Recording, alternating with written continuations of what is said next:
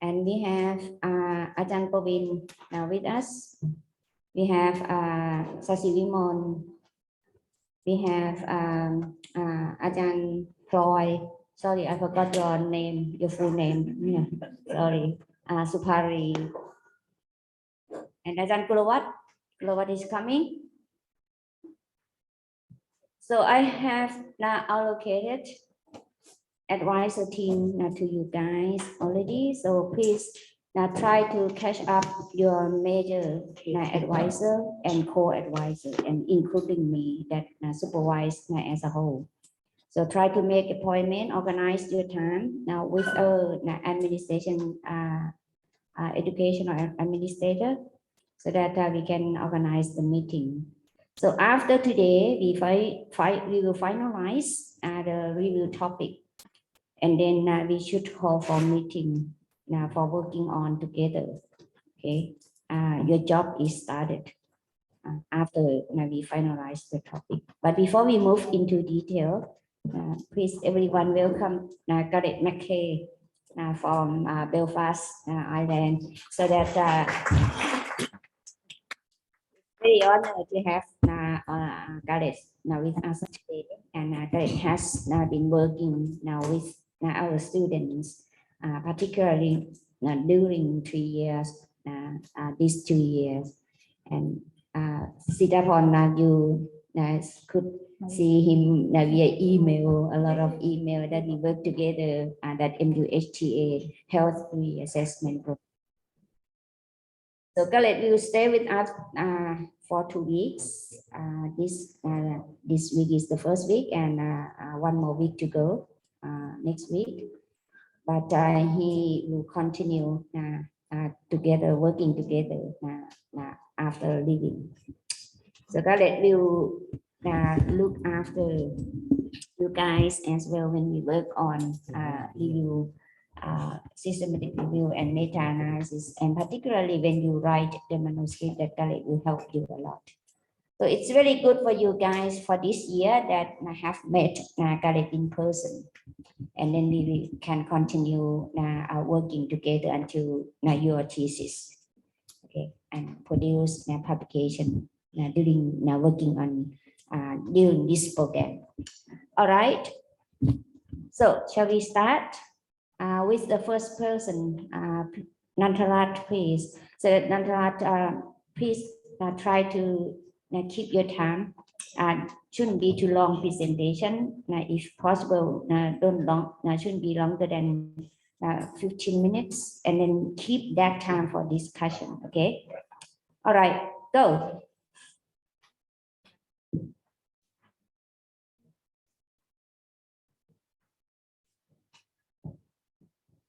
And please, everyone, be alert and listening. What are your friends present, and try to question. You should learn to question and comment or suggestion in order to let your friend can continue working smoothly. Okay, Nantarat, please.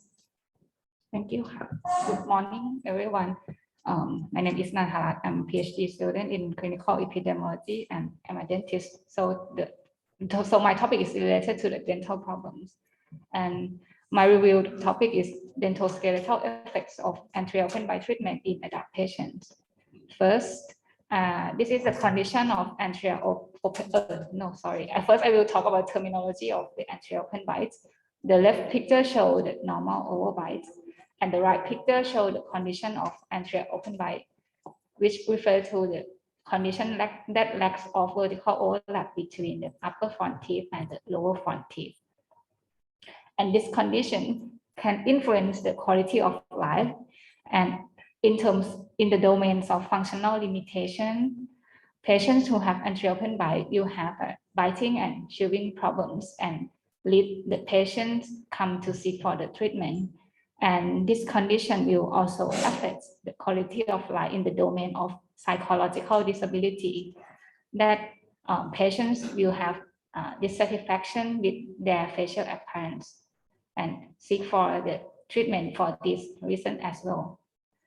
And before I go into the treatment of the anterior open bite, I will talk a bit about the etiology of anterior open bites.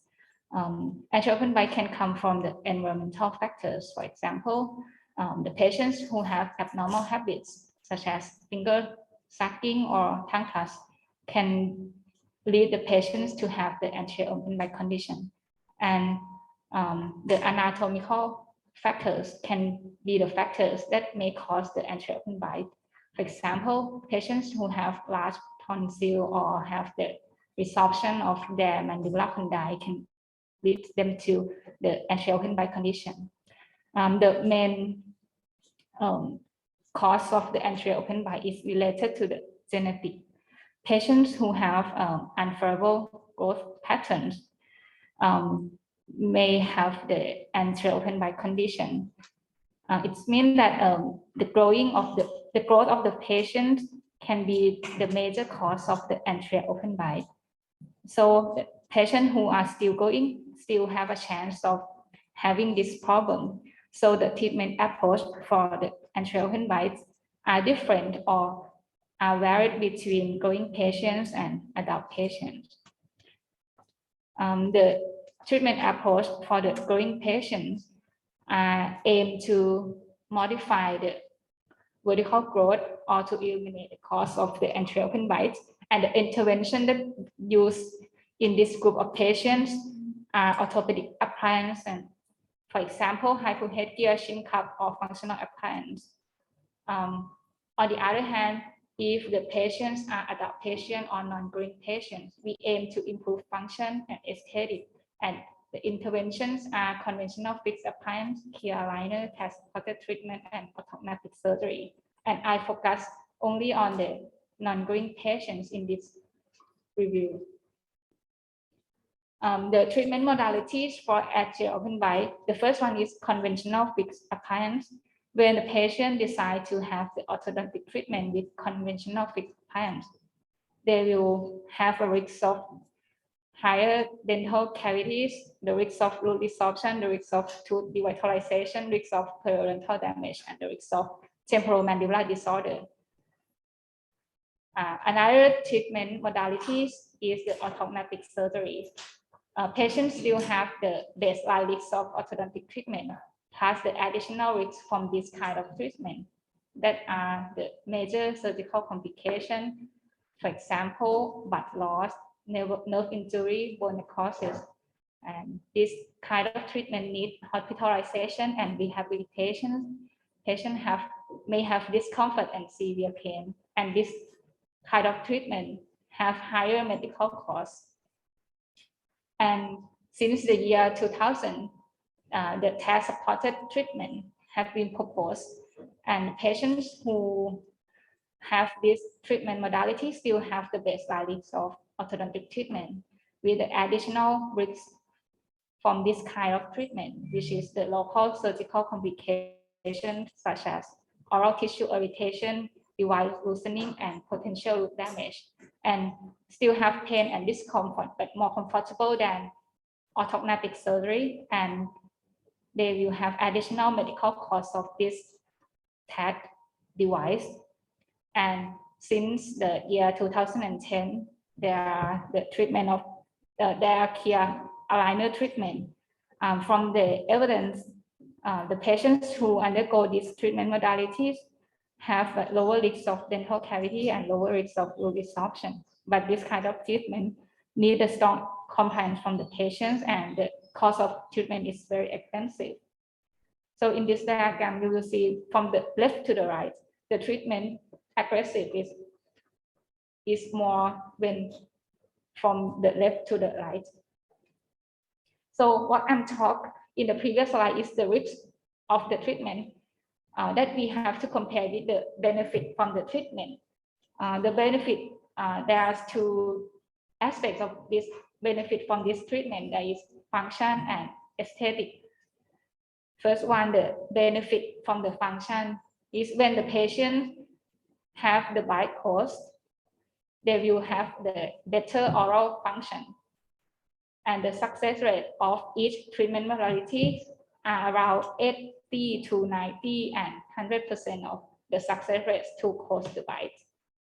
And the benefit in terms of aesthetic, this patient, this picture shows the patients who have AOB condition, and when we close the bite that have been closed can be set in the different position or different angle on the patient face, depends on the treatment effect that result from each treatment intervention. Like this, we can set the normal occlusion in the different position of the face. So to clarify about the aesthetic in the dental perspective, there are 3 aesthetic divisions. The first one is macro aesthetic. That is the aesthetic about the face that we will consider about the proportion of the face, the profile, the chin projection, the width or the height of the face. The second one is mini aesthetic, or the aesthetic about the smile, that we will consider about the gum display, the smile arc, the smile symmetry. And the third one is the micro aesthetic, that is the aesthetic about the teeth, that we consider about the tooth shape, tooth color, tooth shape, and gingival shape and contour. How this aesthetic related to the anterior open bite treatment. When the patient have anterior open bite treatment, there are 2 things occur. The first one is the function improve from the bite that closed, and the second one is there are the change from the treatment, dental change or the skeletal change that contribute to the bite closing. And this change can affect the aesthetic or the appearance of the patient, and the anterior open bite treatment can affect the macro aesthetic and mini aesthetic aspect. Okay, I will talk about the outcome that I interest, which is the dental skeletal effect. Dental effect means, or it refers to the dental change from the treatment. The first one is the incisor position or the change of the front teeth that occur from the treatment. The first one is the position of the upper front teeth. This position of the front teeth can affect the mini aesthetic. You can see that the bite can be closed with the different position of the front teeth. The upper picture show the bite closed with the gum band when you smile, and we can measure this outcome incisor position by measure via this parameter in the cystomatic X-ray, and we can measure the lower incisor position with this measurement. The next one that I interest is the molar position or the change of the molar teeth from the treatment, both upper molar and the lower molar. You will see that if the molar position change, it will affect the chin position and the face height of the patient. And we can measure this parameter by measure using reference plane is palatal plane, and you can measure the lower molar position by use this reference.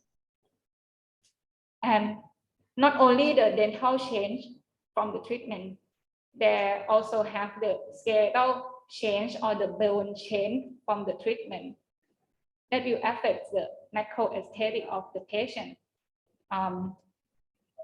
After the treatment, they will have the rotation of mandible, like shown in the picture, and it will affect the face of the patient, affect the chin position of the patient. And we can measure this outcome by using this parameter. And it's also the treatment also affects the total height of the face of the patient, and we can measure this measurement by using these parameters from the cystomatic X-ray.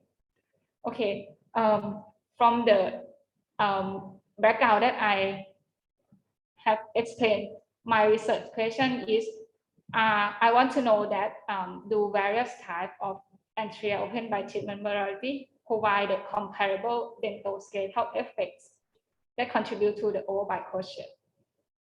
By compare the change of dental-skeletal effects among these 4 treatment modalities.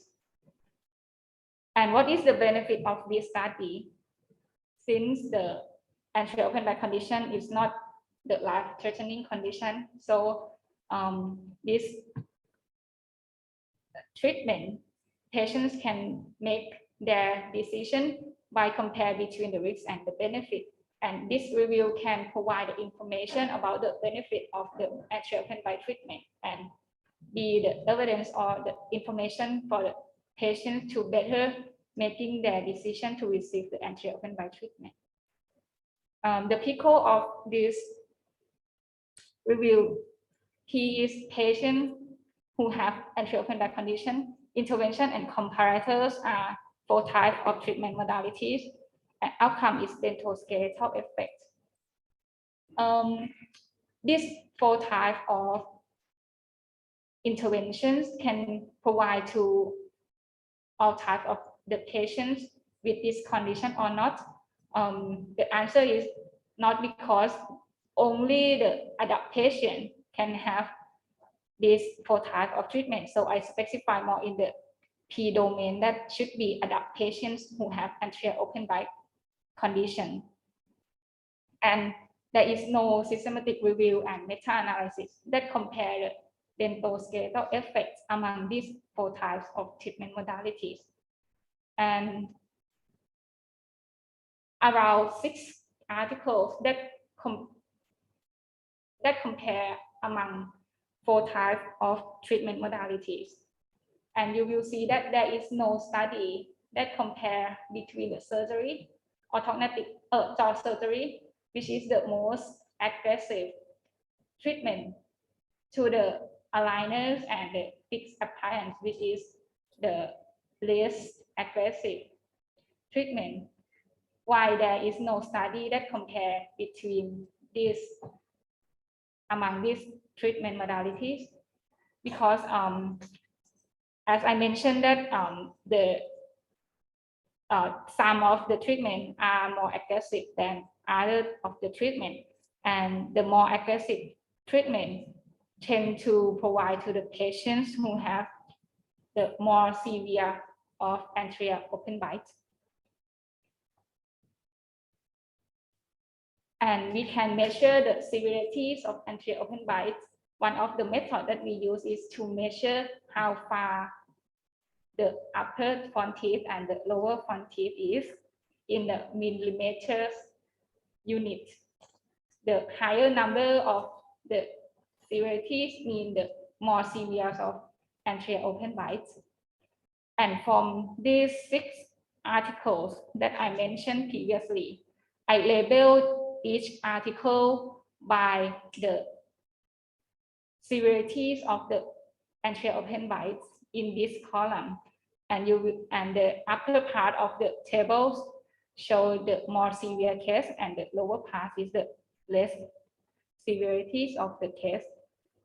And you will see that the more aggressive treatment are the surgery which provide to the more severe case, and the TAT supported treatment, that is the second order, not the most one. You can apply to many severities, and the less aggressive is provide to the less severity of the case. So so it means that all 4 treatment modality cannot provide to all types of the patients. The result of the outcome, you have heterogeneity. So to account for this problem, I think one way we can stratify by the severities and make sure that in each group severities have the similar chance to receive all the 3 types of interventions. But if we stratify the study the fewer numbers of articles is less in each treatment arm, so it might not be feasible to conduct the systematic review. And the 6 articles that I mentioned are the comparative study or 2-arm study. That is the minorities of the anterior open bile articles. Most of the articles in this field, or the majority of the articles in this field, is 1-arm study. 1-arm study means that the adult patient with anterior open bile receive the treatment interventions, and we see the dental skeletal effect of each intervention. And if we can pull the result from this group of intervention arm, we can see the effects of each intervention as well in the clear aligner treatment. If we pull the result, we can have the effects of this treatment arm. And for the supported treatment as well, and the orthodontic surgery as well. So we can have the result or the dental skeletal effects from each treatment arm, and then we can indirectly compare the result from each treatment arm to answer the question that each treatment modalities provide a comparable dental skeletal effect or not. So here are the articles in each treatment arm, and there are around 3 systematic reviews that have been done in this topic. The first one is the Asafadi systematic review in 2016, that is to summarize the effects of the supported treatment. This systematic review aims to see the effects of the supported treatment, and the qualities of the articles is low to moderate quality, but they cannot perform the meta-analysis since the heterogeneity was found in the outcome or in the result. I try to find out that why they cannot perform the meta-analysis. Even all of the patients have the same type of treatment, which is supported treatment. And I found that 10 articles that included in this systematic review have wide range of severities of the subject. So I have to say like this, the patients who have more severe AOB and the patients who have mild form of AOB have to be treated to the normal condition. It means that the patients who have severe AOB will have the change from the treatment more than the patients who have mild form of AOB. So the result is like if you have more severe case, there is the change from the result much more than the change from the mild form of AOB. So if we compare or pull the result together, so it will result in the heterogeneity of the result. So Ajahn recommend last time that it's better to do like dose response meta-analysis to solve this problem. And after this systematic review, there are new articles that published, and these 2 group of people are now doing systematic review to summarize the effect of supported treatment. And another systematic review that summarized the effect of clear aligner treatment from NAVID in 2020. And this systematic review aimed to see the effects of clear aligner treatment. And this systematic review contained mostly case reports, so the quality is low and they didn't pull the data since all of the study included are case report study. But after this systematic review published, there are new articles in this treatment arm, around 4 to 5 articles. I think we can have a chance to do the systematic review about the effects of the clear aligner treatment to correct the anterior open bite. And in the post-payroll, there is no one who are registered to do this systematic review. And the last systematic review in this treatment is to compare between the TAD supported treatment and orthodontic surgery by using one arm study. You need to speed up. You spend time 21 minutes already. Okay. The authors want to compare between TAD supported treatment and orthodontic surgery treatment. And this is the aim of the systematic review that want to compare these two types of treatment. But the outcome is dental skeletal effect and long-term stability. The authors concern these two outcomes, so they have to exclude the study that didn't report the long-term study. So the number of the study that include to the systematic review is fewer than concern only one outcome. So, but they still cannot perform the meta-analysis as well since the high heterogeneity of the result. I try to find out why the result have high heterogeneity, because the population in the group of each treatment arm have the different severities of A or B, and the intervention in each treatment arm are not exactly the same. That may cause the heterogeneity of the results, and the outcome that they measure, the other in each articles use different parameters to measure the same outcome. So it can be used if we want to combine. It's better to use standardized mean difference to combine this. And this is a summarized table of previous systematic review and meta-analysis. So the feasibility of review and pooling the data that I want to pool the data in each arm and then indirectly compare in I have to see the feasibilities in each treatment arm. So the feasibilities in the treatment arm of fixed conventional treatment. The population all are non-growing patients. Intervention is fixed appliance, but the details of each of the intervention have to be extract more, and all the outcome I interested was provided in this treatment arm, but the severities of the treatment are different, so it might consider those response meta-analysis to pull the data.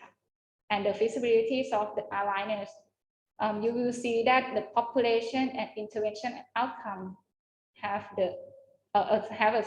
not much different across the study, and the severity of the subjects in each article are not that different, all are in the mild form of anterior open bite, so it tends to possible to combine this data.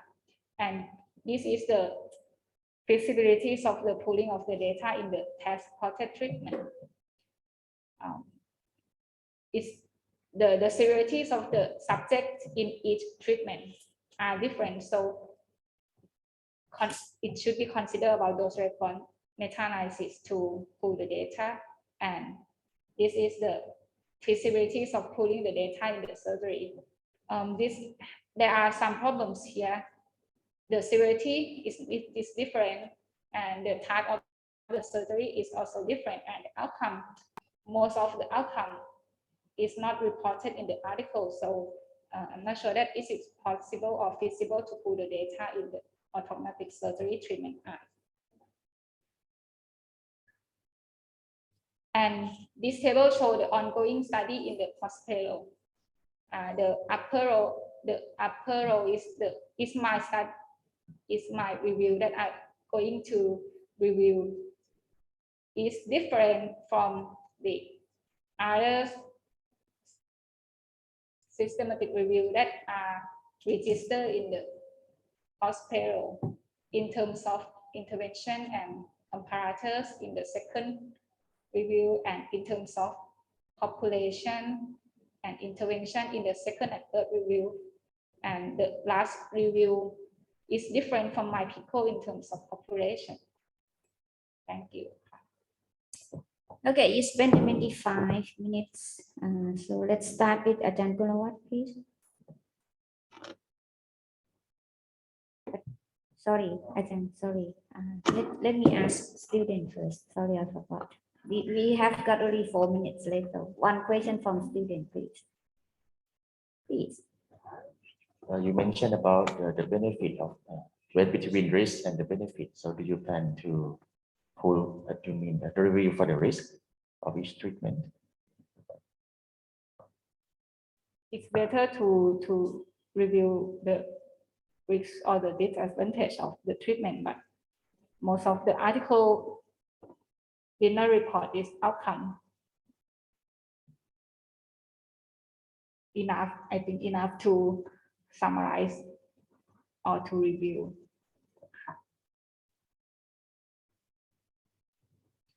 Any more student would like to ask? You can have one from one more. No? Okay, Ajahn Kun, please. So after listening, it seems to me that you're trying to pull outcome from case series. Basically, they are case series, aren't they? It is a one-arm study, like patients, group of patients receive the interventions and compare between before and after treatment. But the result that report in the study are the aggregated data, not the individual data. Right. And how many patients typically were included in each study? Different from study.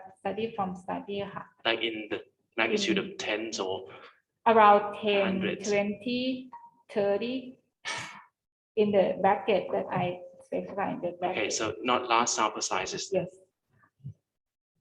So basically, they are one-arm study or case series in design, and you're trying to pull some outcomes. How are they measured? How is the main outcome measured? The main outcome is the dental skeletal effects or the change, or the dental change and the skeletal change from the treatment. So The main measured in millimeters then? measure in millimeters and degree if there Right, is so- an angular measurement. So you're trying to pull mean, trying to estimate a pooled mean from across the studies. The pool But- mean difference.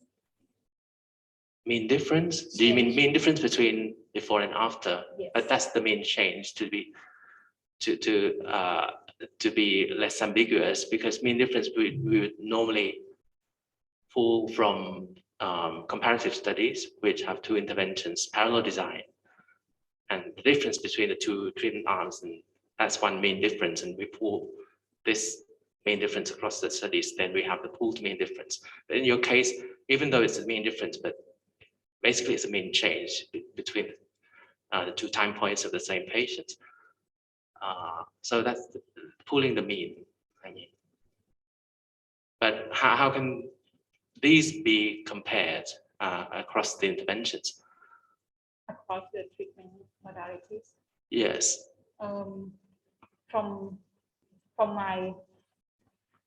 From my thinking, I think if I can have the mean change of each intervention, and I can indirectly compare by seeing the 95% confidence interval that is intersect. Okay, so you mean by indirect, you mean literally indirect, no statistical tests or comparison. Yes, that's from my opinion, but I'm not sure that are there any statistical method to compare this mean change indirectly? I think the Bayesian can do it, but we would normally not do it because the primary studies didn't come from studies that are suitable for comparisons. They are done separately from the beginning. Do you agree, Ajahn Amarina? Yes, frequentist approach can do as well. It's similar to like mean difference, but here is mean change. But mean change now from one arm, and the patients are self-control before measurement before intervention, and then measurement after intervention. Yeah, we can use frequentist approaches and applying network meta-analysis as well. So But you need to specify your objective clearly. Your objective is very broadly. Don't know what you are going to do. Very broadly.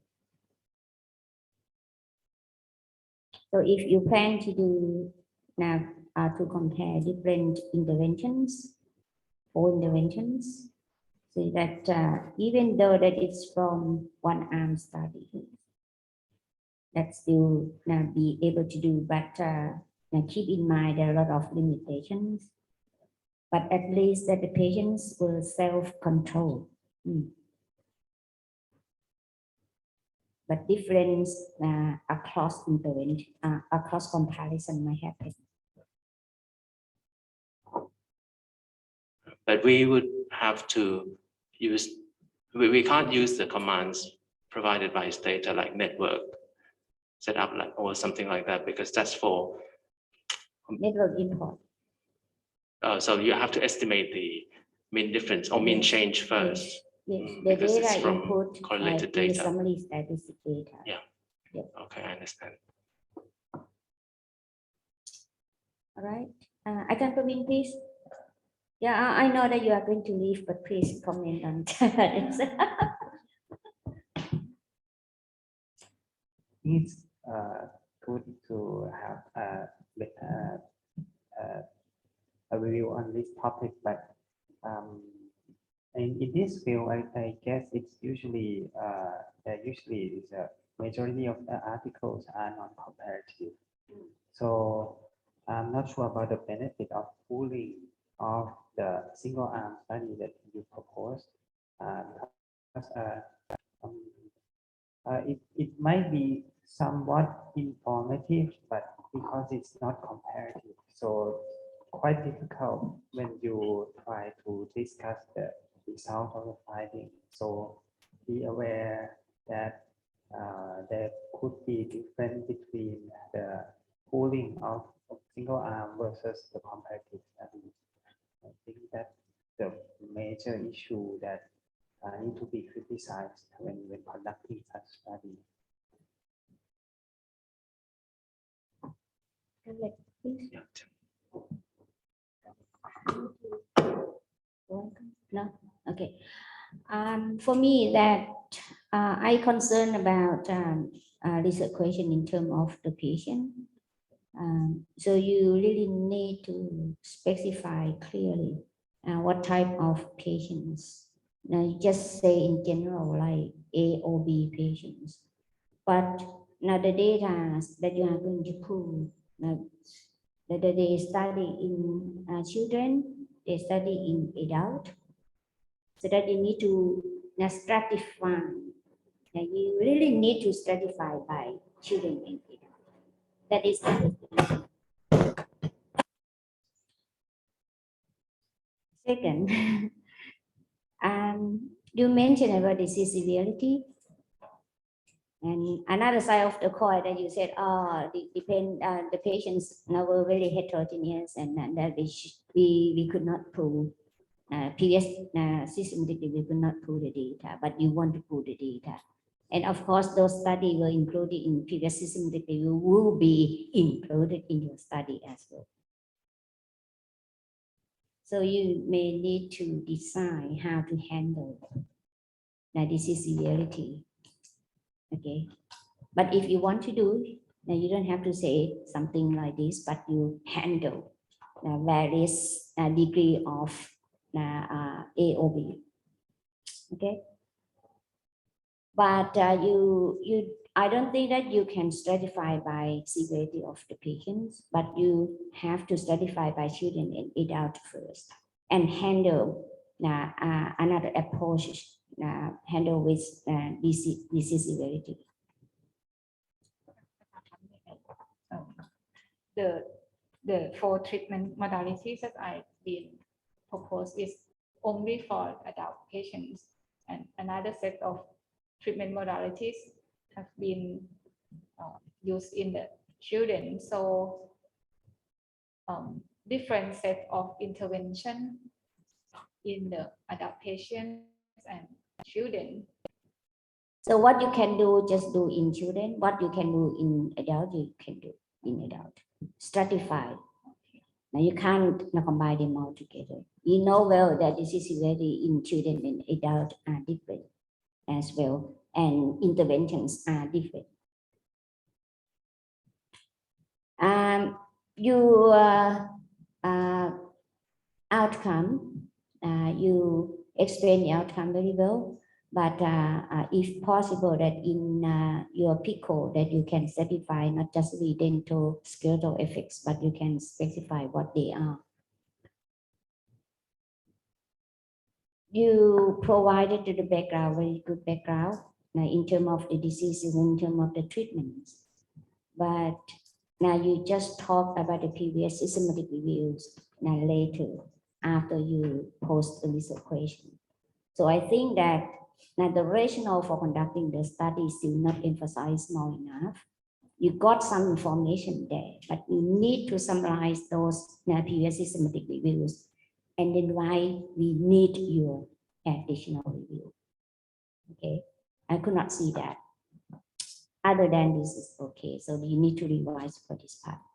All right, and the objective is very broadly, very broadly objective. So you really need to spell out now what you really want to do, but don't forget stratify by type of children and adult. And in the objective, if you think that the severity of the disease is the key one, the key factor that affect on the outcome, that you may need to add in your objective how to deal with that. For example, like analyze the dose response for the degree of severity, and or that might be like interaction effect between severity and the interventions. Okay. Please. Just a quick comment. It sort of picks up on some of the points that Professor Amaran made, is that it wasn't sufficiently clear for me what the main focus of the review would be. And I know you're trying to tease out that question. My concern would be trying to find that balance between the risk and the benefit, and you alluded to that in some of your slides where you presented the size of the overbite that was, or the mean size of the overbite that was measured in some of the studies. A concern that I would have would be that if you do mix adults and children, that potential risk benefit ratio changes. There's probably likely to be more benefit in a child than there might be in an adult. So I think that's worth considering, whether that's done through stratification or some sort of sub-analysis, or whether you focus on adults only or children only. Obviously depends on the amount of information that you have available. Okay, thank you for this issue. I forgot to mention about the risk that your friend asked you, and you said that most study did not report. So you won't have the time to tell the reader that what those studies did not report. But we thought that you should plan for whether you will get the data, that you will have to say that you plan for, but you could not later on, could not get the data because they did not report. Okay, but what the risk that should be considered, and that should be included in this review as well. All right. I have a small question about are there any treatment guidelines, standardized treatment guidelines for this condition? There is no definite treatment guideline for this condition, but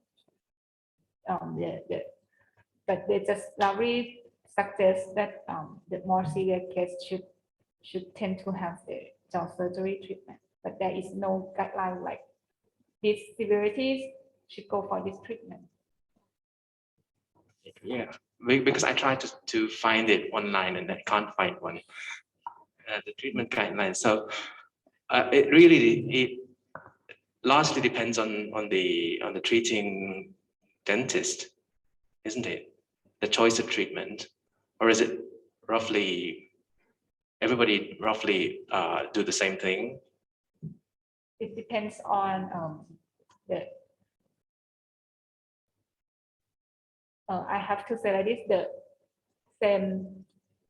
the same severities of the specific severity of AOD can be treated by, for example, 2 treatment modalities, but the patient can choose which treatment modality that they want based on the result of the treatment that they will have, which is the dentoskeletal effect that I want to summarize the effect from the treatment.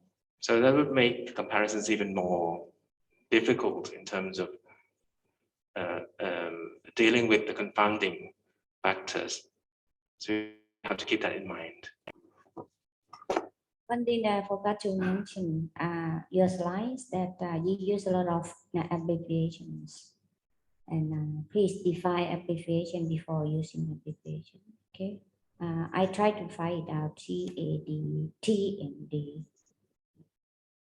I couldn't, and the same as in your document assignment, that if anyone want to use abbreviation, firstly mention that word that you have to define abbreviation. Okay, next please, the next presentation. I have a little comment. For me, I think I have 2 points. The first point is about, I think it's better if you clearly define the outcome, what is the risk and benefit outcome. Because you said like overall like a dental skeletal, I think it's better what is the risk outcome and what is the benefit outcome. I think what she considered just only the benefit. Yeah, but she has yet point the risk that we ask her to consider the risk outcome as well. And the second point that I continue from the last time that you explained to me, explained to us about the previous systematic review. I think it should be like the 2 points. The first point is about the study that focus on single arm. And another point is the study that focus more than 1 arm, like at least 2 arms. Because for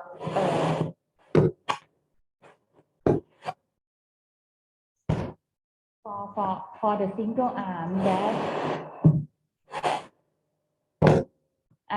I think for the single arm that you can pull mean change for each intervention, and for the study that had like at least 2 arms that we can compare by apply direct meta-analysis or network meta-analysis. Most of your study is like a single arm and have like the previous systematic review. I think you need to criticize the previous systematic review, how many studies that they include for each intervention, and what did they pull? What did they pull from the previous study that focus on single arm?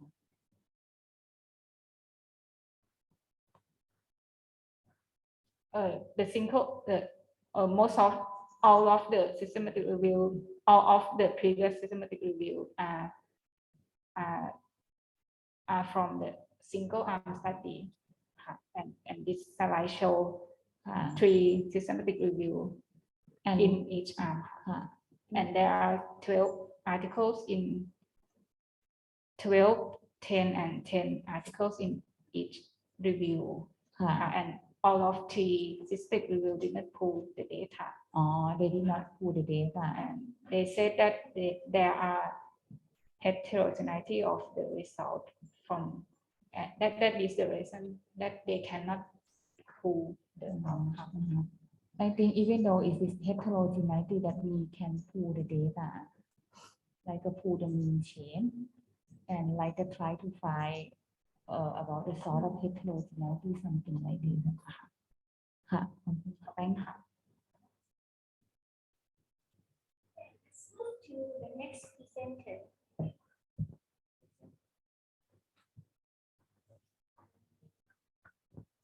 Pink one.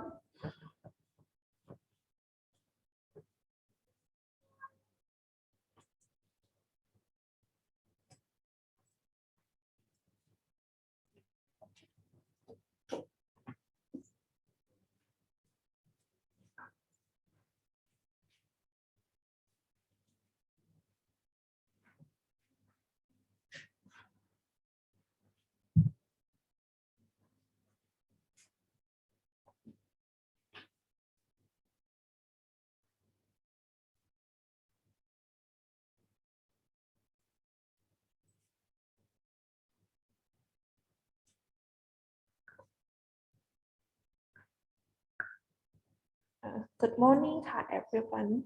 So today is my second presentation. My topic is the effectiveness and the safety of different lipid-lowering regimen for the secondary infection prevention in patients with atherosclerotic cardiovascular disease. So in short as ASCVD. So for the background, the ASCVD is a group of cardiovascular disease that include in quite a broad disease. The first one, the acute coronary syndrome, ACS, or a patient with the history of myocardial infarction, or patient with a stable or an unstable angina or coronary, and also stroke, TIA, and the last one, the peripheral artery disease. So this includes all kind of vascular, the heart, brain, and also the limb. And for patients with previous history of ASCVD, they face a high risk of the recurrent or other type of the occurrence of the ASCVD events, the cardiovascular adverse event. So the secondary prevention play a very important role in the effectiveness managing of the ASCVD and to reduce the burden on patients. And in current guideline for patients with ASCVD and age lower than 75 years, they suggest patients have to use the high intensity statin for the aim of achieve of more than 50% or greater of the reduction of LDL level from baseline. And for patients with the ASCVD who have a very high risk, that even higher risk than the first one that I just mentioned, they have some suggest that they may have to use the maximal tolerance statin therapy and to add on with another one, the non-statin therapy, estimate, or some can consider it the PCSK9 inhibitor. So for some conclusion about statin intensity, the high intensity statin therapy the concept is can be lower, daily dose can lower the LDL level for more than 50% of average. And it includes the atorvastatin and rosuvastatin, and moderate and low intensity as just demonstrate.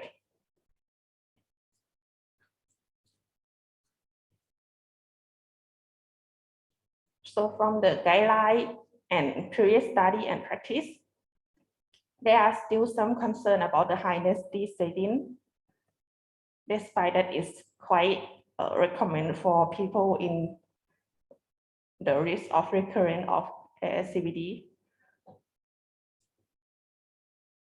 because the statin associates side effect, and also the maximal tolerated LDL level may not have response in some patients that they could not reach the goal level, the target of the LDL level.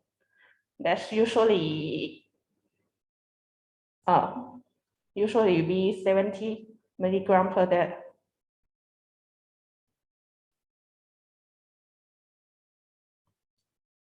So the research question of my review is, which lipid lowering regimen are the most effective and safe for the secondary prevention in patients with the ASCVD? So to be balance the risk of the side effect of statin and the benefit of prevent for the future cardiovascular events.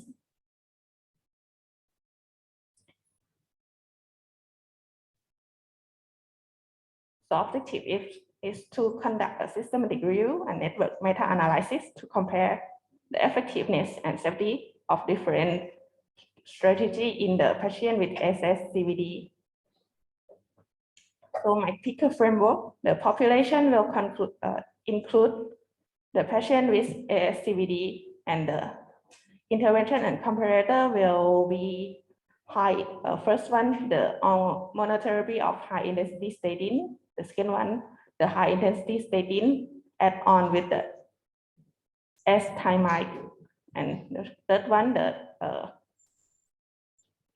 high intensity plus S-thymide plus PCSK9. And the below one, I exclude the statin and only use the non-statin, the S-thymide plus the PCSK9 inhibitor. And the last two, just monotherapy of the non-statin. And outcome of interest will be the first one, control, to compare the control level of LDL in each treatment. And secondary outcome will be adverse cardiovascular event, which can be the secondary prevention. And the third outcome is all-cause death, and the last one, the adverse event that derive from the statin itself as the drug side effect. So from the previous systematic review, they have some that compare the low or moderate intensity statin plus the S-thymide compared with the high intensity statin, because of the recent guideline that recommend the high intensity, but they compare two field of this, and outcome is safety and efficacy. And also they have the review about the high intensity that compare with the standard statin regimen, and outcome is major adverse cardiovascular disease event. And for the feasibility of this review, from the search term strategy, I find that there are some comparative study and RCT that compare the high intensity with other. Some are used just low or moderate intensity in the patient with the cardiovascular disease. and also the treat to target compared with high intensity. And the study from Shikemitsu from year 2017 is just compare each statin, but just calculate the monitor for the all-cause days. And the study from Morales from 2004 and 4, they compare the Asian and non-Asian heart disease, but only with the treatment of simvastatin.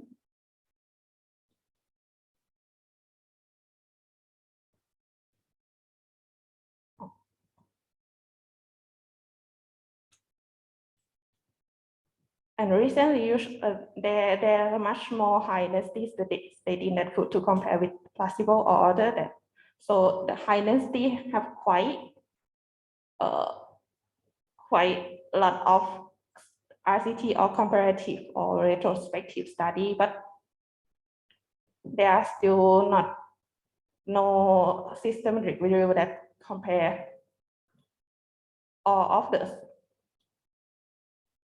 strategy, the high intensity plus non-statin and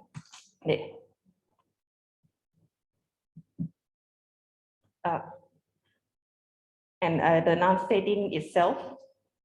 So this is the objective of this study. Thank you. Okay, can continue, please.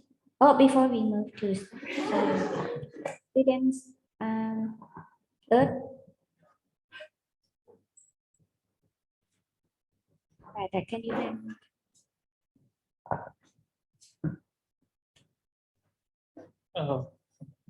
Before anything, can you see the name of the study, please?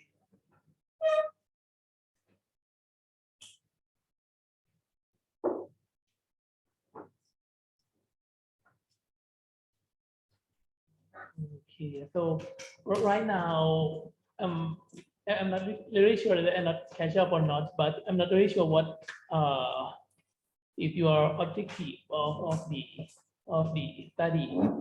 I'm not really sure that you're gonna do the network meta-analysis on the treatment regimen that you show in the intervention arm on your KICO framework, because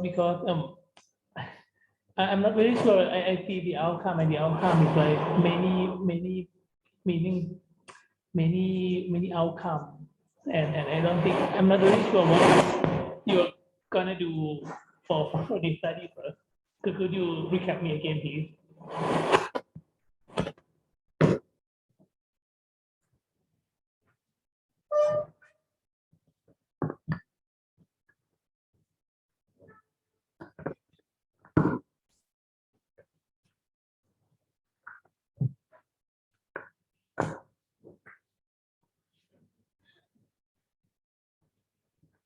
Mainly, I want to compare the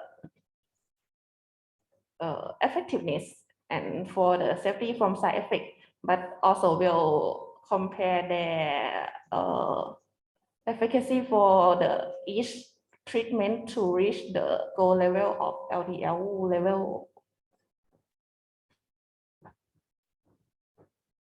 So in that case, your outcome is gonna be like the binary outcome of achieve or not achieve the LDL level, right? And so this one is gonna be like the network meta-analysis on the treatment regimen, right? For what you like, right? Many regimen of that, and then you're gonna find like maybe the sucra, that which one is gonna be the best regimen. Is that right? And I have another thing on your search term, please, the page that you search. you said in your title that you're gonna look at the ASCVD, right? But your search term is like according to coronary artery disease.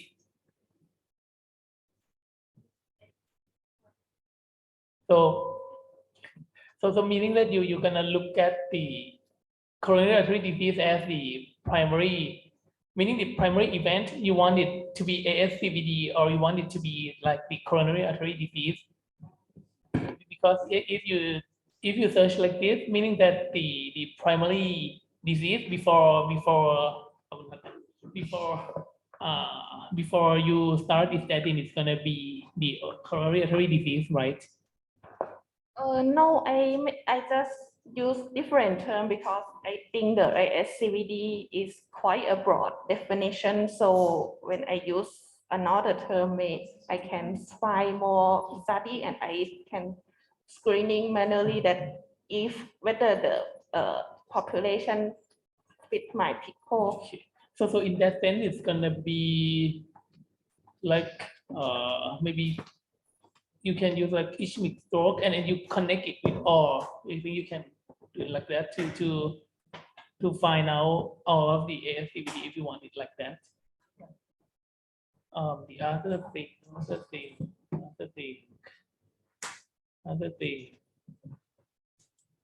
I think if it's like this, I think in your background, I think you have to add something like to say that there are like not really sure. You're talking something about the treatment strategy too, right? If it's about the treatment strategy, I think you have to say something about some of the rationale that the lower the better of the LDL, the lower the better, and also there are some researcher that saying that the lower it may not always be better. I think you have to say something about that too. Okay. And I think that's all for me.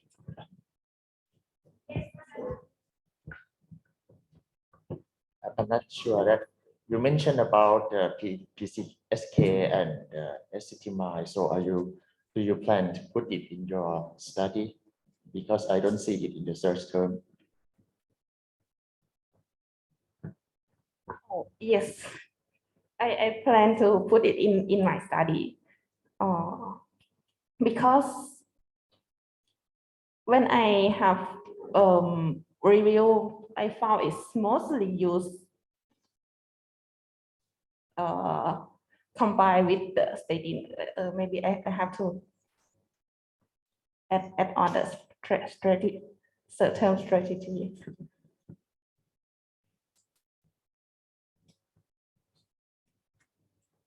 Okay, and I agree with Dr. Pontev. Because your research question and your research objective is not clear. For my understand, if your outcome is which intervention or which regimen can lower LDL level, right? So I think you cannot include acetamide in your intervention. Because this intervention cannot lower LDL compared to statin, right? If your intervention is lower LDL, which intervention have the lowest, have the highest efficacy to lower LDL? So I think this is not the controversy or should be the question right now, because you know that high intensity statin have the higher efficacy to lower LDL than moderate or low intensity statin, right?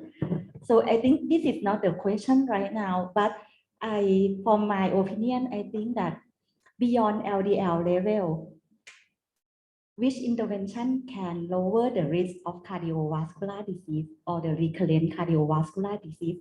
For example, the same maybe different statin have high intensity statin. For example, rosuvastatin or atorvastatin 40 milligram can have the equal efficacy to lower the LDL level, right? Because they are the high intensity statin. But beyond the LDL level that they can lower, both intervention lower, it have another benefit to lower the risk of cardiovascular event beyond the lowering the LDL level.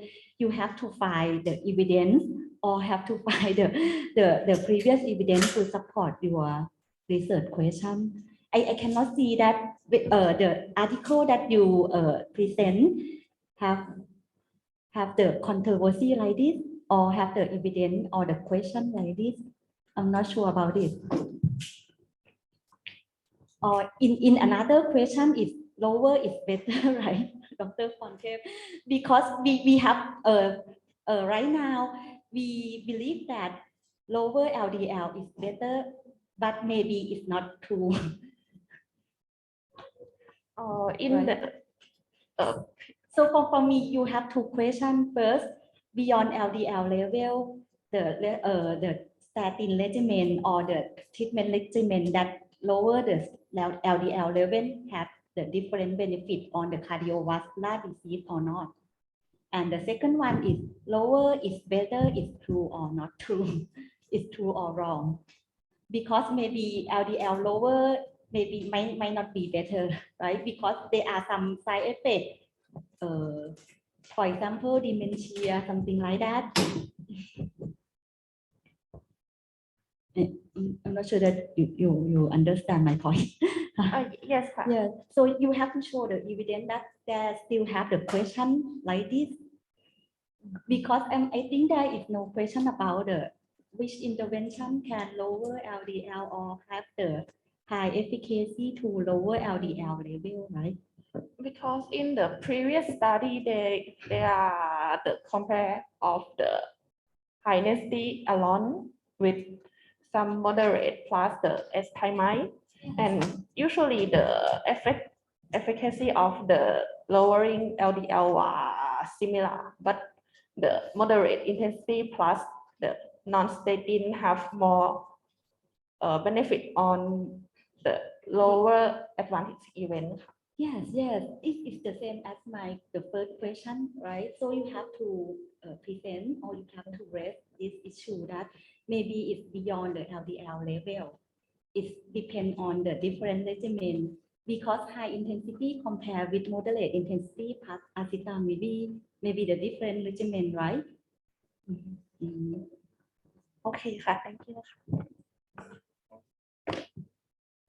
Well, the question that I raised at the beginning was treat to target or high intensify statin.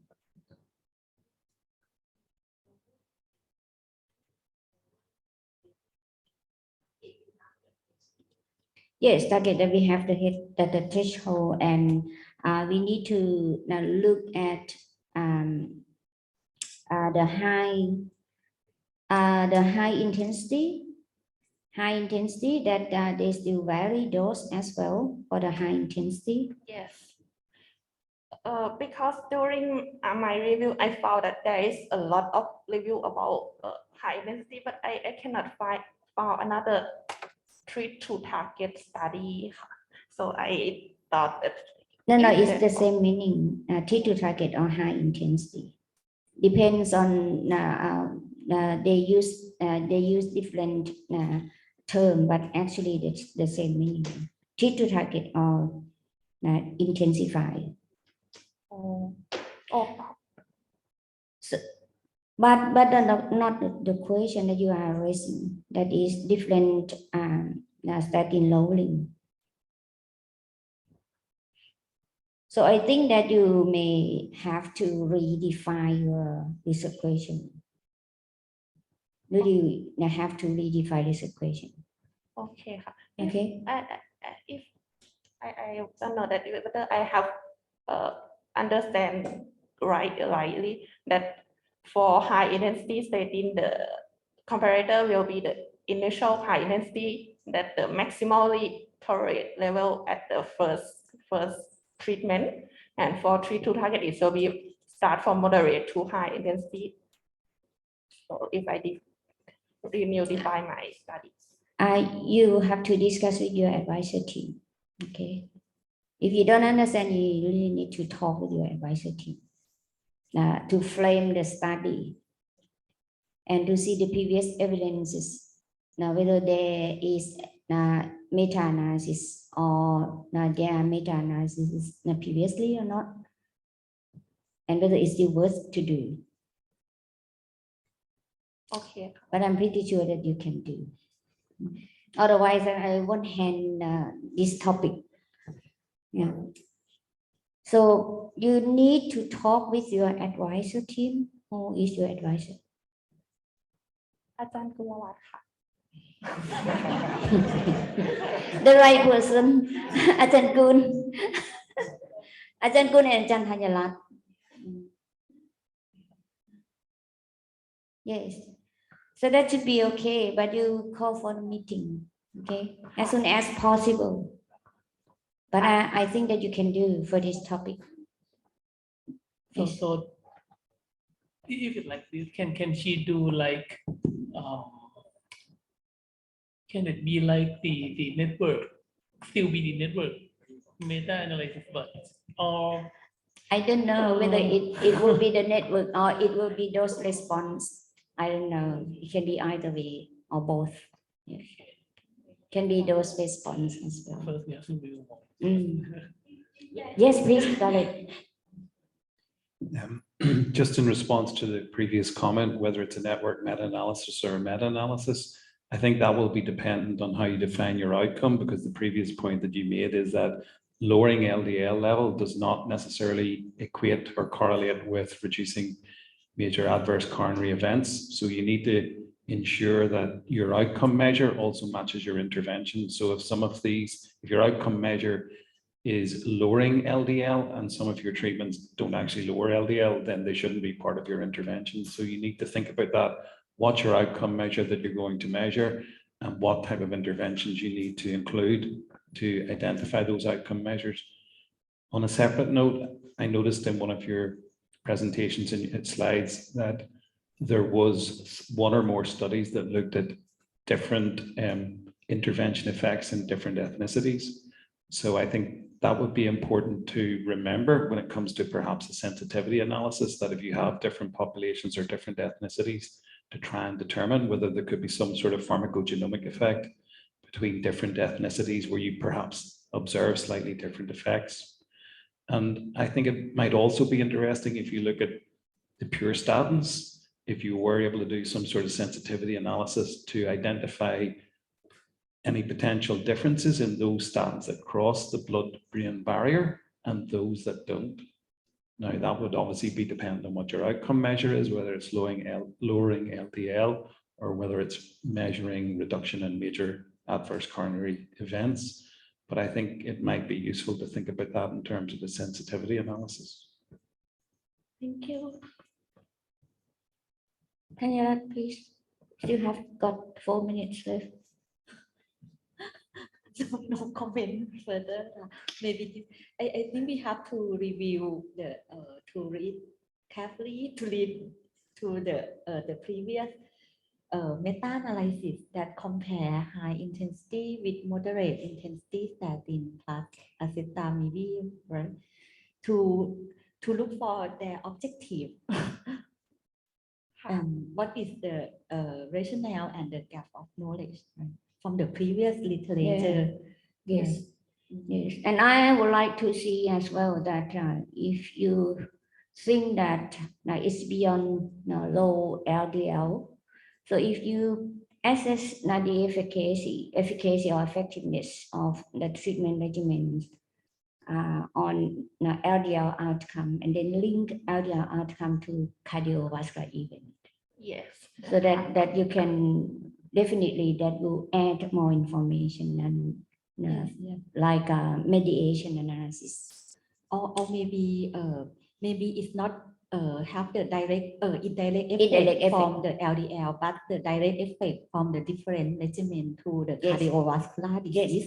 Yes. I think You really you- need to prove that. Yes, You yes. said that it's beyond LDL. Yes. Yes. So, But so that will be additional information. Even you work on the previous meta-analysis, if there is any one meta. Okay. But I'm not sure that this is the still the question. I don't have reviewed it before, but I think Well, as I mentioned, that my original question is about intensified statin or target statin. Okay, so you can modify the question from this. Now, where appropriate depends on the current evidence, current study. All right. So please talk with Ajahn Kun and Ajahn Thanurat. Okay ค่ะ Pinphon, you really need to work hard. Okay, to clarify this part as much as possible. All right. But it's really interesting topic, and I could see the gap of knowledge. Yes, I found it interesting too, but maybe it's But you need to understand in the same way as what you want to do and what we can do.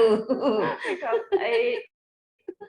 I thought it's interesting on the way to titrate the dosage, but maybe it's because my strategy, I thought that I cannot find for another study. Anyway, don't work alone. Talk with your advisor team, and that will be very helpful. Okay, let's move to the next presenter, please. Next presenter, Ukrit. What is your topic? You change the topic, right?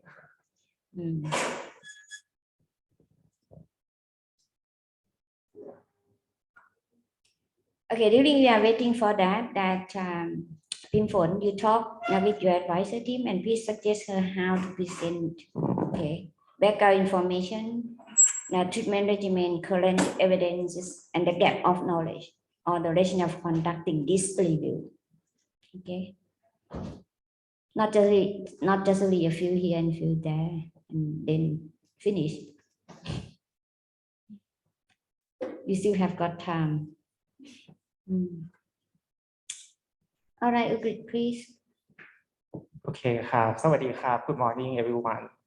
So my topic is economic evaluation of baselotoxumab for the prevention of recurrent C. difficile infection, systematic review and meta-analysis.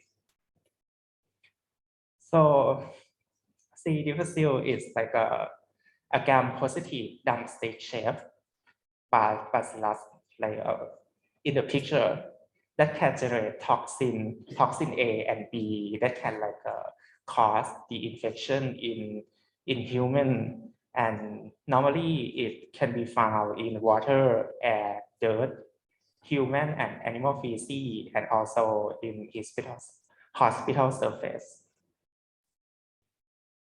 And for the infection, normally C. difficile can like harmlessly reside in the human colon, but when a person take an antibiotic for their medical condition for other infection, it can like induce this infection in human, because it can like C. difficile can go rapidly and displace the normal flora that lives there, and this overgo resolve in C. difficile infection.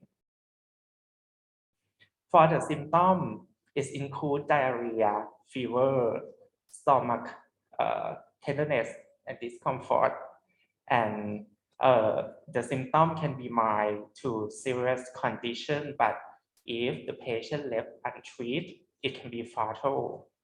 It's more common found in adults who age more than 65 years old who take antibiotics, and also the patient who stay in the hospital or the long-term care facility for a long period of time, and also can be found in the patient with compromised immune system or have a history of C.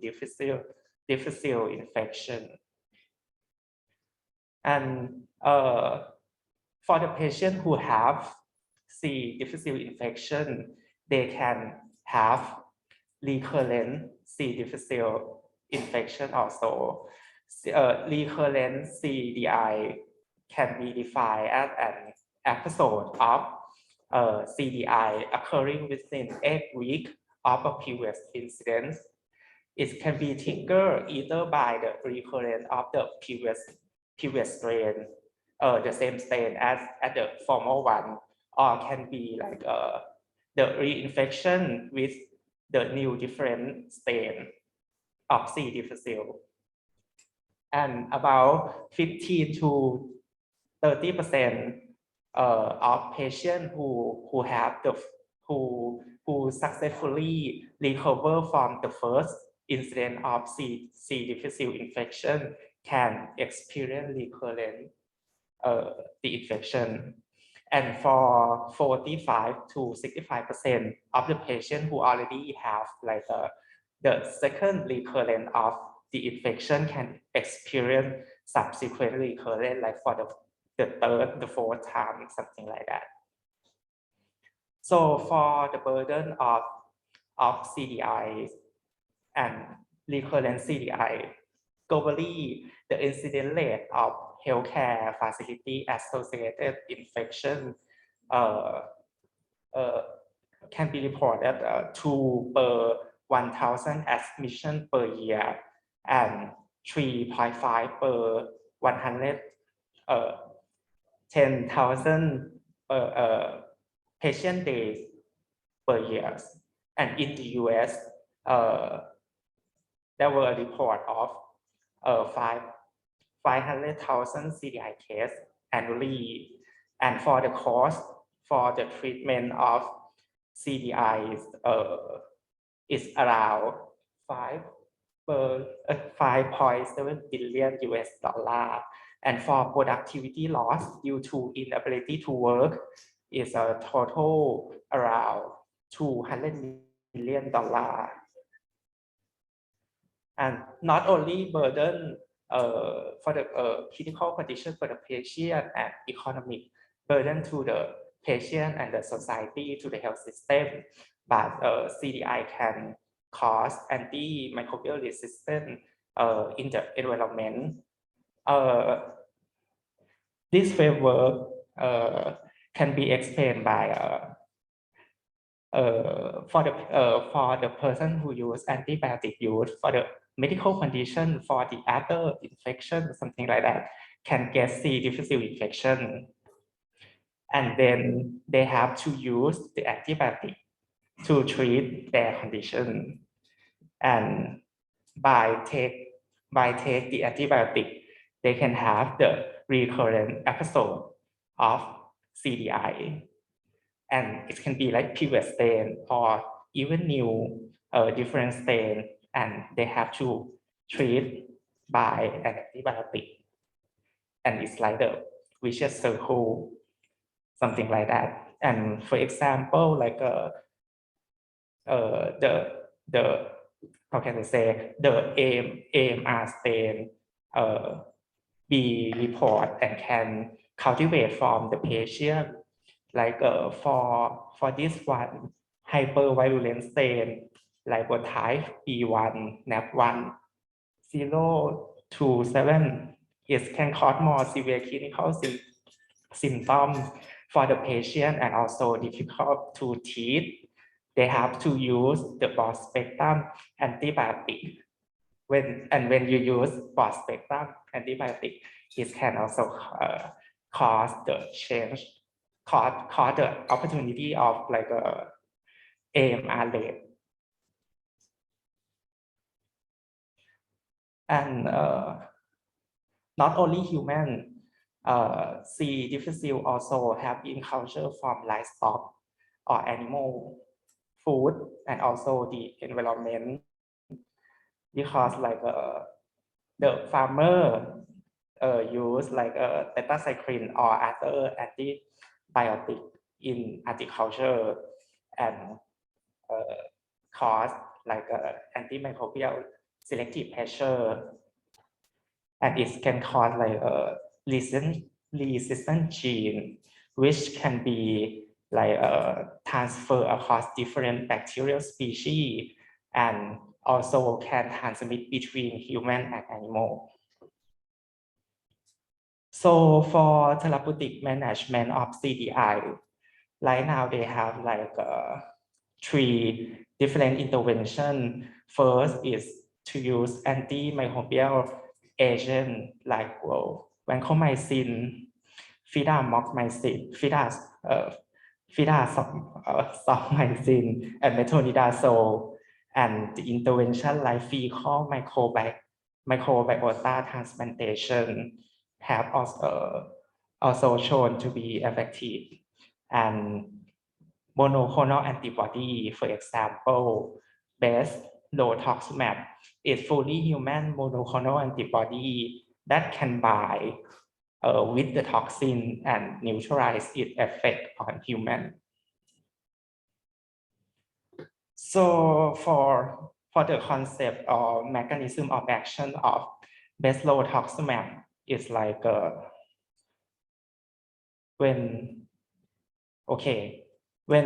you like get an IV infused with this monoclonal antibody, it will bind with the toxin B and neutralize its effect.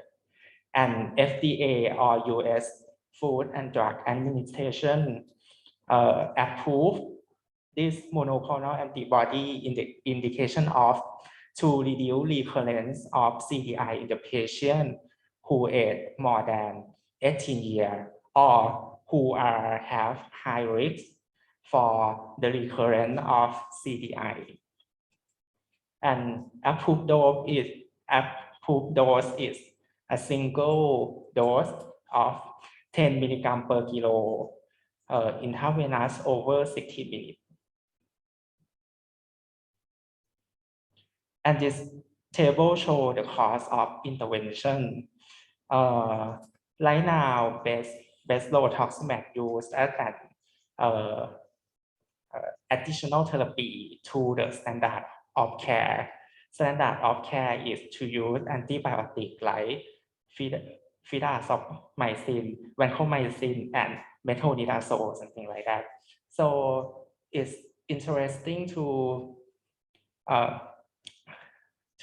investigate that. How can I say? If this is cost effective or not for CDI patient, because if they have to pay out of pocket, they have to pay more 4,000 add up to their therapy. And if it be included in benefit package, government have to pay more in order to prevent the recurrence of CDI, something like that.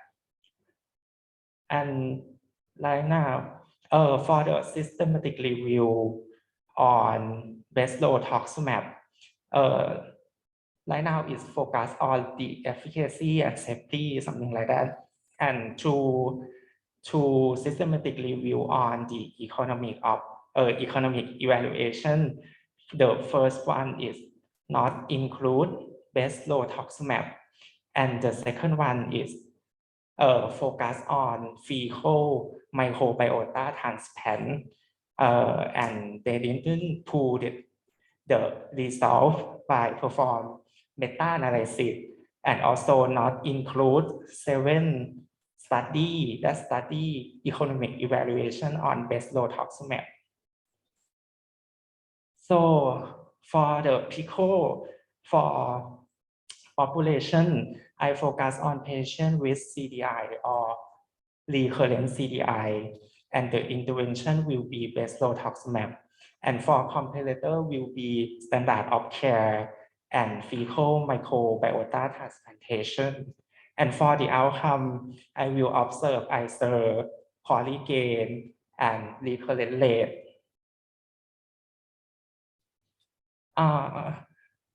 For this question, my referred question is that bezlotoxumab cost effective for the prevention of recurrent CDI or not? And for the objective, the first one is to assess the cost effectiveness of bezlotoxumab for the prevention of recurrent CDI.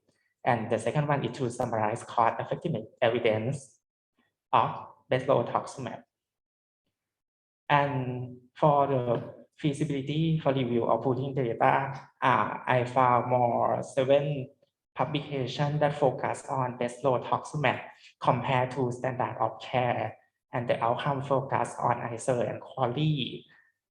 And for the study designs, it be like a economic evaluation using Markov model or decision tree model.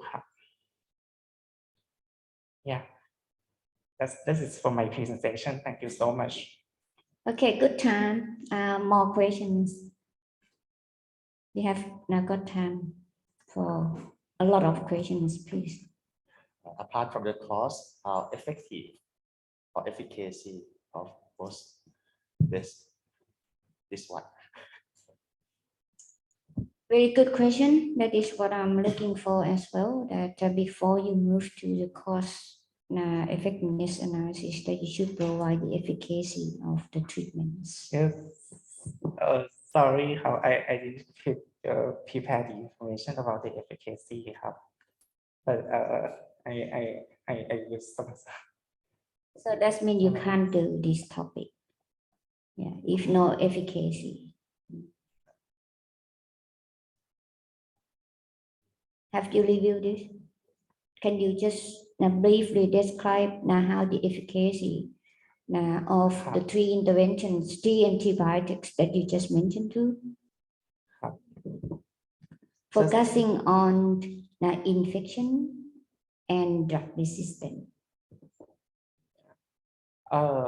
Briefly, I can not tell you like the exactly like the number or the figure, but if you add deslortoxumab to the standard of care, it can increase quality gain for the patient with that have like the first episode of CDI, and also can reduce like the recurrent rate, something like that. How reducing is reduced?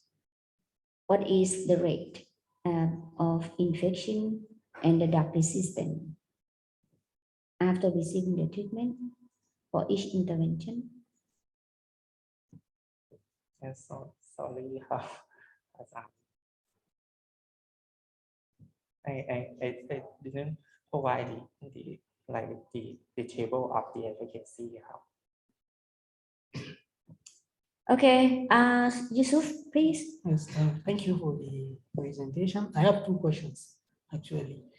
So the first question is about the comparator. You mentioned the comparator to be standard of care, and then another comparator is fecal biota transplantation. I think it's good if you explain what that means in the introduction part. Then the other thing is about the feasibility of pulling the data. Please, can you go to the table? Or the feasibility of pulling the data? Yes. So you said they reported the ISA and the QALY.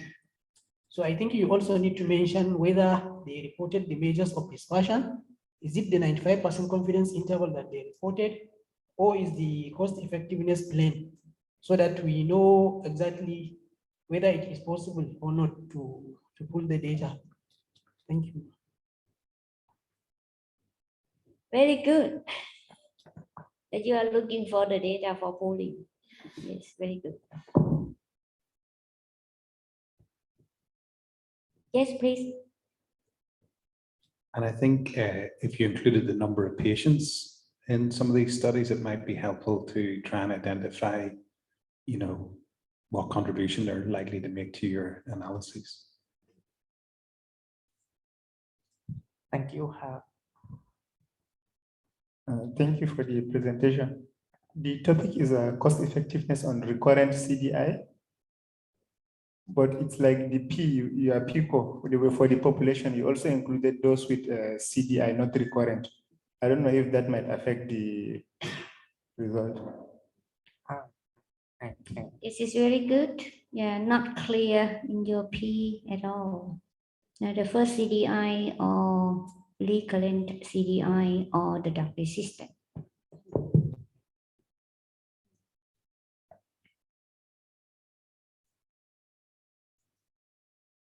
And finally, I don't know, maybe you mentioned and I missed the new medication. Is it used as a monotherapy or is it as an add-on? Because the add-on therapy. Add-on therapy. Okay, thank you. So for the P, I include both CDI and recurrent CDI because of for the publication is study on both of this group of patients. So maybe if I can if I do pulling the data, I mean do the certify divided the patient into group, something like that.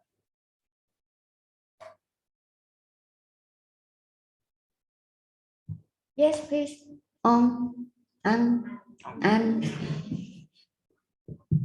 Thank you for your presentations. I am curious about the previous results of studies. So, is the interventions cost effective or not? You mean for only base load toxin or for all the intervention? Yes, it shows cost effectiveness.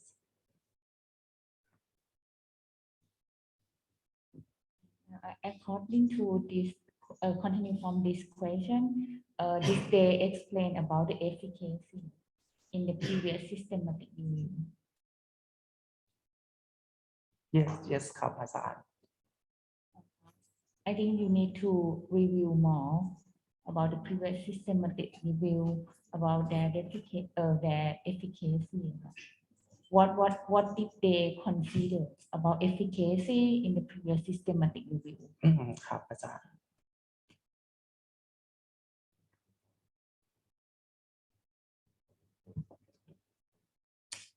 Yes, please. Honda. What is other drug or prevention for prevent C. diff? Yes. Another from veloximab. What is other intervention or drug for C. diff prevention? For C. diff prevention. Right now the recommendation treatment that provide in the guideline only focus on beslatoxumab and 3 of antibiotic that I mentioned. So sorry, it didn't show. So I include all the intervention that been recommended in the guideline. 3 of antibiotic, beslatoxumab, and fecal microbiota transplantation. Okay. Do you mean 3 antibiotic and FMT is drug treatment, right? And veloximab is drug prevention, right?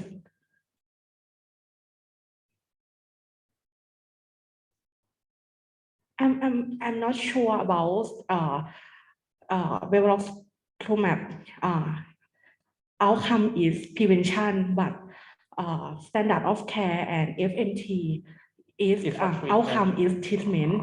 So I think I'm not sure about efficacy can compare.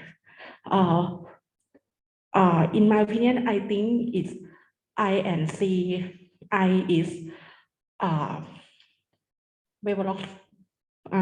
this drug and possible or not? Yes. Yes. I get your point. Because I think we cannot compare different outcome about prevention and treatment, care treatment. I get your point. Like the intervention and comparison is like for different indications.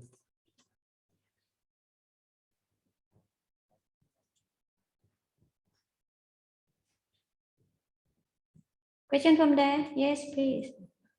Can you hand microphone to me?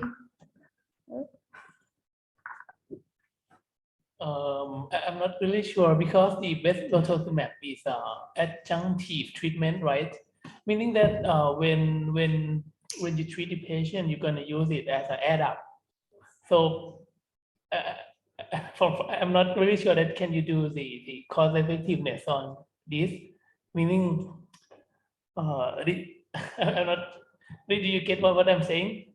Yeah, but he has to question properly in terms of the intervention and comparative.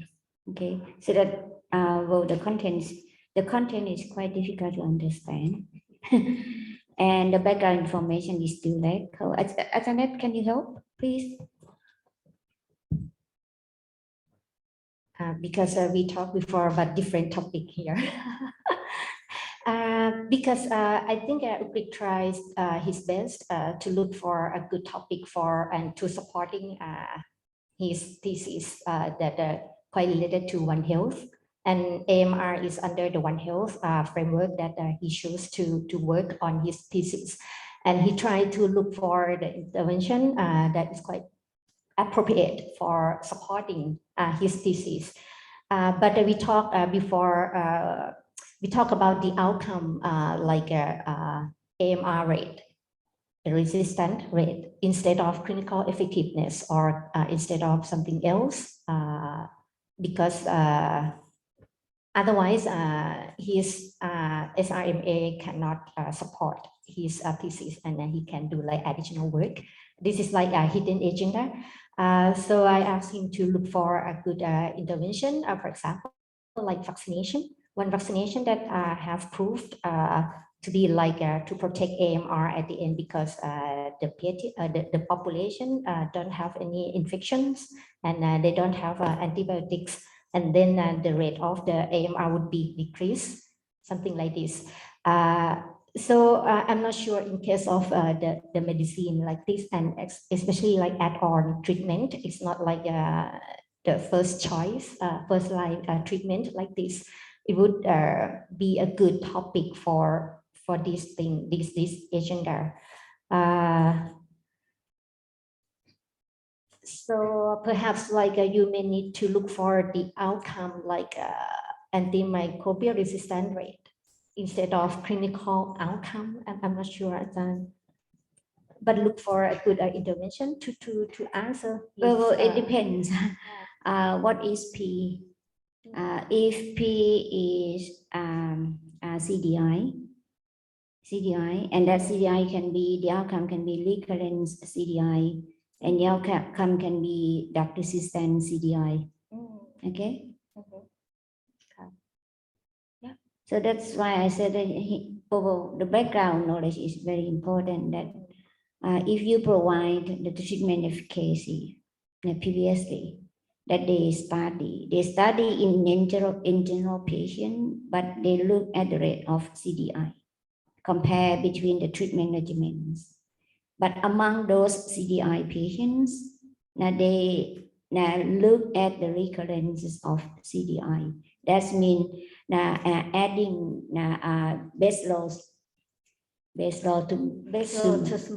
beslotozumab. Now add on the standard antibiotic, either vancomycin or fidexomycin or metronidazole or even FMT. And then you look at the recurrence of CDI and even drug resistant. So you need to provide this information first, and then we will understand clearly that which flow that you into with which direction. Okay. So I think that if you know and you learn from treatment efficacy, and you will be able to have very good direction for the economics evaluation. But without clearly direction from efficacy treatment, that you won't have clearly, because economics evaluation is more confusing. What compared to what? What compared to what? So if you look at your research question, can you go bring your slide research question?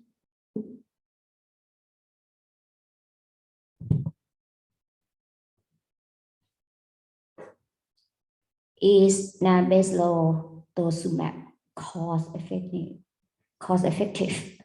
for the prevention of recurrent CDI compared to what? Compared to what? And in CDI infected patient, right? So now this negotiation that you don't provide the comparator, you don't provide the patient.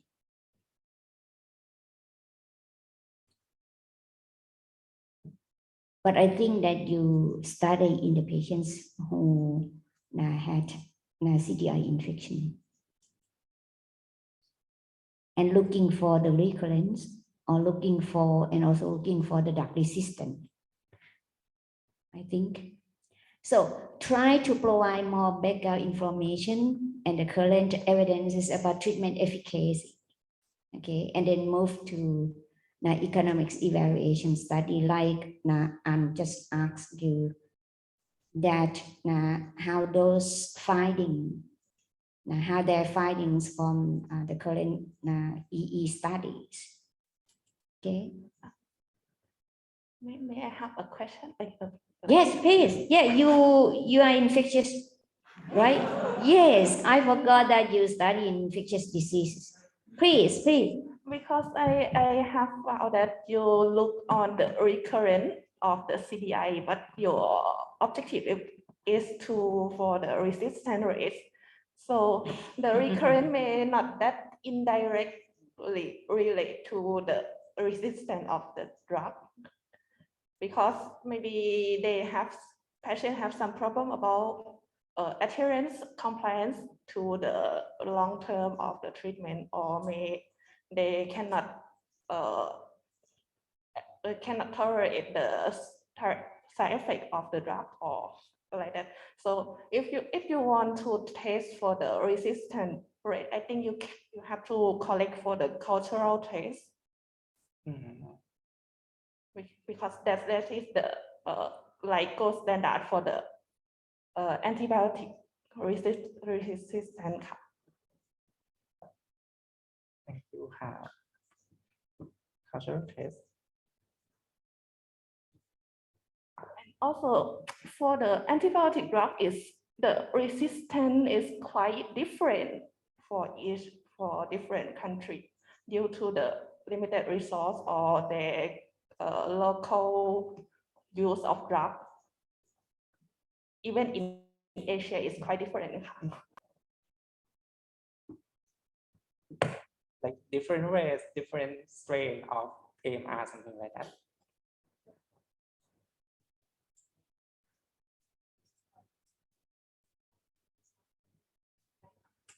And perhaps it's not related to the resistance at the end. Yes.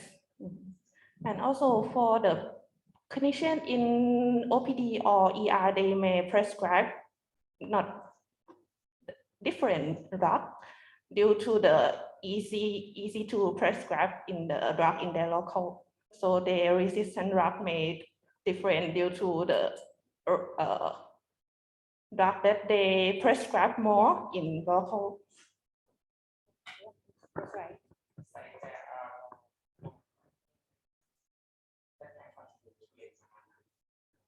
Like, for example, for maybe Thailand prefer to prescribe amoxicillin, and for in another they do country. not at all. They don't No, I'm kidding. Like this case would be like vancomycin, right? Yes. Vancomycin would be often prescribed. Yeah, and that would create a resistance more than like Yes. anti this new Yes. medicine. So I think the resistant result of resistance is may different due to the country.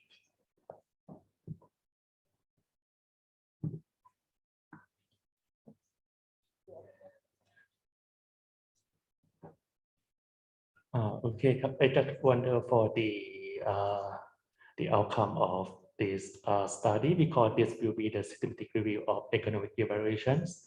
So I think that the outcome of the interest in people should be something like life here or quality gained. So if the base low dosage can have any clinical effect. So it can, like in the economic evaluation, it will be converted to be large here or polygain. So if there are any outcome in clinical aspect, can we include those study? Because even though finally it will be large here or polygain, that we focus on this study. You ask.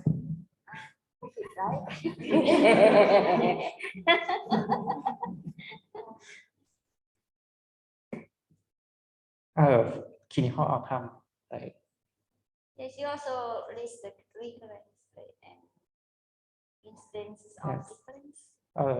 Because for the outcome, for clinical outcome, I will use recurrent rate. And like if because the study report recurrent rate or the number of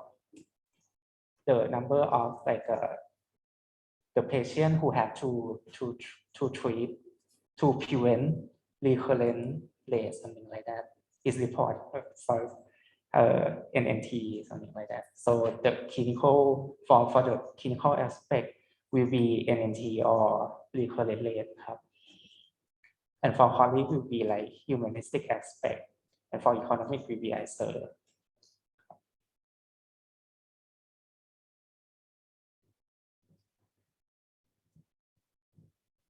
I think that it depends on the current evidences of treatment efficacy.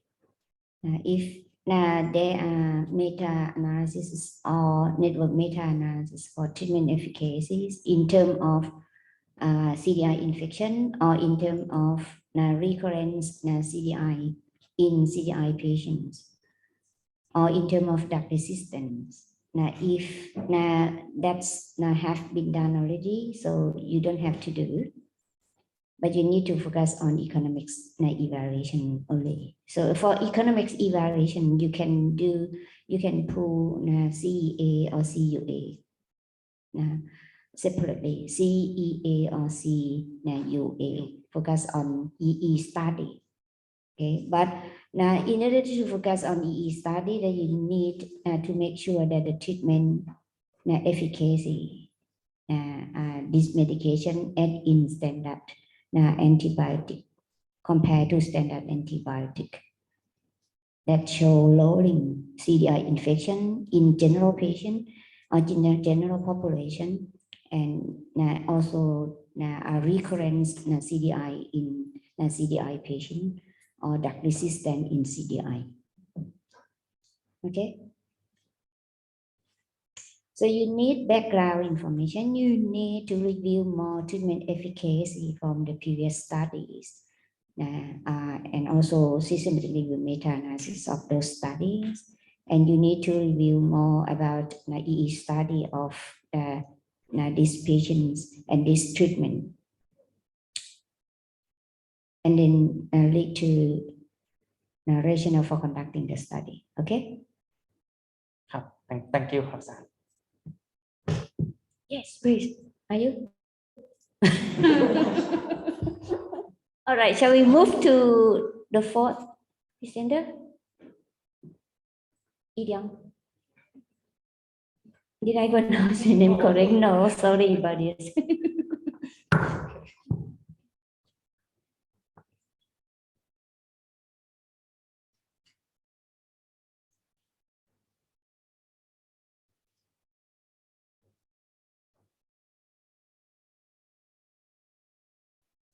Can you stop sharing? Can you please stop sharing? Okay, can you please stop sharing?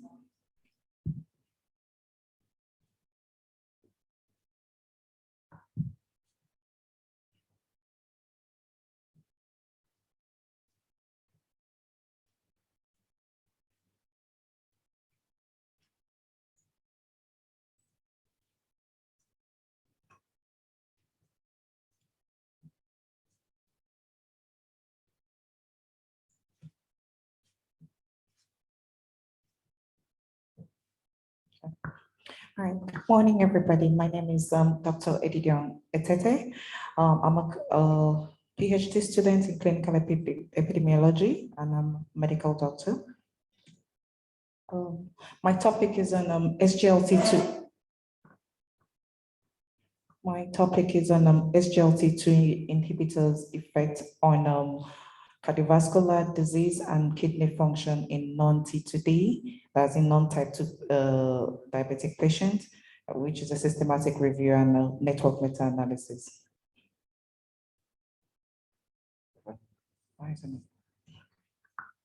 Okay. So the background, globally, the two major causes of death are cardiovascular disease and chronic kidney disease. These disorders are nonetheless underdiagnosed and undermanaged despite advances in medicine. Sodium glucose transporter 2, which is SGLT2, which that's what I'll be using for this presentation. Inhibitors were initially created to treat type 2 diabetes due to their ability to lower blood sugar levels by increasing the excretion of glucose in the urine. And SGLT2 has been demonstrated to enhance renal outcomes and decrease cardiovascular and specifically heart failure events in persons with type 2 diabetes. Recently, SGLT2 have become recognized as a promising class of drugs for non-diabetic individuals with regard to cardiovascular and renal safety. There are mainly four types of SGLT2. So we have the canagliflozin, which was approved by the FDA on 29th March 2013. Dapagliflozin approved January 2014, empagliflozin and etugliflozin, and they were all approved by the FDA. From my previous evidence, I searched through the PubMed and using SGLT2, kidney disease, cardiovascular disease, type 2, I put type 2 diabetes and non-type 2 diabetes initially. So, and I found 21 studies, and after I excluded the non-randomized studies, I ended up with 17 studies. From the previous evidence, the previous systematic review and meta-analysis was published, which was published by Beijing et al. 2021 for large double-blind placebo-controlled sodium glucose SGLT2 inhibitors. They found about 11 big trials with lower bias rate in three at-risk population, which is type 2 diabetes with high arteriosclerotic cardiovascular risk, heart failure, and chronic kidney disease. Overall, the risk of kidney disease progression and the composite of cardiovascular death or hospitalization for heart failure were both lowered by around 25% by SGLT2 inhibitors. So the relative risk were noticeably the same for all patient categories, both with diabetes and non-diabetes. So according to Beijing et al., the current updated meta-analysis assessing the effects of SGLT2 inhibitors on kidney disease progression according to standardized outcome definitions, which analyzed about 90,409 participants, and 82.7% of these participants were patients with diabetes, while 17.3% were without diabetes. And the trial level mean baseline eGFR range from 37 to 85 mils per minute per 1.73 meters squared. And this study revealed that SGLT2 inhibitors safely decreased the risk of kidney disease progression by 37%, with a relative risk of 0.63 and a 95% confidence interval of 0.58 to 0.69, and an of acute kidney injury by 23%, with a relative risk of 0.77 and 95% confidence interval of 0.70 to 0.84 in the studied patients with chronic kidney disease or heart failure, in whom CKD was common compared with placebo, with comparable decreases in patients with or without diabetes. This is a summary of the 17 systematic review and meta-analysis. This particular one is mainly type 2 diabetes with CKD. I had to pull this because to get a large cohort number of people, participants. So for For the first one, according to Tadashi et al., to 2019, which is a systematic review meta-analysis of RCT with 27 studies. The population was type 2 diabetes and CKD, and intervention was SGLT2 with a comparative placebo. Outcome was CVD and renal disease. And the results showed that SGLT2 inhibitors reduce the risk of cardiovascular and renal outcome in patients with type 2 diabetes and CKD. According to Zhang et al. 2022, which is a network meta-analysis with 18 studies, pooled 18 studies, the population was type 2 diabetes and CKD compared with Finerenone, and Finerenone was in intervention, and comparator is SGLT2 GLP-1RA. Outcome was CVD and renal disease. So SGLT2, the results here showed that the SGLT2 significantly decreased risk of renal events and heart failure hospitalization compared with Finerenone and GLP-1RA. I'm not going to go through everything, but this is mainly type 2 diabetes and CKD population. And then there was a systematic review here. There was one systematic review for non-diabetic, which pulled both type 2 diabetic patients and non-diabetic patients. This study was done by Suganya Jia, excuse me, to 2022, which is a systematic review, and it was an RCT study, RCT systematic review. Pulled 9 large studies with an intervention of SGLT2 plus comparison was comparator was placebo, and the outcome was CVD and renal. The result was SGLT2. The result actually showed that SGLT2 significantly reduces HF, which is heart failure hospitalization, cardiovascular, and all-cause mortality. And also, SGLT2 impaired the progression of CKD and death in both type 2 diabetes and non-type 2 diabetes. And these are evidence on RCTs. Ajana Marin said I should search for evidence on RCTs as well. So these are evidence on RCTs for with or without type 2 diabetes. I couldn't really find much on non-type 2 diabetes.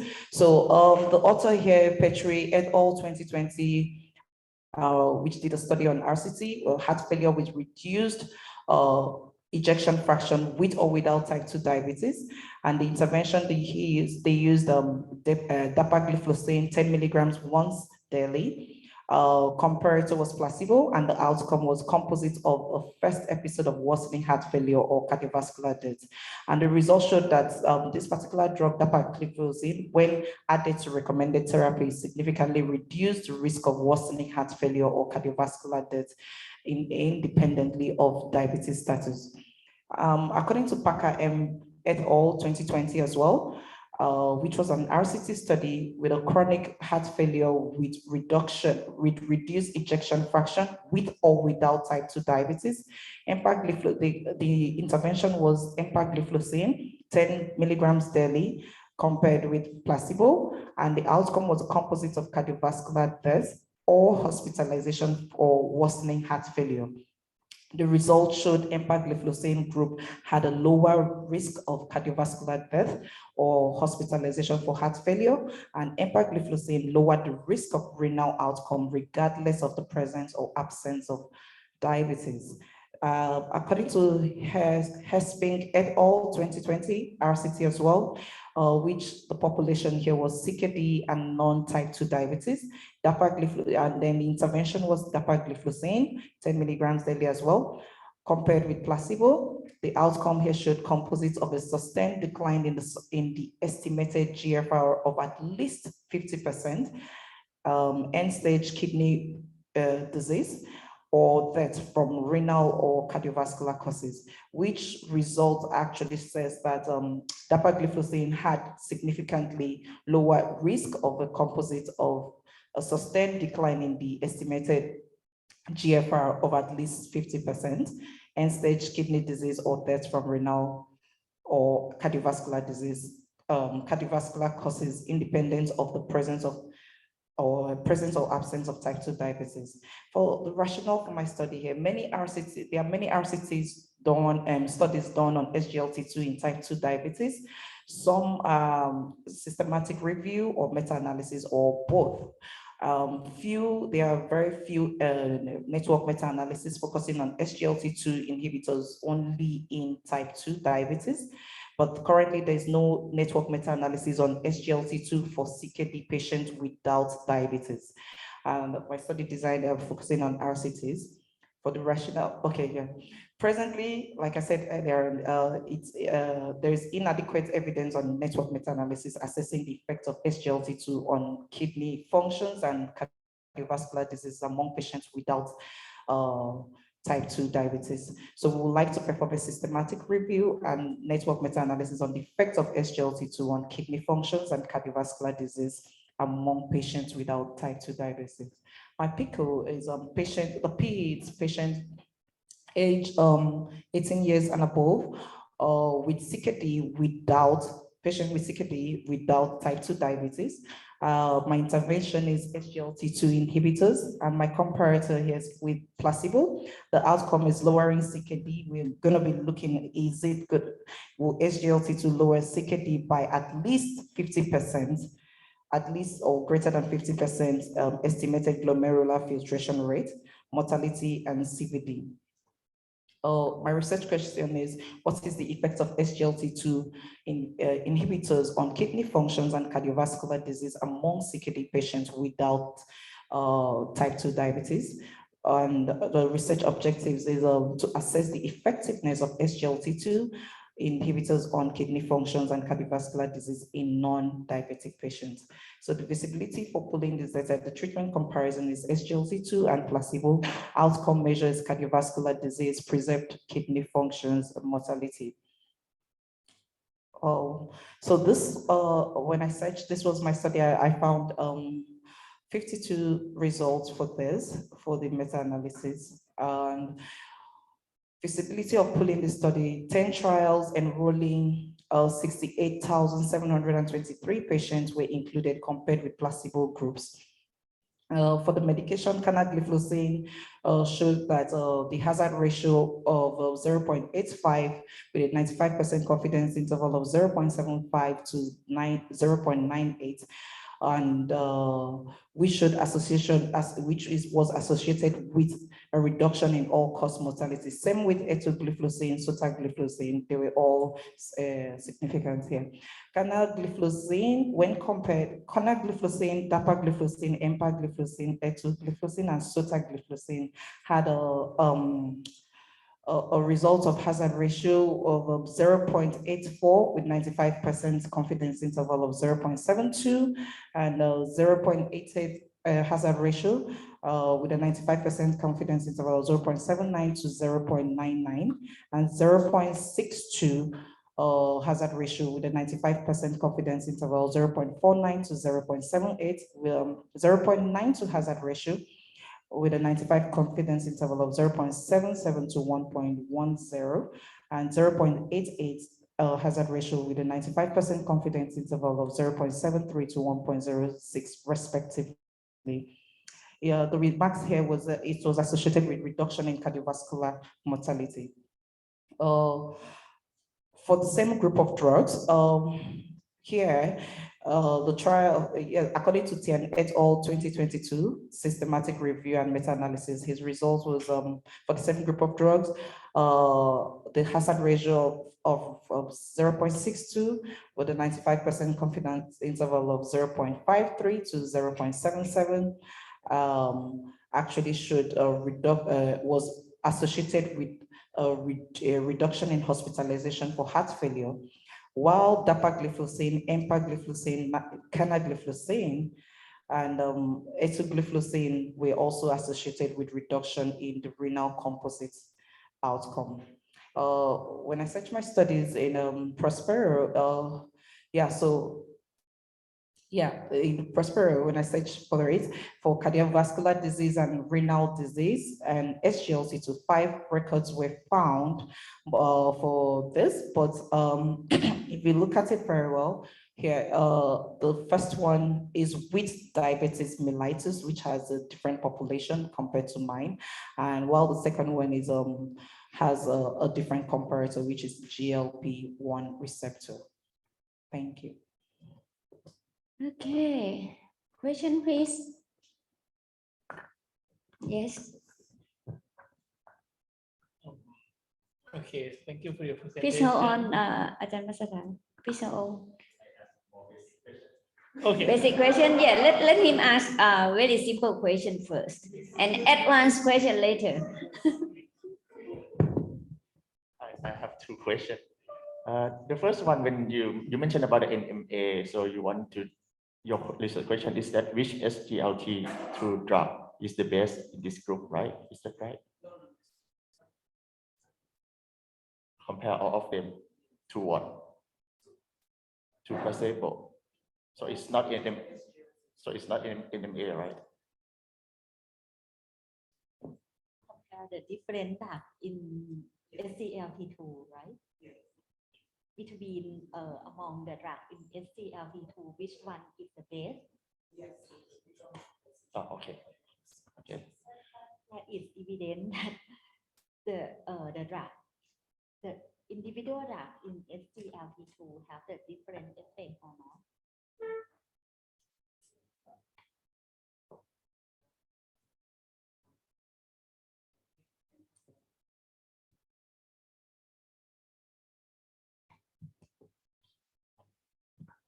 Another simple question. Your P is the CKD, right? And the control is the placebo, right? So why they don't get other treatment? Why don't they get CKD drug?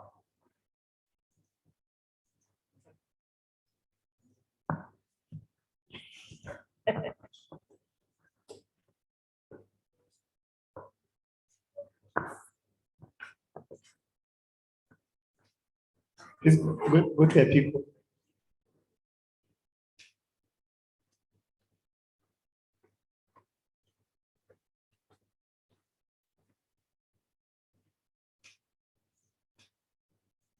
Okay.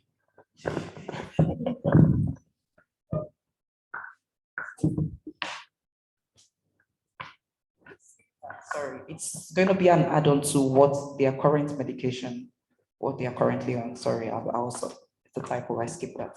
Thank you.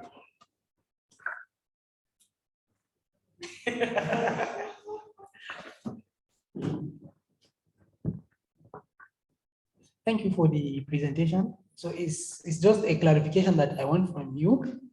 Like you mentioned, this group of drugs are designed for initially to treat type 2 diabetes by inducing glycosuria to reduce the blood glucose. So my concern now is if we are using these drugs in patients who don't have diabetes, just because of the other advantages, is there any study that shows the safety in terms of hypoglycemia, for example? Is there any evidence that it doesn't cause hypoglycemia in those that do not have diabetes? Otherwise, then there is problem.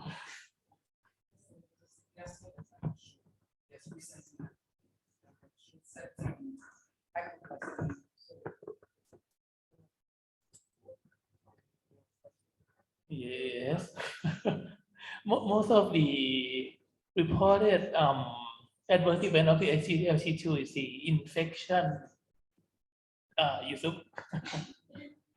And yes, can be UTI, but mostly the genital infection, genital tract infection, what the term that they use.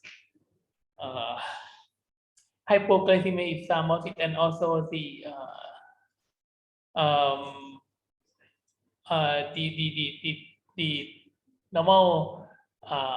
normal glucose in ketoacidosis too. But the first thing I want to comment on your paper is that the name. You shouldn't put the abbreviation on the name, Eddie. You should, yes. The other thing is on the table that you search. I have one question. Could you go to the table, please? Table. Next. Yeah. This one. In the middle, very small. The outcome that you said is cardiorenal. What did they look at? Because if you said cardiorenal like this, in my sense, it's gonna be. I'm thinking of cardiorenal disease first. I'm not sure either cardiorenal composite outcome or something like that. Cardiorenal composite outcome, not cardiorenal disease. So it was more like a subgroup. Yes. So they look at both of the cardiovascular death and also renal death, and like something of the decline of GFR, something like that. Okay. Other thing. To answer Ajahn Masatha question, and he is not here. I think what you're trying to do is the network meta-analysis to comparing the efficacy of each of the SGLT2, right?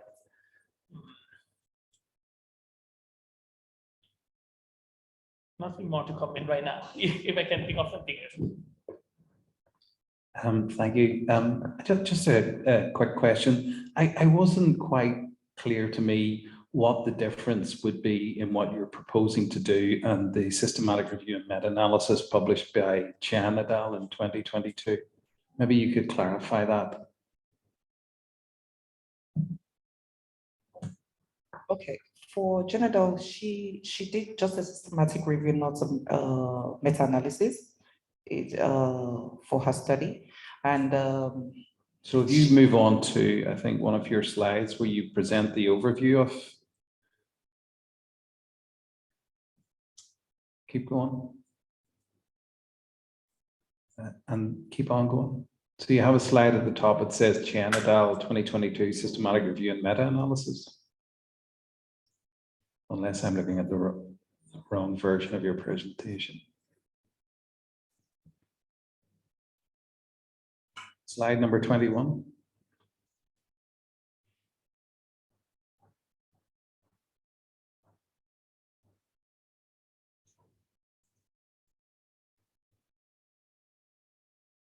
Yes, that one there. This one. No, the one before it. Yes, so that slide. So I wasn't quite sure about what you're proposing to do, how it would differ from what you've presented on that slide.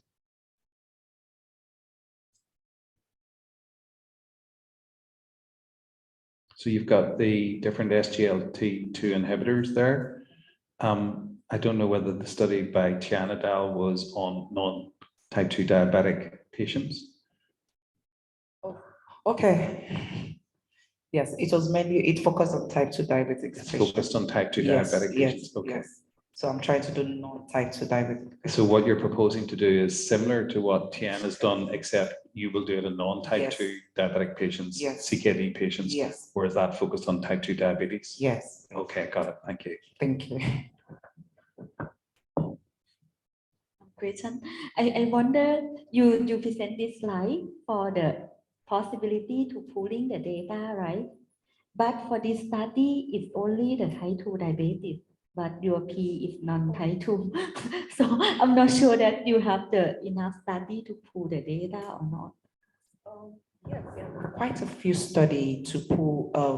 Sorry, I'm not supposed to put that here, but quite a very few limited number of study on non-type 2 diabetes patients. So so if there is very few or limited number of the patients with non-type 2 diabetes, so it is not possible to do the network meta or even the direct meta, right? No, it's not limited number of patients, but few studies. No. You have the few number of the study, right? Yes. Yes, so you cannot do the direct meta or even the direct meta you cannot do if there are very, very few studies. Well, I think to my knowledge, the last systematic review I read had pulled about 9 large double-blind control trials, randomized control trials on non-diabetic patients. Although I was supposed to put that here, sorry, I skipped that, but there are quite a number of them, but it's not, when I say few, it's not compared to the type 2 diabetes. There are a lot of studies on patients with type 2 diabetes for SGLT2, but not as much as non-type 2 diabetes. But so you have to present clearly because your review question is you focus only non-type 2 diabetes. So for the feasibility of pooling, you have present clearly that there are how many numbers of the study that focus only non-type 2 diabetes to assess the possibility of pooling the data. And you would like to do the NMA, right? If Yes. they are only sorry to cut you short, because for this other one here, this particular slide I'm looking at, it was mainly with and without type 2 diabetes. That was the result that the pool there. This is the result I pulled out for this particular study here with 68,723, mainly for with or without type 2 diabetes. Yes, but your P is only non-type 2 Okay. diabetes. You have to present how many studies that focus only non-type 2 diabetes. Okay. I understand that there are a lot of patients, 68,000 patients, but when you do the meta-analysis, you have to focus on the number of the study, right? Okay, thank you. Okay. Can you please suggest for the whole presentation? The whole presentation. The whole presentation. Yes, please. Because it's too much information.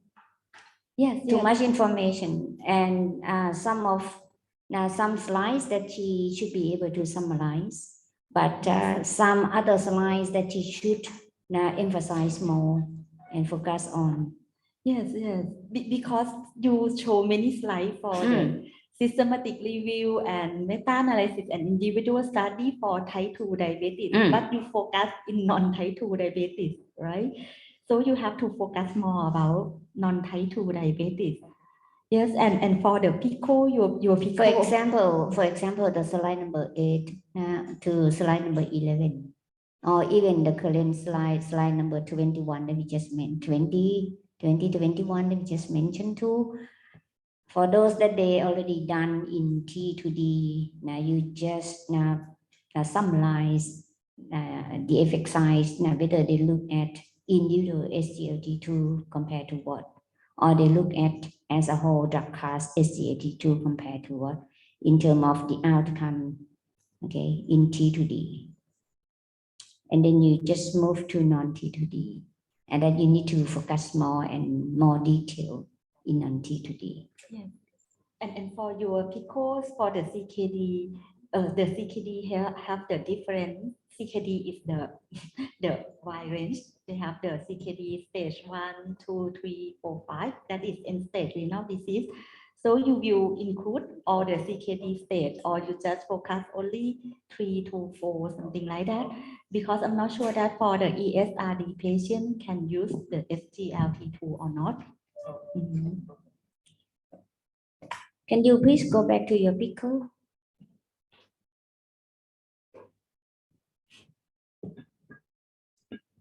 So that for your P, that non-T2D, and then you may have to, based on the current evidences that you try to now work on the feasibility, what type of P they were, like only chronic kidney disease or heart failure with or without T2D, general heart failure, let's say, general heart failure, or CAD, or hypertension.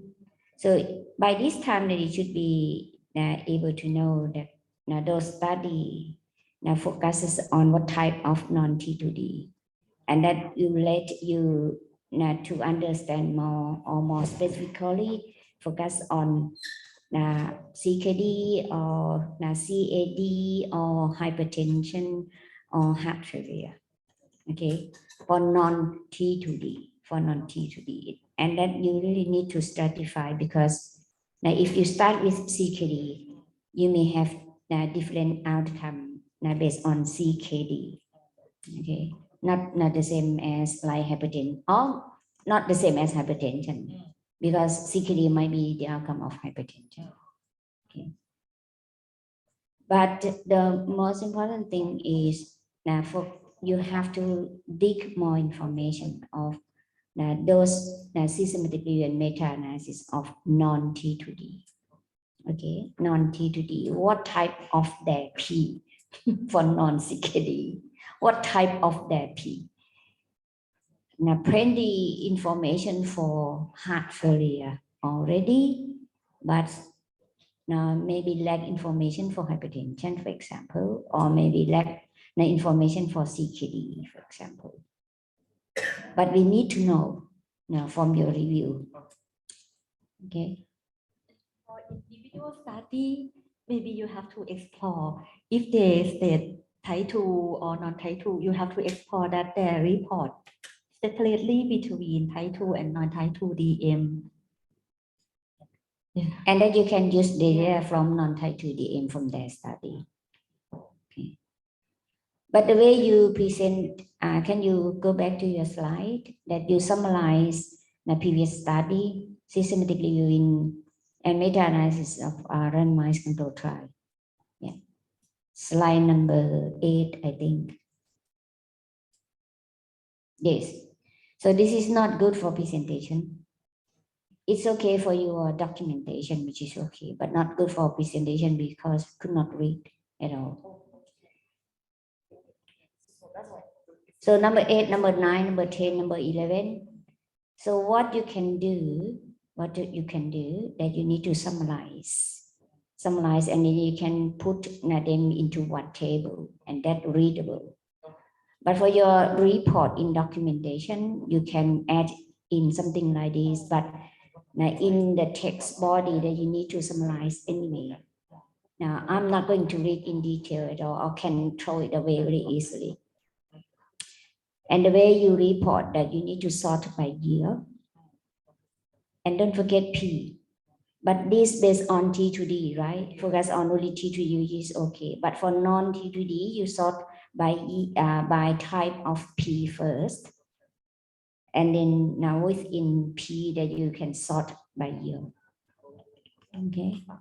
And summarize properly. We need a very concise information here. Okay. Any suggestion? I think your slide, some slide is not consistency. It's like as many comment for UP. Some slide you say like CKD with non-DM, and some slide you say only CKD or something. I think like it's not consistency. And another thing that I found, you said that for rationale, no systematic review about non-T2D, right? And there are one slide that show the result of systematic review for non-T2D. I think it's like a mix up, something like very confused.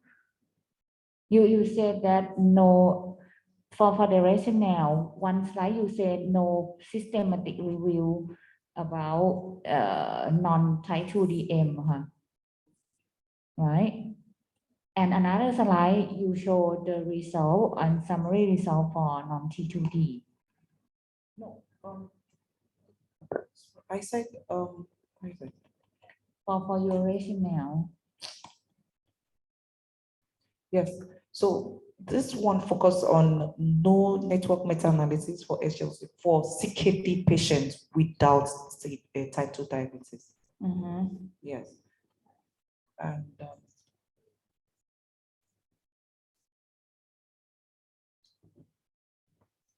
yes, you mentioned no NMA on SGLT2 inhibitor for patient without diabetes. But you need to comply with what you mentioned. That means you are going to do network meta-analysis. So you are going to estimate the relative treatment effect of individual SGLT2 inhibitor, right? Yes. If this is the case, that the objective that you need to spell out now what type of individual SGLT2 inhibitor that you want to compare in non-T2D patient, and that's stratified by type of non-T2D patients, including such and such if data are available. So this really need to be clear for this. But if you think that you don't care because individual SGLT2 inhibitors are the same, having the same mechanisms, and that shouldn't be the problem at all. Any type of individual SGLT2 inhibitor, so that you consider the drug class, which is still okay, but the information should be provided and should be consistent for the whole presentation. Okay. Yes, please.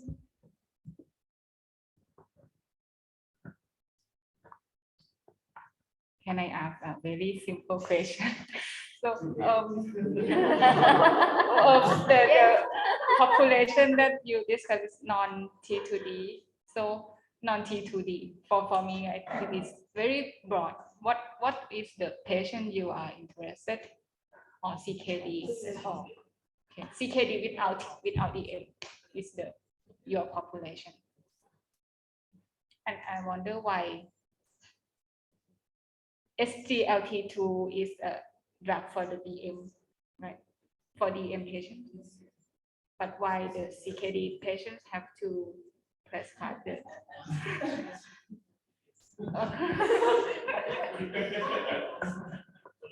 you any. The thing is that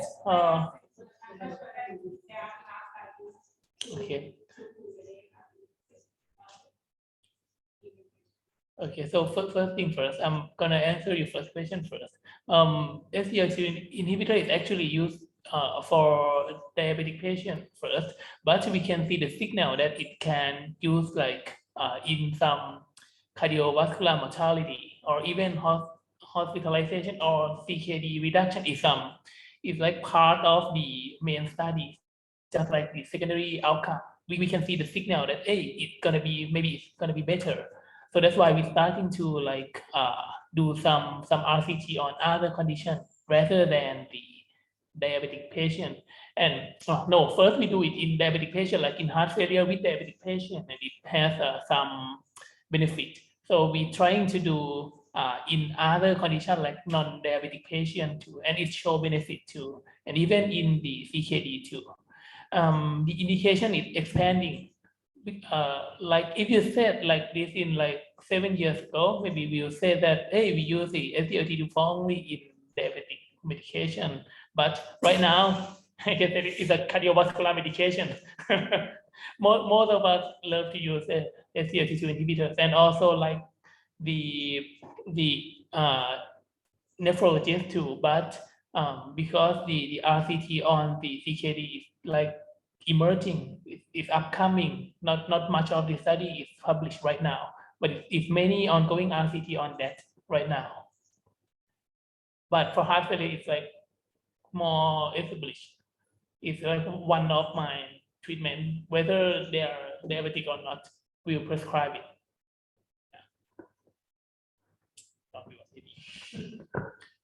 Just a quick comment. You talk about non-T2D, non-type 2 diabetes, but I'm not quite sure of how the population for CKD will look. But if you have type 1 diabetic patients in that, I think would be better excluding not only type 2 diabetes, but also type 1 diabetes, because you're likely to see the same type of effect in type 1 diabetes as you would in type 2 diabetes. So you need to think about that, I think, when you're selecting your population.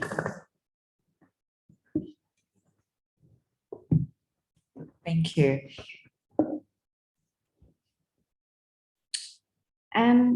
You be careful that for those non-diabetes, let's say non-diabetes, to be safe, non-diabetes, either type 1 or type 2 as patients.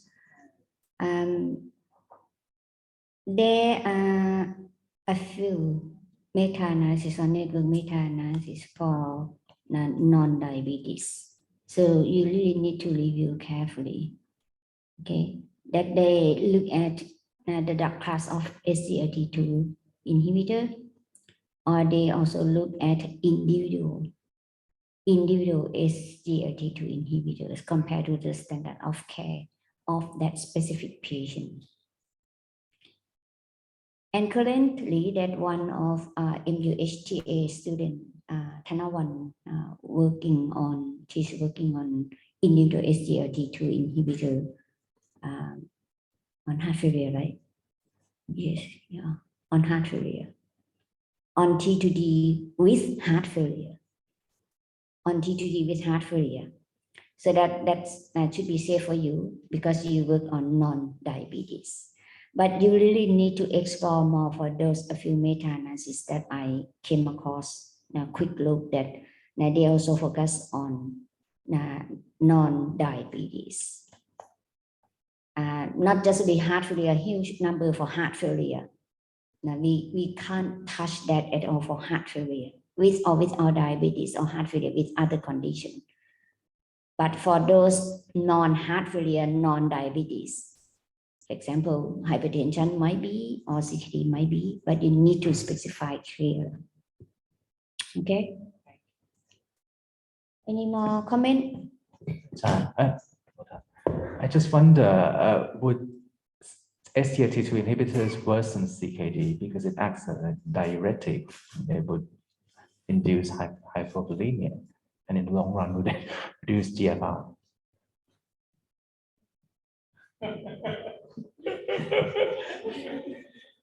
Okay.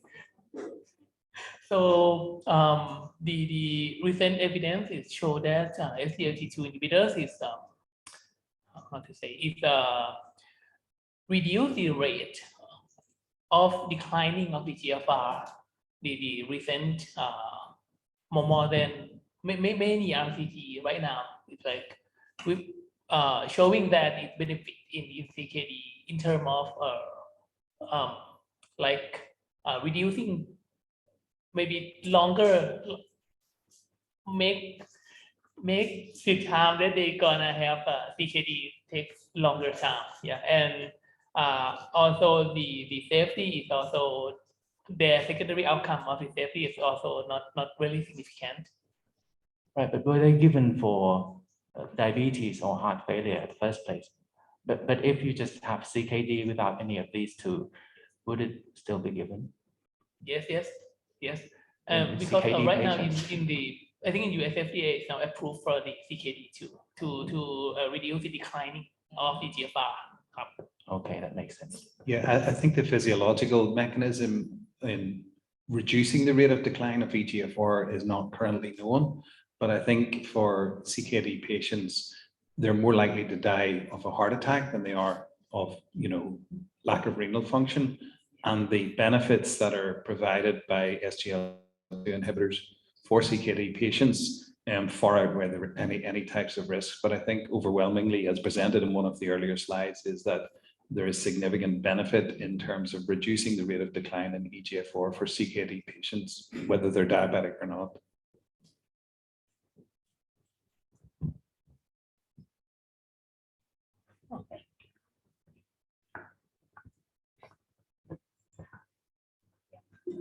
I'm the next presenter.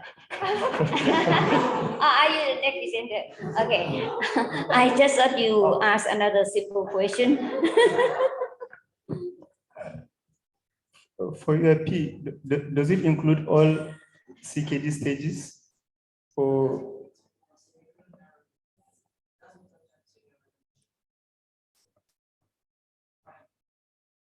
okay. And maybe the outcome, I don't know, maybe improving CKD is more palatable than lowering CKD. Just basic suggestions. Thank you. Okay, let me suggest this way that if you really know the candidate P's, that non-diabetes, for example, hypertension and hypertension, hypertensive patients have been prescribed for SGLT2 inhibitor as well. CKD, for example, or CAD, for example, but not heart failure because, as I mentioned, there are a lot of network meta-analysis. All type of network meta-analysis, very complex network meta-analysis for heart failure that estimate relative treatment effect of individual SGLT2 or even drug class of SGLT2 compared to the standard on top GDMTs compared to only GDMT. So if you know your P, and then if you spell out your P, mention your P here, and then the outcomes of interest now will be corresponded according to your P. You can't apply general outcome to all P's. All right, the next presenter, please. We will have complex questions for you. Please. Can you unshare the screen? Can you stop the screen?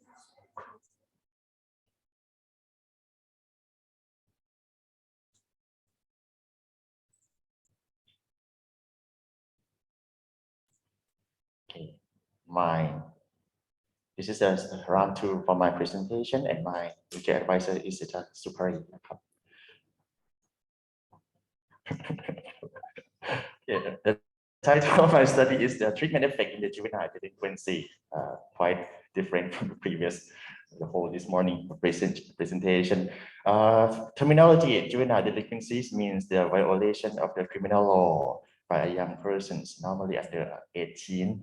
And the outcome of the treatment, basically, I would like to focus on the recidivism or the recurrence of the criminal involvement, which means that after this group of the patient, this group of the subjects, the juvenile who already done the, related to the criminal law, and after they got the treatment, it should reduce or prevent them from doing the recurrent or reoffense of the criminal law.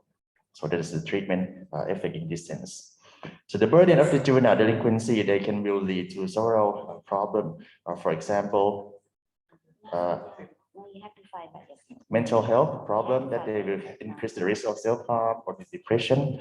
And they also, in the long term, they will have the problem of education or the employment, increase the risk of the school drop or lower employer rate. And because of this criminal record, it will also be the burden for them and even leads to the increase. And all of these outcomes, they can induce each other. If you have lower mental health, they have lower education, and this will lead to the criminal related. So basically, my research question is that there are several treatments in the literature, so which is the more effective treatment in juvenile delinquencies. So the P, the population is the juvenile delinquency, quite straightforward. And I and C will be the treatment, which there will be several treatment in this group. The first will be the psychotropic drug, the drug that will adjust the behavioral and mental problem. And there are also some non-pharmacologic treatment which can separate into the individual level, just focus on the subjects, at the family level, the community level that will introduce several part of the community to solve the problem, and institutional level that will related to the jurisdiction process. And the outcome will be the recidivism. Okay. This is what I presented last time, and there are some comments that there may be some heterogeneity of the P. Is the juvenile delinquencies, the homogeneous subjects, or there can be some further subgroup analysis, or even the IDC heterogeneity for sure for the psychotropic drug, and treatment, non-pharmacological treatment or therapy can be very different kind of the therapy. What will happen in the literature previously, and the outcome, is there any recidivism only, or there are some other secondary outcome from the literature. So today I would like to present more what I have a review from the previous systematic review and meta-analysis. So I searched from the PubMed and got a 40 result that focus on the treatment and exclude some duplication, some search, no result, and exclude the qualitative study. That it will be a total of the 36 studies. And in this 36 study, 26 have the systematic review and meta-analysis, but 10 only systematic review and presents the result. Okay, look into each PICO. The main of the study is the juvenile delinquency, just in general term, juvenile delinquency. Number of studies 19. And there are also, in this systematic review and meta-analysis, there are some also study that focus on the subgroup or a specific group of this juvenile delinquency. As you can see here, like some only sexual or substance offender, or some severe or offender, or the one who only commit a violent crime, or only the male offender, or the juvenile with the mood and anxiety and some disorder, and the one with the antisocial. Okay, so basically juvenile delinquencies are the term that they can be done in systematic review. And I also try to find whether they have some subgroup analysis in this group. And basically it's just quite simple. They just do the stratify by the demographic, like age, sex, or the race, and some study do the stratify by the criminal related, like type of the criminal or number of the conviction. Exclude to study with only the youth, normal youth, not the juvenile delinquency. So the next one will be the intervention. I exclude the study that study the effect of law and policy, so it's not a treatment. There are no psychotropic drug in the previous systematic review and meta-analysis. So this is the gap that we can add into to my studies. And for the and for the psychotropic drug, since there are no systematic review, first, so I go into the original, and there are some study that show that they classify psychotropic drug into this group: antipsychotic, antidepressant, psychostimulant drug, anti-epileptic, and inhalant. So I will classify this drug into this kind of group as you can see here on the slide. Okay. Next will be the non-pharmacological. For the non-pharmacological, the number of study you can see here in the systematic review and meta-analysis. The most common one is not this systemic one, and the rest is, as you can see here, many of them only one number of the studies. So as you can see here, there are several types of the non-pharmacological treatment, and this is the systematic review. And even if you look into one of the systematic review, for example, like the prevention program, which is a broad term, they can see that it can have the even more name of the therapeutic intervention, like short-term restorative program, boot camps, counseling, victim offender mediation. So there are so many names. So I think it's impossible to, and they, in the previous one, they didn't do it just one by name. But what I would like to do is that I would like to categorize them. Depends on the theory base of the each interventions. So it will be, as I mentioned earlier, that the individual level that will increase the skill of the subjects, family level, community, or institution. And I put the name for you too, so you can see that if they mention here in the literature, this one will be put into the individual, like the moral, cognitive behavioral, trauma, mentoring, music, social skill, counseling. And this one will, based on the family theory, it will be multi-systemic, multi-dimension family structure of foster care, and the community based, and also and so on. So by this method, when I look through it, I will categorize them into this and do the subgroup analysis based on this categorization.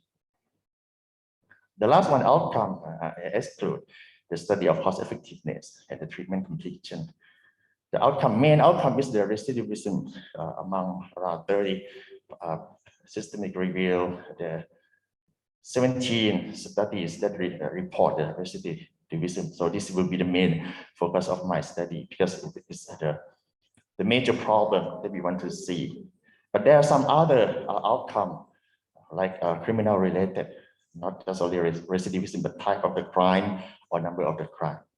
And there are also some other, it depends on each study whether they want to determine or not, like the internalizing, like externalizing behavior, or some psychological disorder, depression, anxiety, or some related family score, like family function or peer victimization.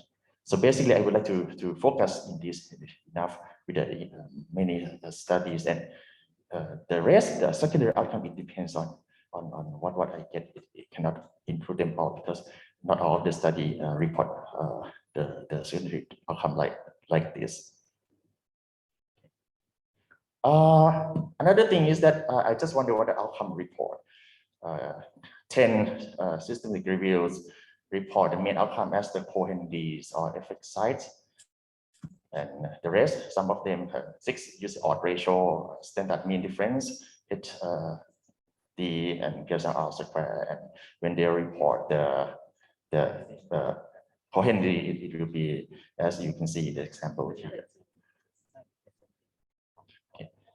There are also some other subgroup analysis depending on the study design, like the country, depending on the country, whether it's an RCT or HOSA experiment, some study quality of publication, sample size, and general impact factor. So this is the way that we can do further in the subgroup analysis after I get all the result.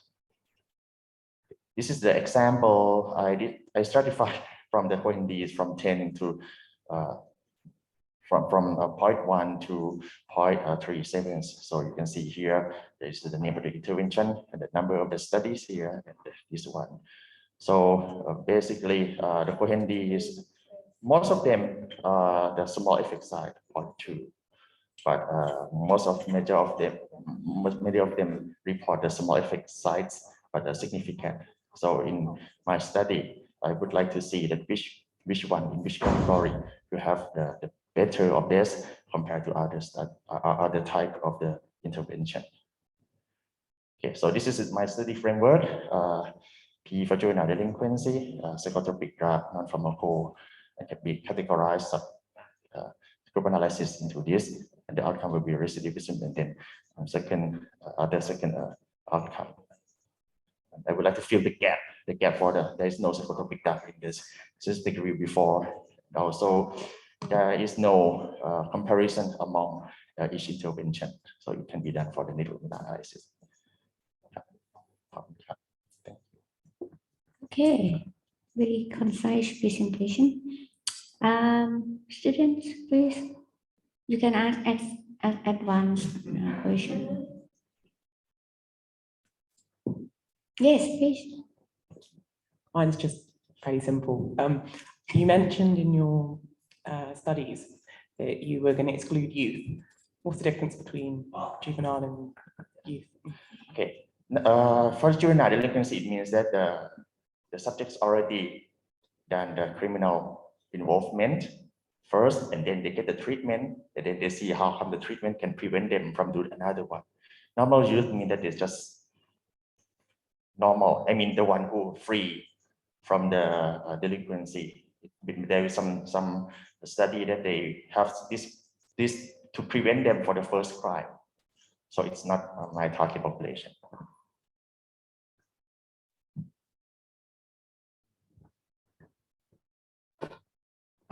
Your review that you will conduct is to do network meta-analysis between 4 levels of non-pharmacological drug, or you want to find out the effect of the drug, which one you will go for, because that you present 2 gaps of knowledge. I hope that I can do both. Between to see this one too, and also compare not just only this one, but if I can compare this to the drug too, might be more informative. Can you show your research question according to this frame?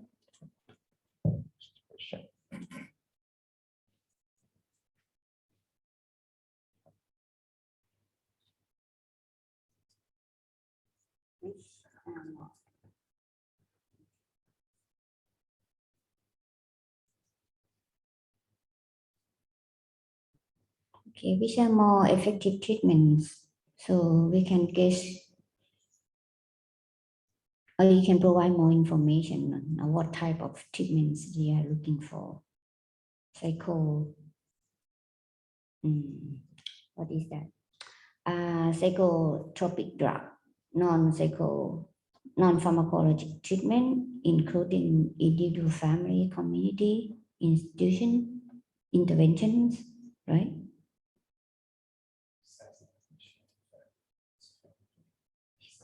Yeah. So, I think your question needs to be better clarified. So what does effective mean? And I wasn't quite sure how you would, you mentioned the word recidivism. I wasn't quite sure how you're going to measure that as an outcome.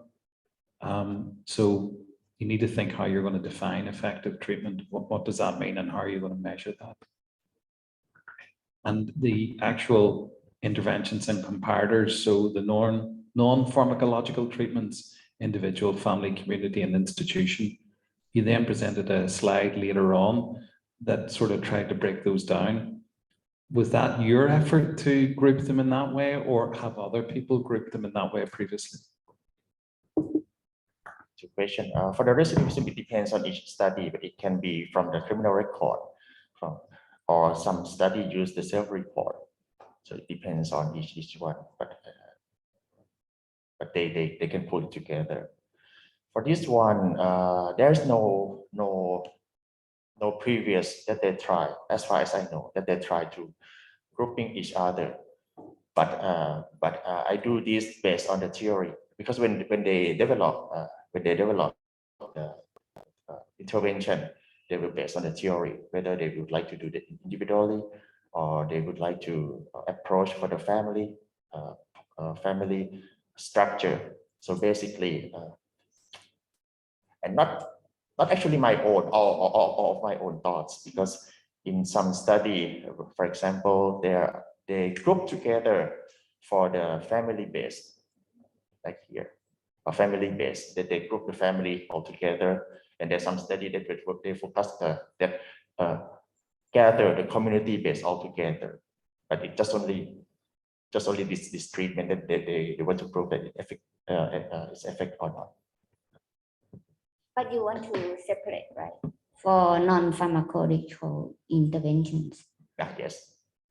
So that you want to separate community intervention, family intervention, individual intervention. And for the outcome that the outcome might be measured differently according to those original studies. But you may need to have information as well, because ascertainment of the outcome is also very important, and it is the source of heterogeneity. Okay, self-report or psychologist or psychiatrist assessment.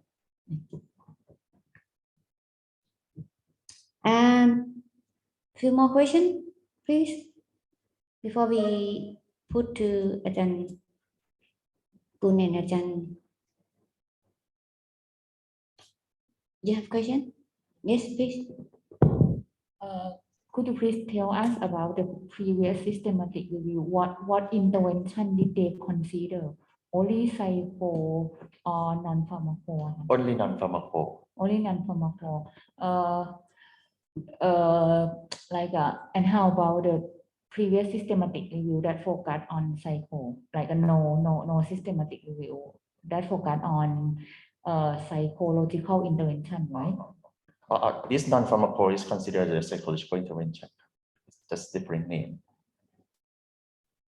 About previous systematic review, did they compare between psychological drug and non-pharmaco?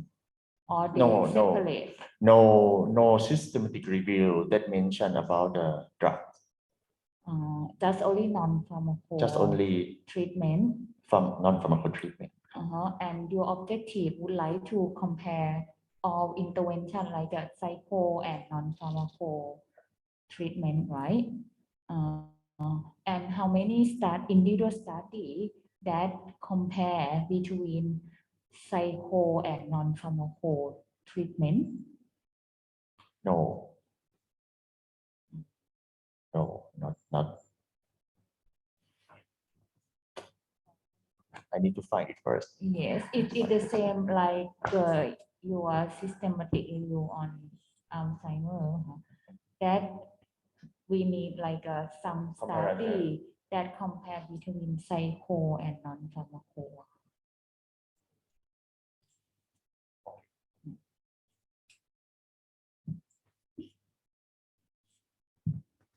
Yes, please.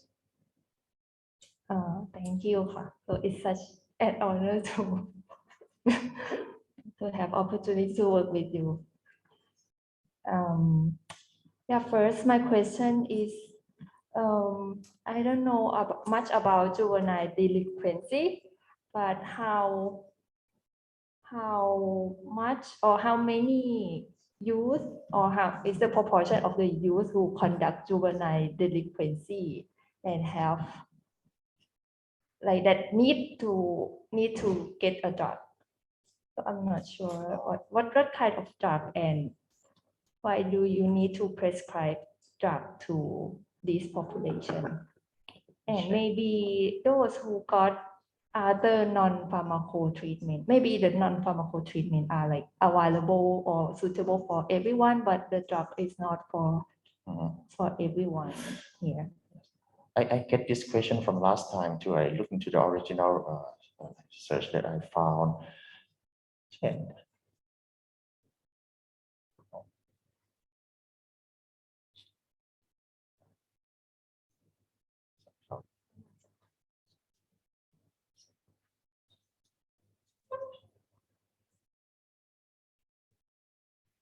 why the studies is here, why they prescribe the drug, it's not stated very clear, but the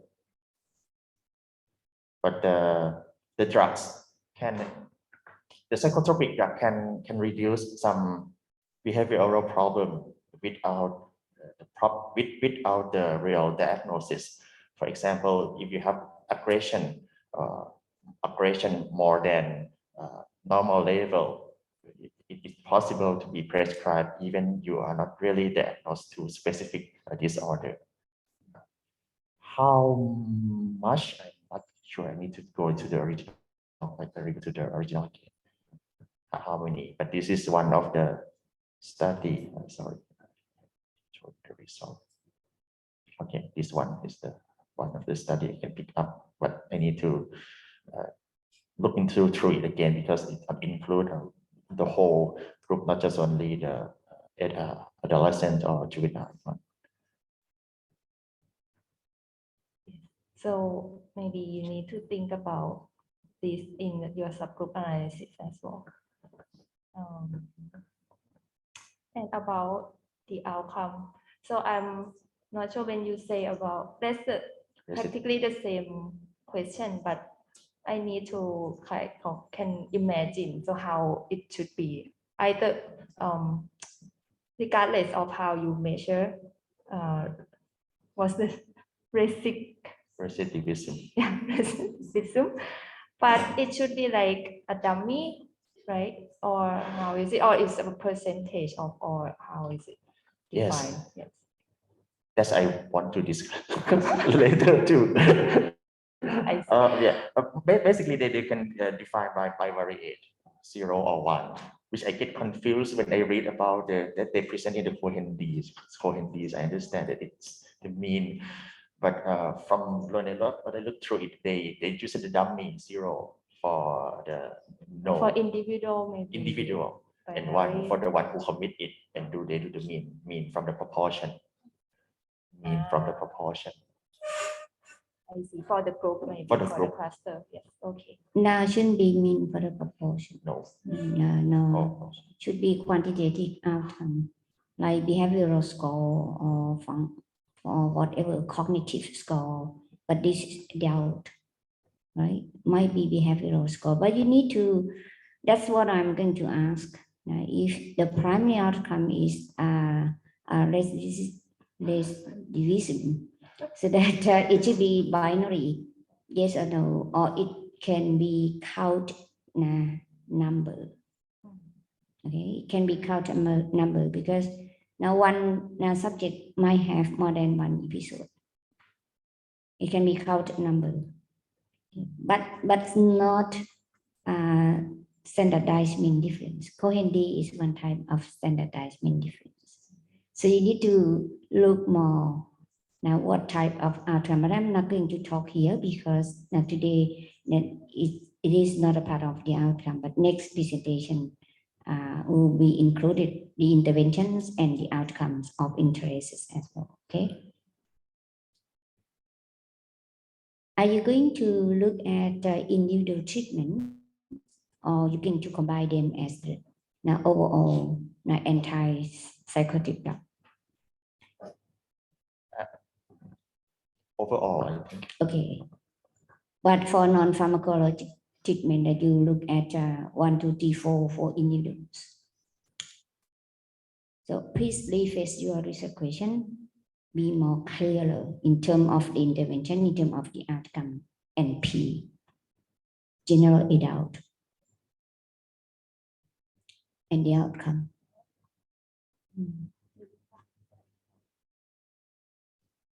Any more questions? I think I haven't seen the exploration for the feasibility of pooling the data. Have you searched for the RCTs or quasi-experimental studies that they're trying to pool? The primary studies that can be pooled possibly. You mean the original one? Yes. Not yet. So I reckon you should have some for the non-pharmacological treatments. Yes. But you said that there's a gap for the pharmacological treatment. So, but they've never been included in systematic review. So you need to find them in primary studies. You mean the possibility to pool in the pharmacological, right? Yes. It's yeah. You mean individual medication? Yes, and individual studies as well, because he presented only results from previous systematic reviews, but not individual studies, individual primary studies. Sorry, I don't understand. You mean that should access individual treatment rather than combine as drug class? No. No? Because he said previous systematic reviews never studied on pharmacological treatments. They had only non-pharmacological treatments. Yes. So if you say that that's a gap and there's a room for you to conduct a systematic review for this intervention, so that there's not been a systematic review for this, so you have to look for these treatments in primary studies and explore the feasibility and present it to us. Well, because now he said that he study framework that the interventions consists of psychotropic drug that combine as the drug class, that I understand, and non-pharmaco that there are 1, 2, 3, 4 for non-pharmaco groups. So that's why that the gap of knowledge that the previous study that never done for psychotropic drug. But it could be that there has never been a study. You mean there is no individual study? At all, yes. At all. It could be that because they haven't explored that for us. I found at least 3. Yeah, I saw he presented this one. For previously. example, this is the second one. They use This one as well.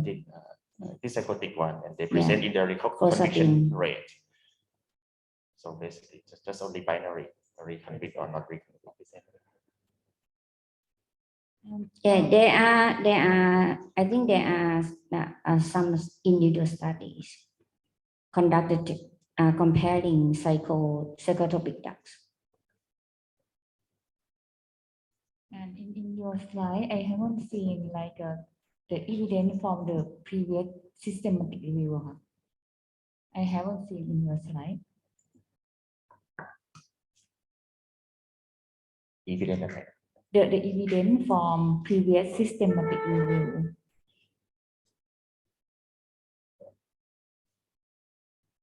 What evidence? Previous systematic review. This is summarized from the previous systematic review. Yes. This is from this is the systematic review. 40 result is the systematic review. Because you said in that time you said 36 study and this is no meta analysis. Yes, this is a systematic review and meta-analysis, and this one is the. You mean like a 36 systematic review. 36 systematic review. And what the population? Juvenile delinquency. Juvenile, 36 study. Yes. Okay, and they consider only non-pharmaco yes. treatment. Only non-pharmaco. Okay, and I think you need to criticize more, and why we need your study, because you would like to compare more intervention by compare between psychotherapy ใช่ไหมคะ and non-pharmaco treatment. Okay. Can you show you the gap of your study frame? Your study frame. Yes. That's the gap of knowledge. Yep. That's the gap of knowledge. Yeah. All right. Any more questions? No? What if Yes. what is the guideline of the treatment of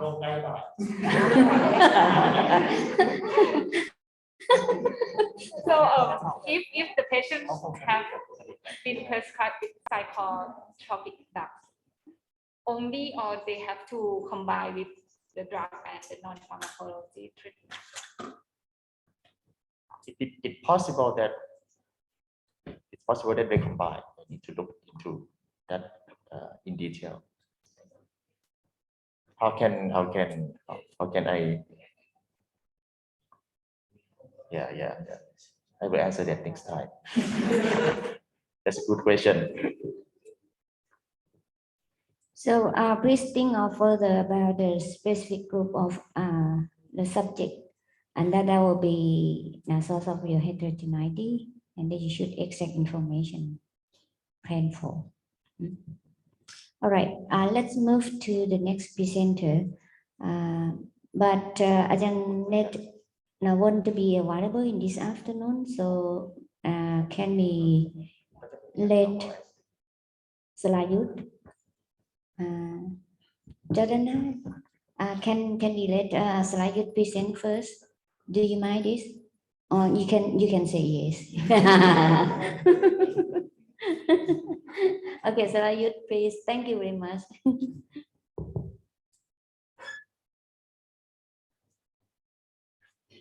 Sorry. Okay, good morning, everyone. I would like to change my topic for this course from my previous presentation, because I would like to make it relevant to my thesis. So the topic will be the systematic review of distributional and extended cost-effective analysis. I will explain you more what it's about. Okay. So outline of today's talk will start with background, rationale, research question, objective, and the feasibility of pulling data and data synthesis. For the background, I would like to begin with the basic information about the definition of the ATA. So is it a multidisciplinary process that uses the explicit method to determine the value of health technology at different points in its life cycle? So the purpose is to inform decision making in order to promote an equitable, efficient, and high quality health system. So for the process is formal, systematic, and transparent. The value can be in terms of clinical effectiveness, safety, cost, and cost effectiveness, as well as the ethical, social, cultural, and legal issue among the patient, relative, and the populations. The health technology can be a test, devices, medicine, vaccine, procedure, program, or event system. And during the life cycle, during the pre-market, during the market approval, and after the post-market that can be evaluated in any time. And since we live in the finite resources world, so the economic evaluation will be useful to determine the the value here. So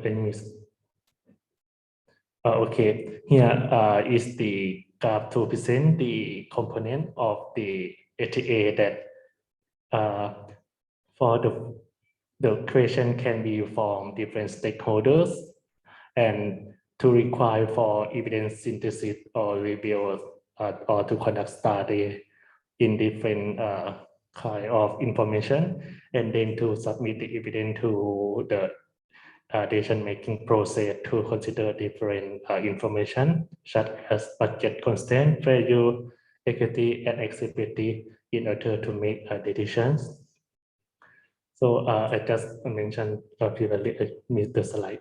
So the economic evaluation will help the decision-making in order to make appropriate in order to allocate resource to maximize the health benefits.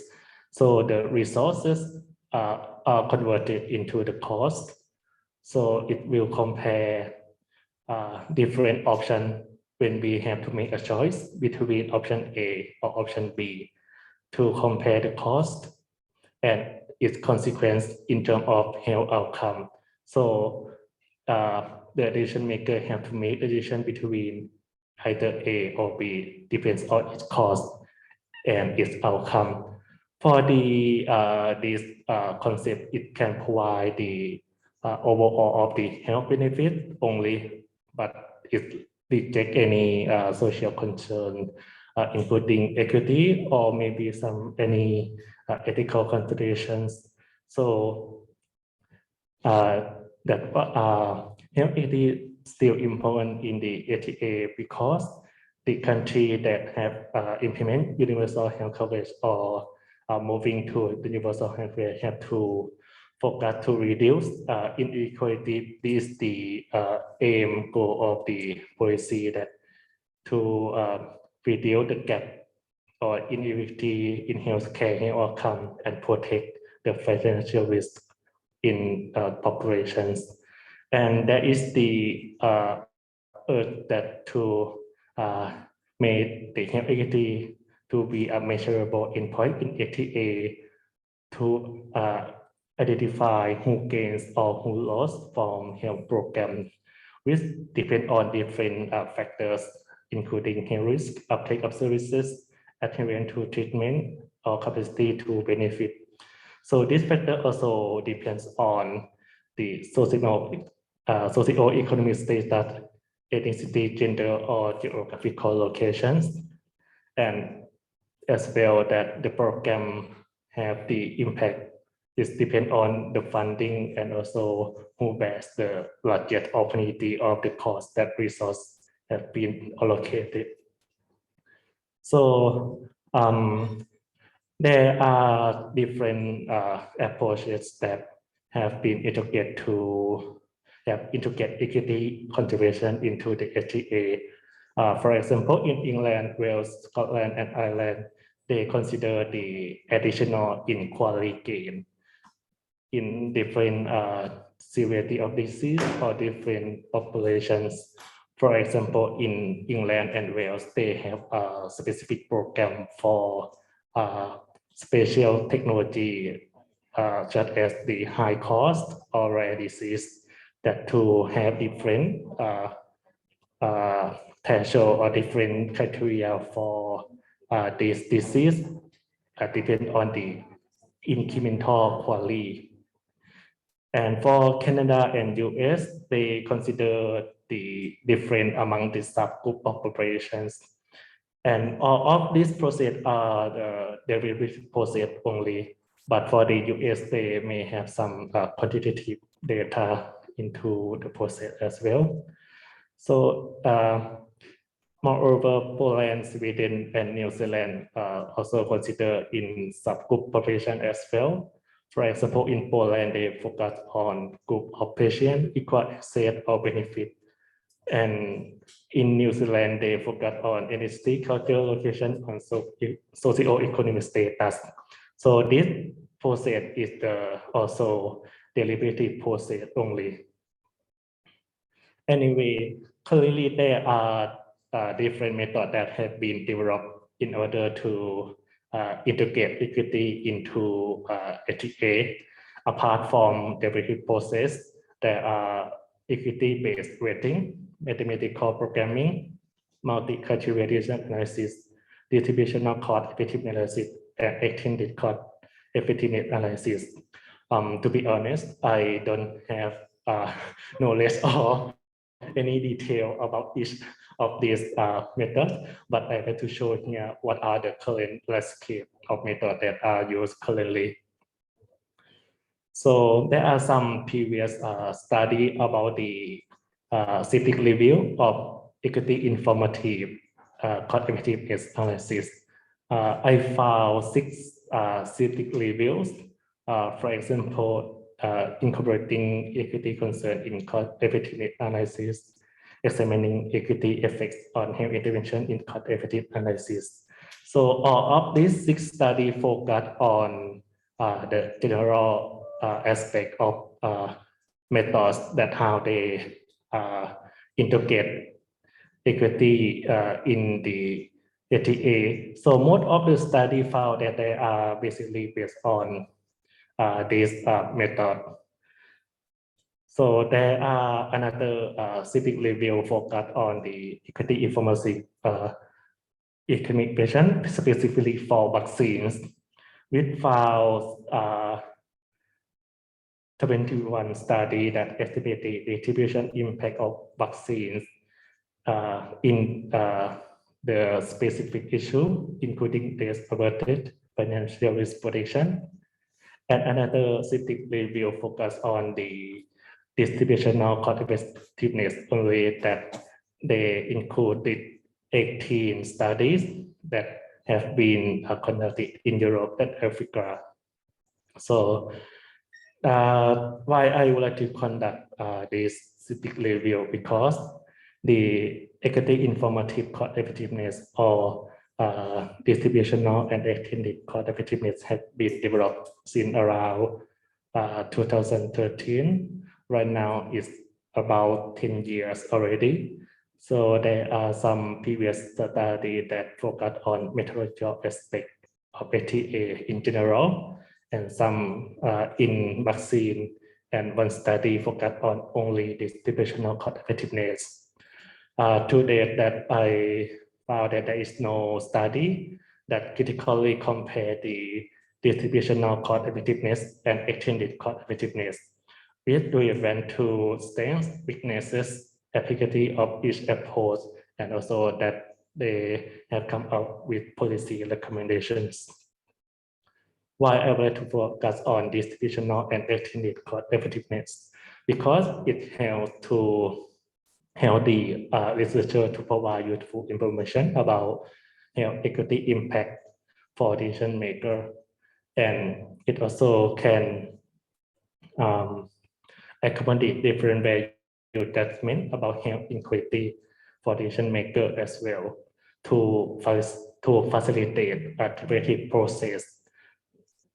And also it encompasses previous proposed methods that including equity rating, mathematical programming, and MCDA into this framework already.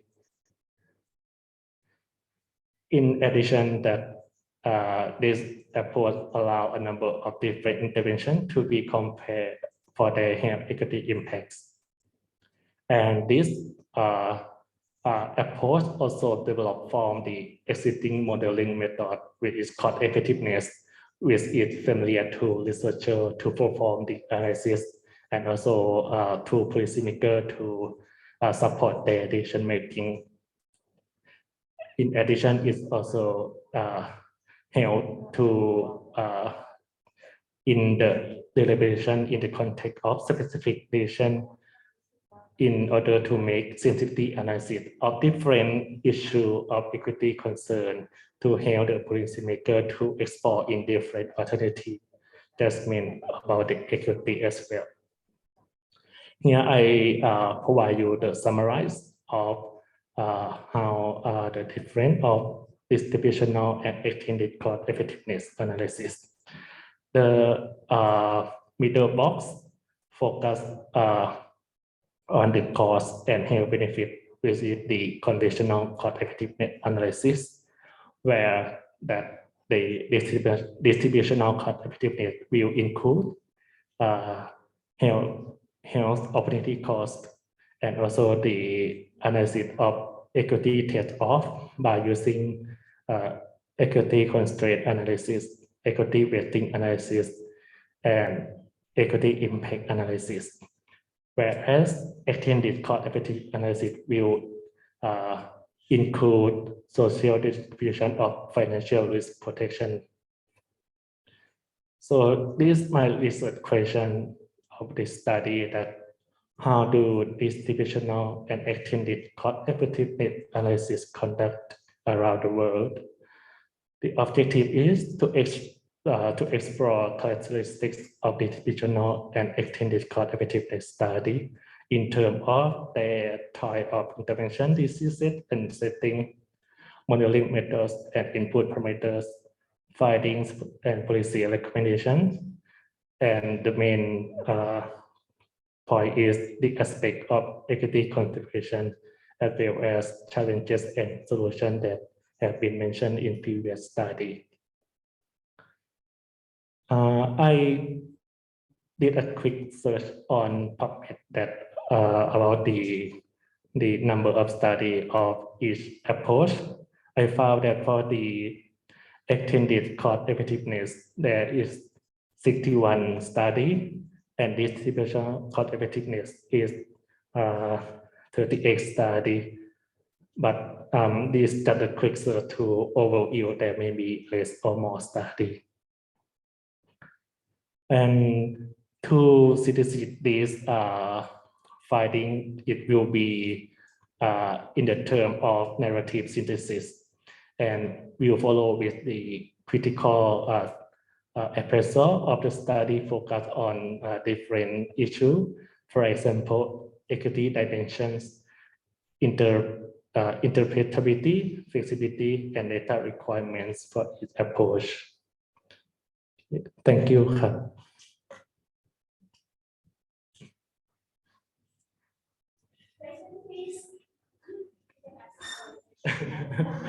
You can add anything.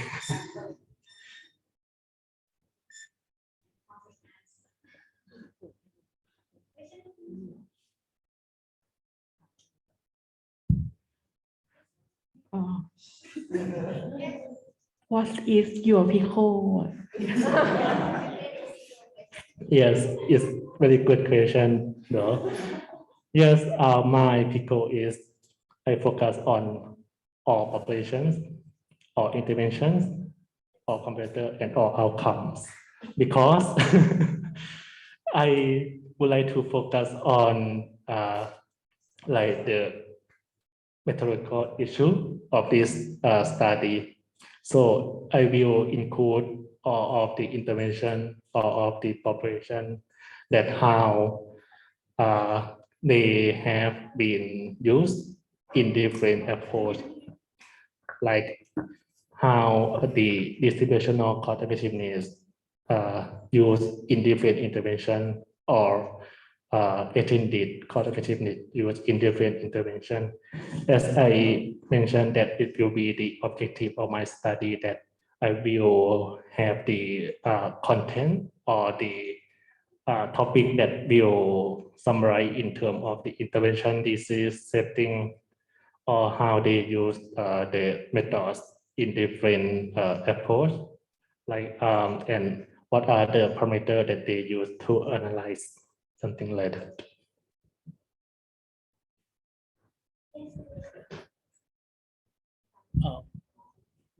May I go first? Oh, sorry. Sorry. Thank you. I'm not really sure that if you use the outcome, you don't, meaning that like you don't define the outcome for prior before you do the pooling the data. I'm not sure that you can pull it together or not, because the outcome is going to be like vary or not. I'm not really sure. You consider in terms of pulling the data, right? Yeah. Yes, it will be not like meta analysis, but it will be the how to say that, A narrative review. you yes, say. yes, Okay. yes. Yeah. Yes. Okay. Thank you.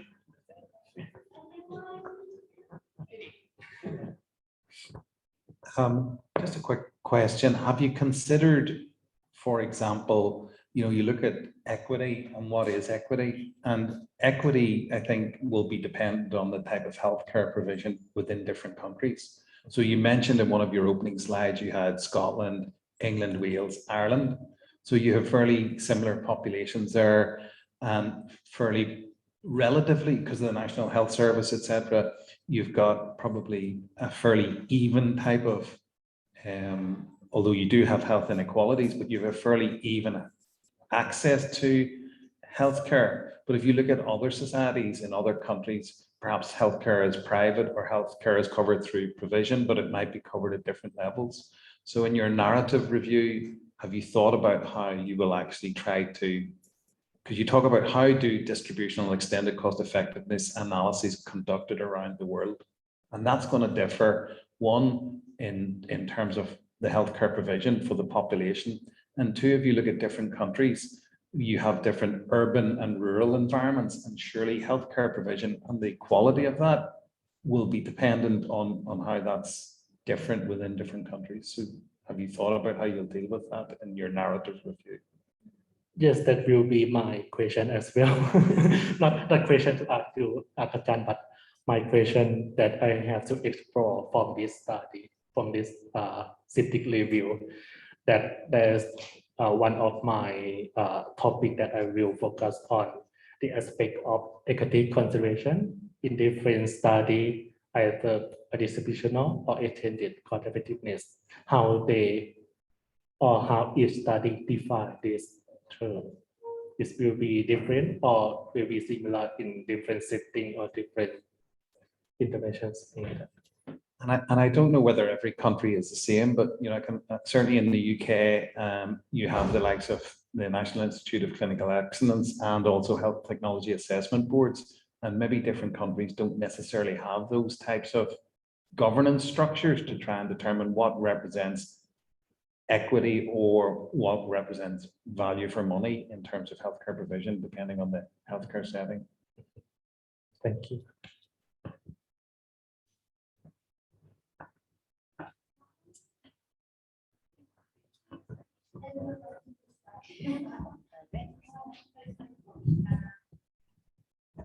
Salayut, I know that you like to focus only on two approaches like DCA and ECA, which are like equity informative HTA that try to include something else apart from economics aspect to the HTA, and then making like a numerical data, like answer in a different way to the policymakers.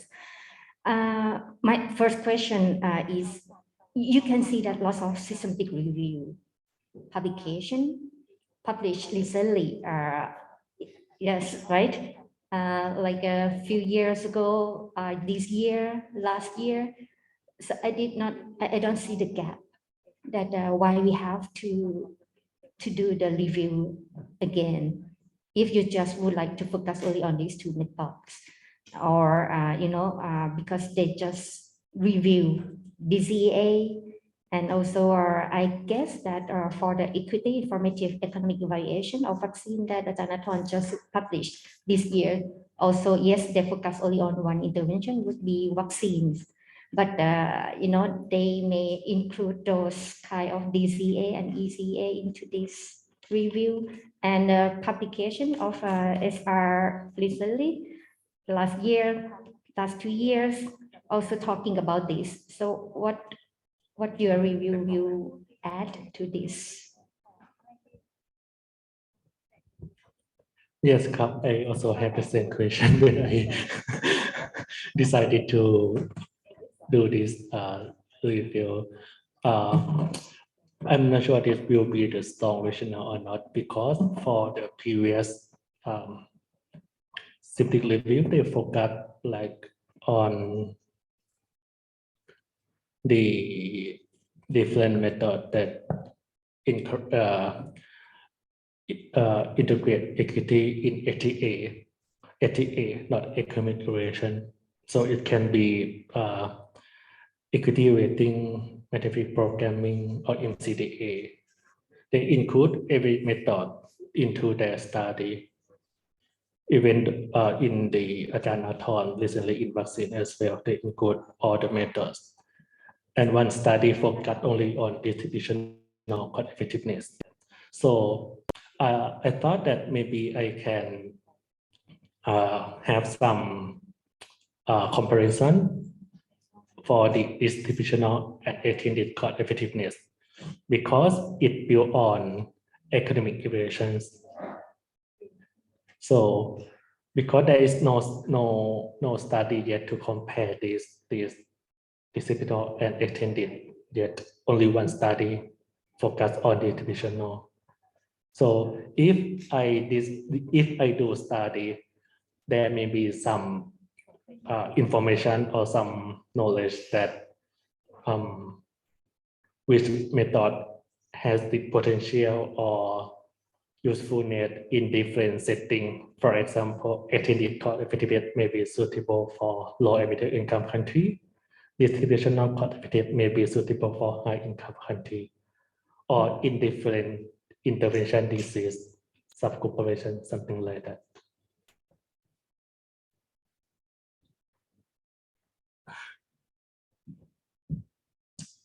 I have to change my head.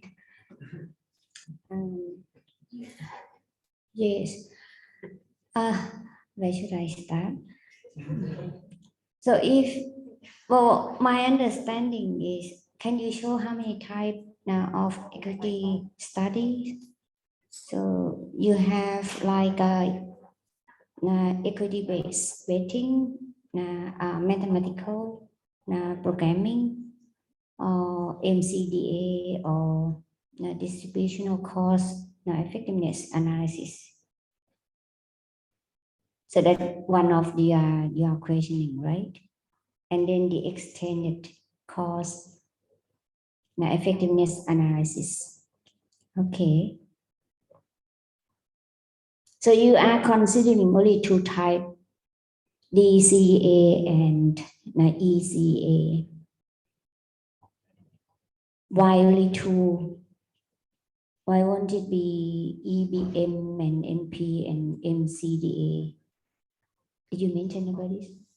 Sorry, I didn't understand actually. Did you mention about this? Oh, he mentioned about this. Well, for each type of this equity, it's very big actually. It's really big, and if you could figure out pro and con for each type, and then pick one type, for example, extended cost effectiveness analysis, and then you may focus on specific, like for treatment of non-communicable diseases, something like this, rather than just anything. And then you get lost, I think. So if you look at, if you have good, very good rationale for ECEA, and then focus on not only non-communicable disease, which is now a lot of burden for non-communicable disease, and you can classify like CKD, T2D, or diabetes, CKD, or CAD, or stroke, something like this. And as you classify by the type of the patients in NCD. And then you look at how they consider or incorporate equity by this ECA or ECUA. And then you explore what parameters that they use for measures. And if you look at those few parameters that they use for measurements, we might be able to pull across the study. For example, like financial risk protection. Financial risk protection. they usually say that for this disease, now if CA only, and then if apply now extended CA, and then now they could protect the financial loss such and such for this diseases, for this intervention. So something like this.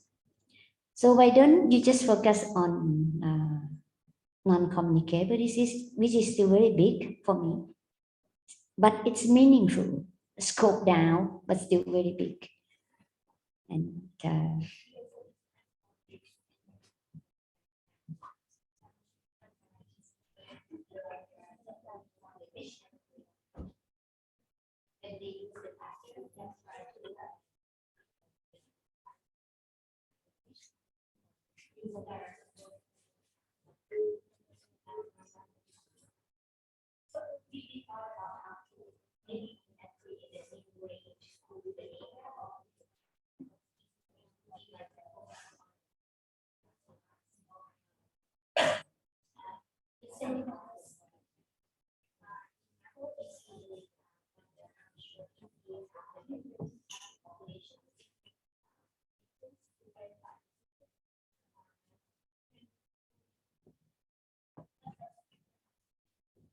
you should be able to prove within the same patients, but you can indirectly compare, among different patients, But if you look at non-communicable diseases, different type of non-communicable diseases, and perhaps you might be able to look at the same interventions that apply to different type. For example, like SGLT2 inhibitor that we just talked to, and apply, consider extended, or look at very rare disease, with very expensive treatment. And you will understand more now what parameters that they use to assess in terms of equity, and that we may be able to pull the data, financial risk protection, or the fairness, or the fairness. Yes, I also have the same thought as Ajahn. I make it as an optional topic, but I didn't present. I just present this one. So yes, maybe I also thought that maybe I can do like equity informative plus effectiveness of NCD, yes, or maybe rare disease, something like that.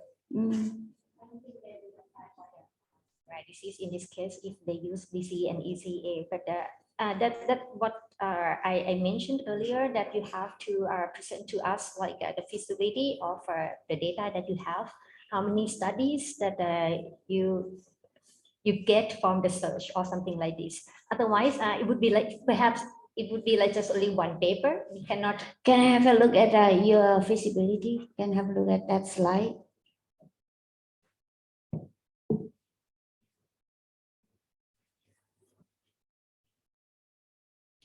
Okay, so that's 61, right, in general. So that NCD will be smaller than this. But to be more meaningful, I think, try, you know best about ECA in apply to non-communicable disease. And among those studies, you may be able to pick the same intervention and comparator.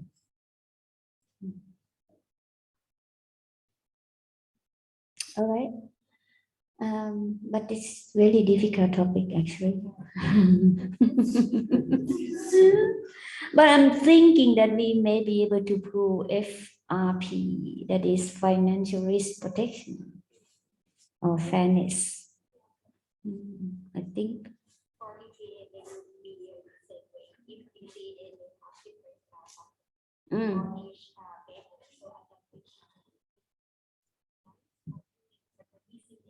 Yes, we should be able to develop meta-analysis of ECA. Okay. All right. Shall we move to the next presenter? Jordan, please.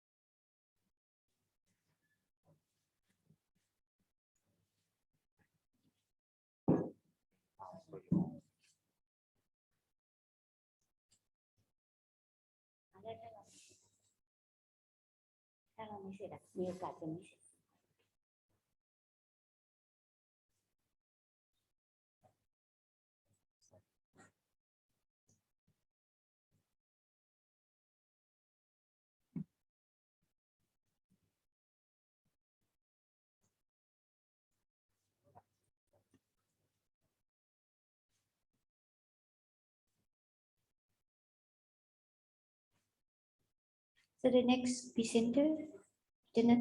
Just got problem signing in with sharing the screen because the computer is asking for permission.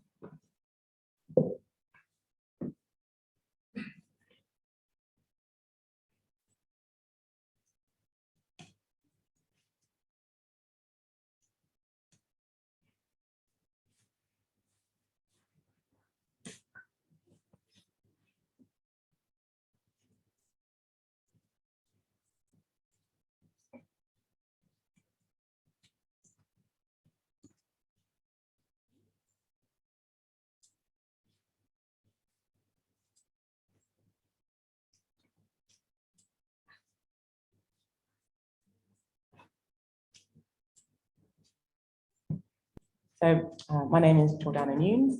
I'm a doctor from London, and I'm here doing a NHS Public Health Research Fellow. And my topic will be pharmacological prophylaxis in chronic and episodic migraine with previous treatment, preventative treatment failure, a systematic review, and a network meta-analysis. Quick overview of what I'll be covering today. A little bit of background. So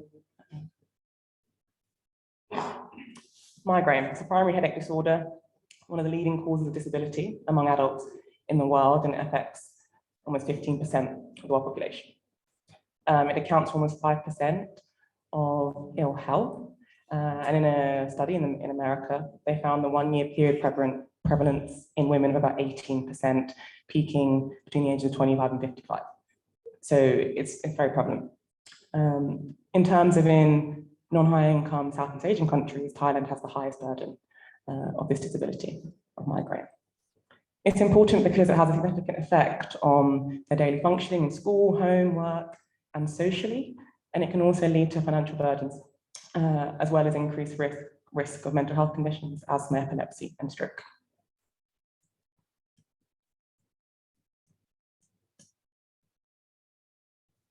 So, in terms of definitions, typical migraine features are a headache lasting between 48 to 72 hours. It's usually unilateral, pulsating, or varying degrees of intensity. Various factors can aggravate it, and you may or may not have an aura sensor associated with this. In terms of subgrouping it, you've got something called chronic migraine, which is a headache occurring on 15 or more days of a month for more than 3 months, which on at least 8 of those days has features of the migraine headache I just mentioned. And if you have less than 15 attacks, this is generally defined as episodic. So in all, this is all migraine patients in general, but this is how we can classify them. So when it comes to migraine prevention, who's eligible? There is some criteria. The American Headache Society in 2021 released a paper identifying this as their criteria. It is still clinician guided though. So as you can see, it pretty much covers almost anyone who has a migrainous headache between various degrees of severity or number. Therefore, both types of patients are eligible to have this medication. It's also really important that when you're looking at migraine prophylaxis, you include self-reported questionnaires, because For things like migraine, it's very subjective, and there's no biochemical markers within patients, so you can only go on their reported experience. That's why it's important to have that. It's also important to get the idea of the medication use history for acute treatment and treatment response, because this can lead to other types of headaches, and it can also reduce the efficacy of some preventative treatments. So this information is important as well. Since we can't cure migraine, the idea is to reduce attack frequency, duration, and severity. And like I said, success is normally limited because of the varying presentation. There's no individual patient markers or characteristics to guide treatment, and so it's often one of trial and error. This can lead to what we call treatment failure, which is defined as one or more preventative treatments that have failed for any reason. Either efficacy, so how well it reduces migraines, safety, if patients felt that adverse events meant they couldn't take it anymore, or tolerability. So even if adverse events necessarily for some patients meant they could continue, for other patients, it would have been too much.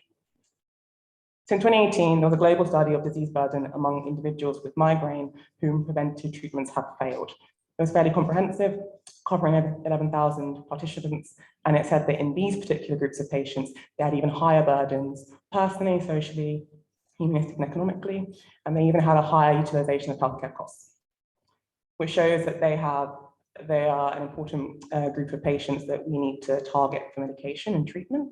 However, there's no clear guidance on what treatments are available in this population. So currently, according to this American Headache Society, these are the medications that have evidence of efficacy. Depending on the country, they have different guidelines of first line and second line, but in general, they often start with oral treatments.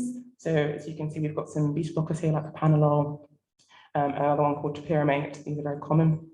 Sodium valproate has a high efficacy as well, but the issue with that is that the majority of migraine patients are females between 25 and 55, and sodium valproate is teratogenic, so that can't normally be given to those patients anyway.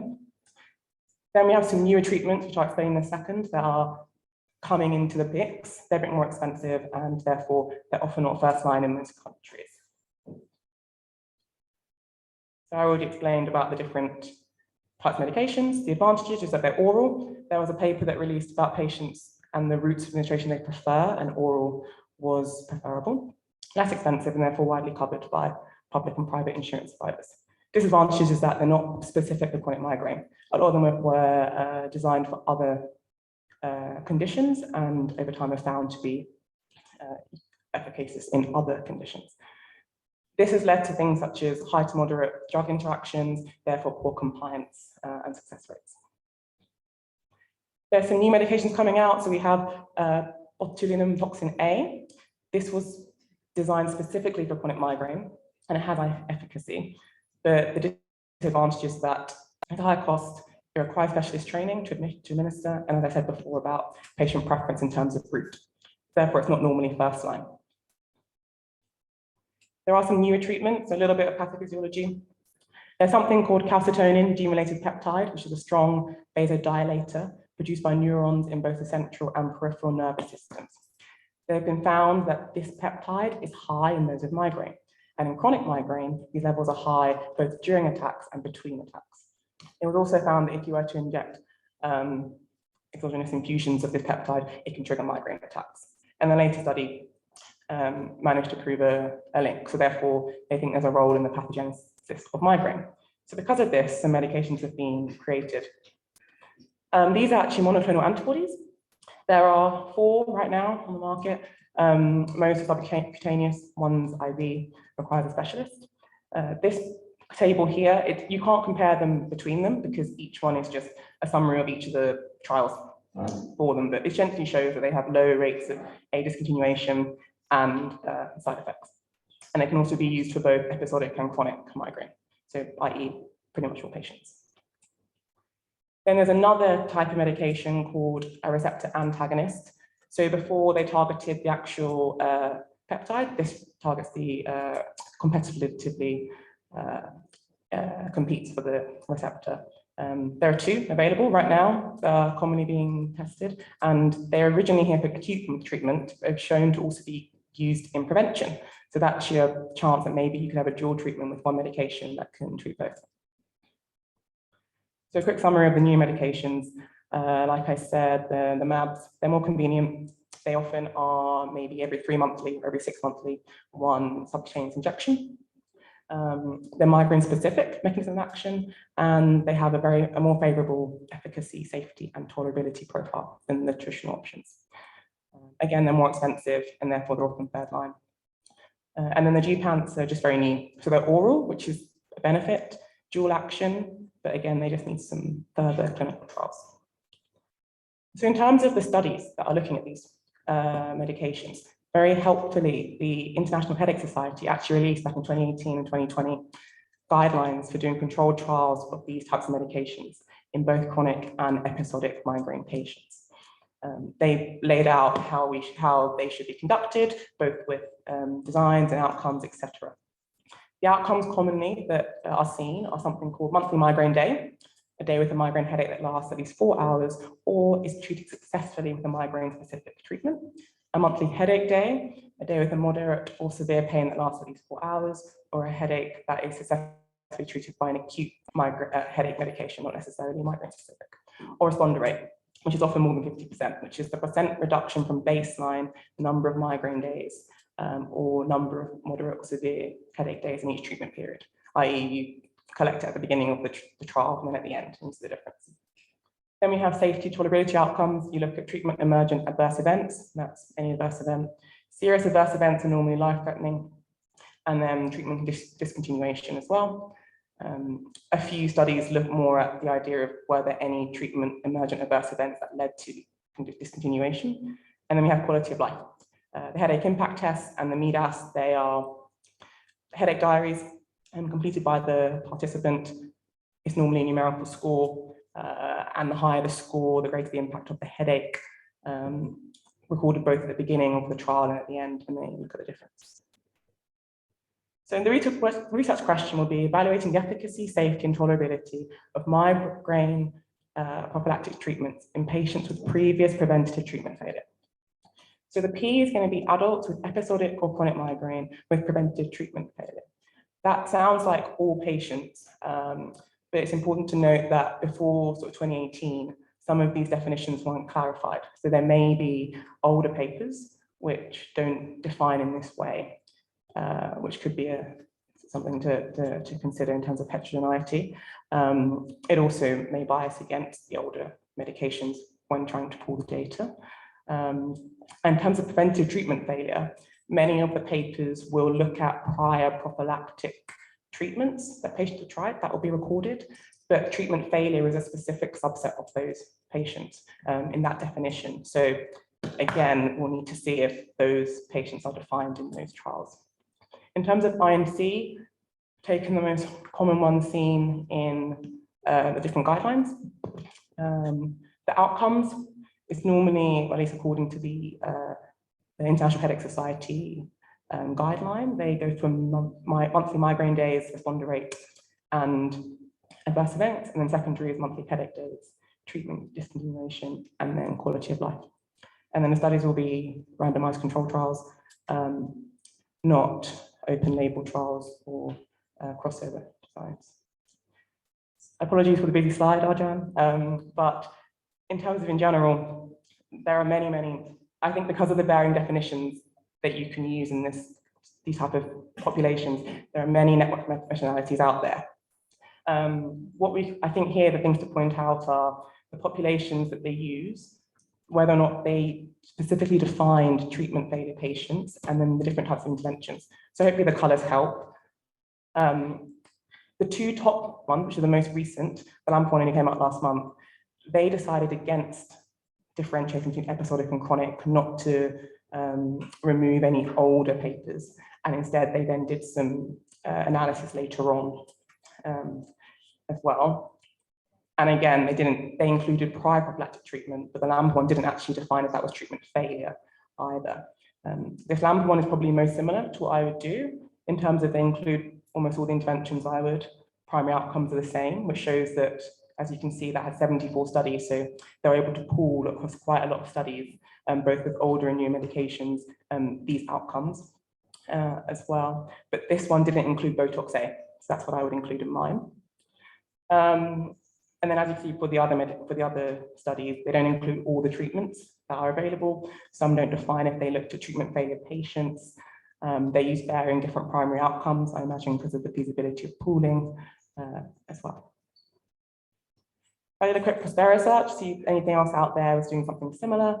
As you can see here, there are a couple that are proposed. The first one has a different P. They looked at only episodic migraine, so not chronic, and they haven't defined treatment failure patients.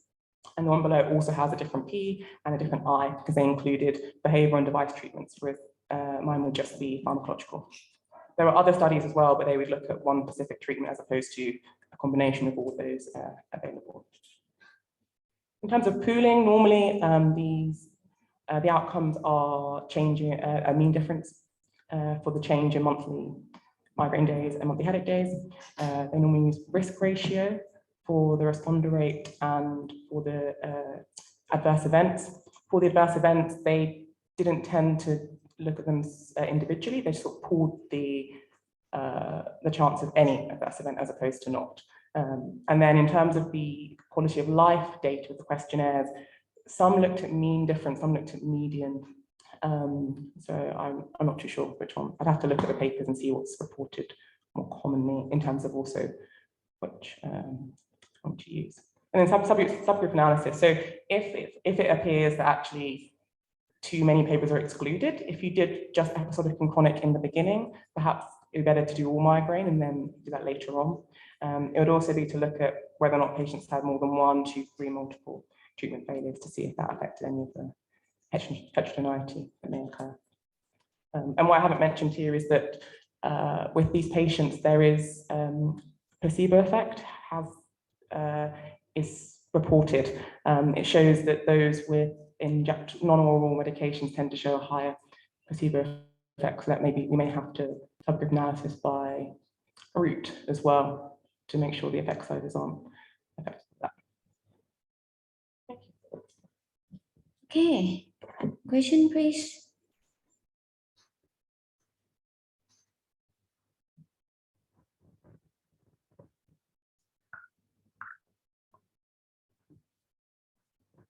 Can you explain again, how do you identify the prevent failure, the failure? Yes. Will the original paper will report that it's the treatment failure group? Yeah, so there was one paper that came out a couple of years ago that looked just at those with preventative treatment failure, with this definition. They only found 4 studies, but they were just looking at the CGRP maps. And then some of the papers do define that specifically in their populations, but others don't. So the only way to know would be to actually look individually and into the demographics.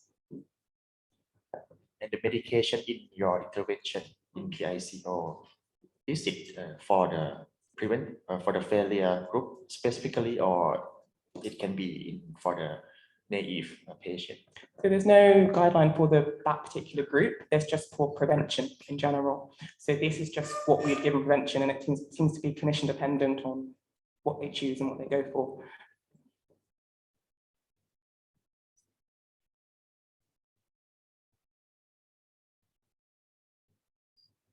Yes, please.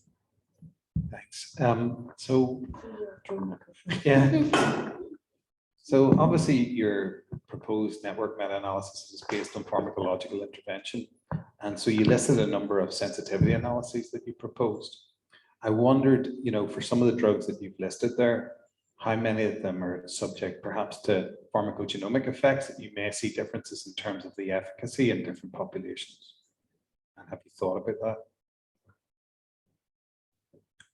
What do you mean? So I think quite often, perhaps naively, people might assume that a drug should work just as well in everybody, but we know that they don't.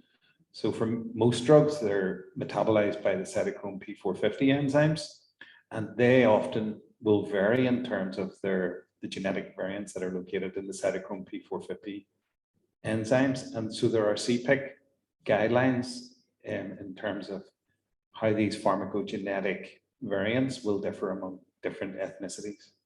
And I wondered, had you considered that if one of your outcome measures is going to be efficacy, and I think one of the studies you showed there had 72 studies included in the meta-analysis, which is quite a lot.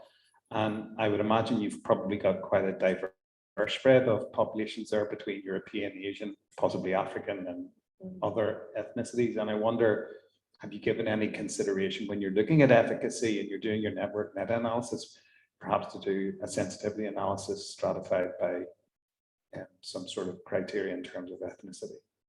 No, I hadn't. That's a good point. Yeah, thank you. And that different ethnicity might have different genetic receptor, and that affect the outcome. Few more questions, please. Do the new treatment that you mentioned, did they work in a slightly different, the monoclonal antibodies, then do they work in a slightly different mode of action in terms of the more traditional pharmacological interventions? Yeah, so the other ones don't target this peptide. It's just this mAb that targets the peptide, and then the receptor antagonist, and the peptide has been shown to be higher in those with migraine. So that's why it's more targeted than the other ones. Yeah.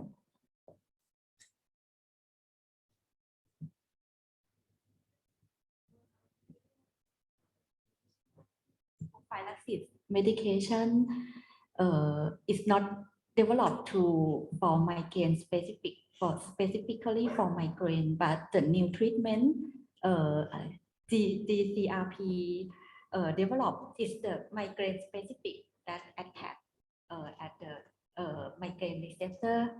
Yeah. For example, the previous traditional migraine prophylaxis is usually antihypertensive, such as propranolol, or anticonvulsant, such as the valproic acid, or antidepressant.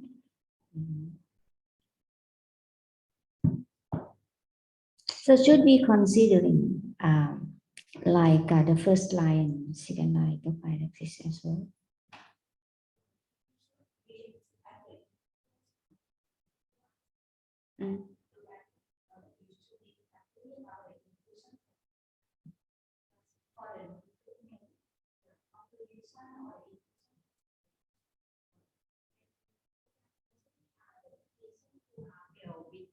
The oral medication, no, maybe none of the study provide a new treatment to the naive patient.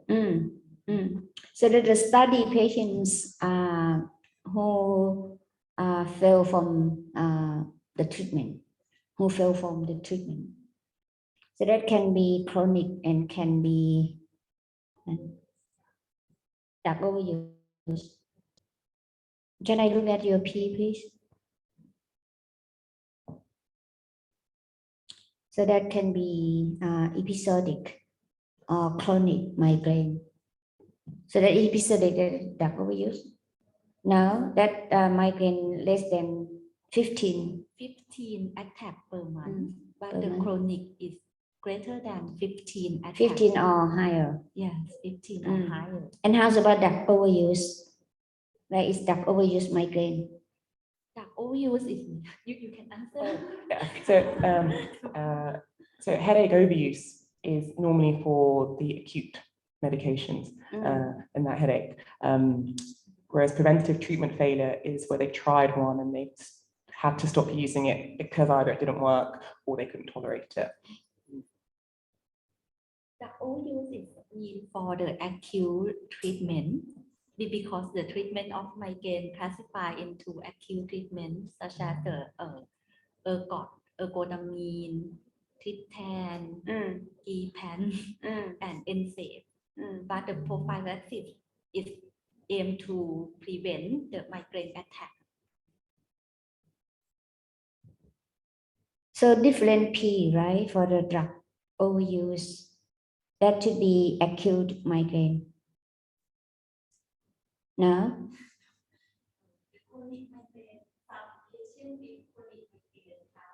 Overuse because they have the acute attack, and they have to use the acute treatment. So it means they have the overuse of the acute treatment, but may not be the acute I think migraine. it's the overlap between acute treatment, chronic migraine, and treatment failure. Okay, I think that your P that is chronic migraine or episodic migraine, but the outcome that you list and one outcome might be drug overuse. Right. Am I right? Maybe acute episode of attack. Yes, it can be an acute episode, but drug overuse is one of chronic migraine outcome. But according to what we are working on, the big data of migraine patients, right? Currently, that we evaluate drug overuse as well. According to the P, I have some question because migraine is changing in the diagnosis criteria. So how will you do with the diagnostic criteria that has been changing over time, as well as newer definition tends to have many symptoms of migraine. For example, some patients have not regular headache, but some other neurological symptoms, and we will deal with the definition of the P here. So the top two papers address that. That's why they haven't.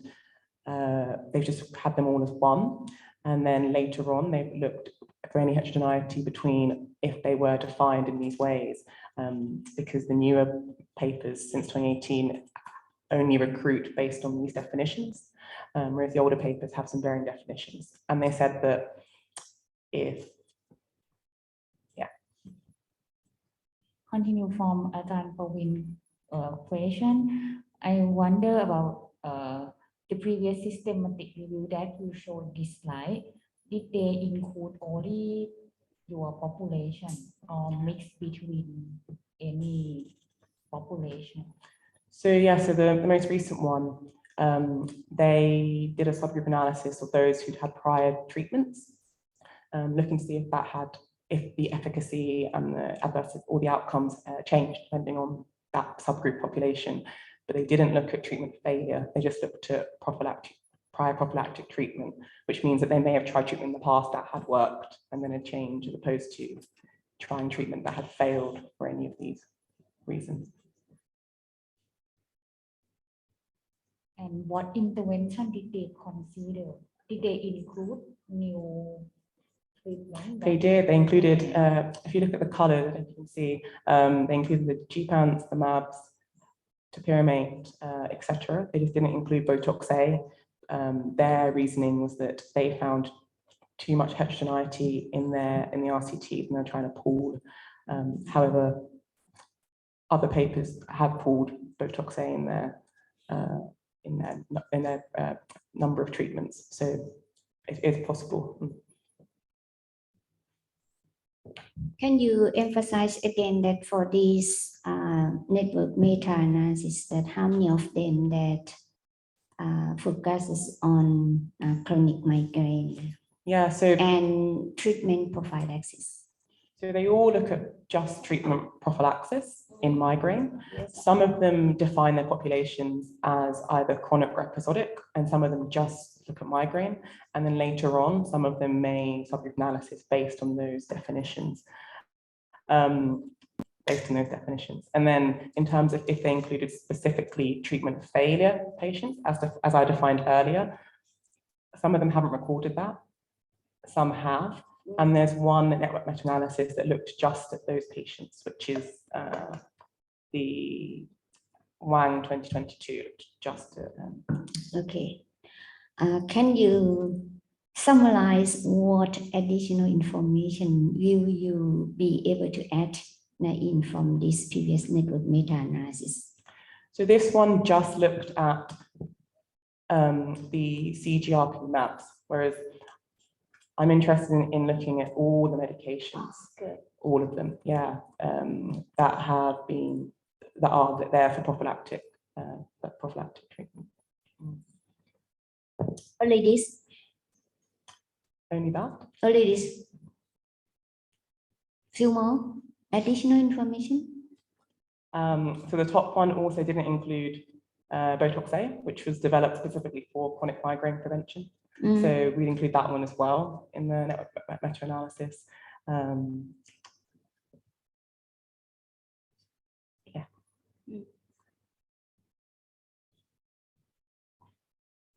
As in 2018, I showed the study of 11,200 patients who have migraine treatment failure and the burden that that has on those patients across 31 countries. So it is common, and and these patients are suffering, and there's no clear guidance as to what treatment is best for them when it comes to helping. Okay. So your study will be different compared to what registered in the post-piro. From what I've seen as of a couple of days ago, yes.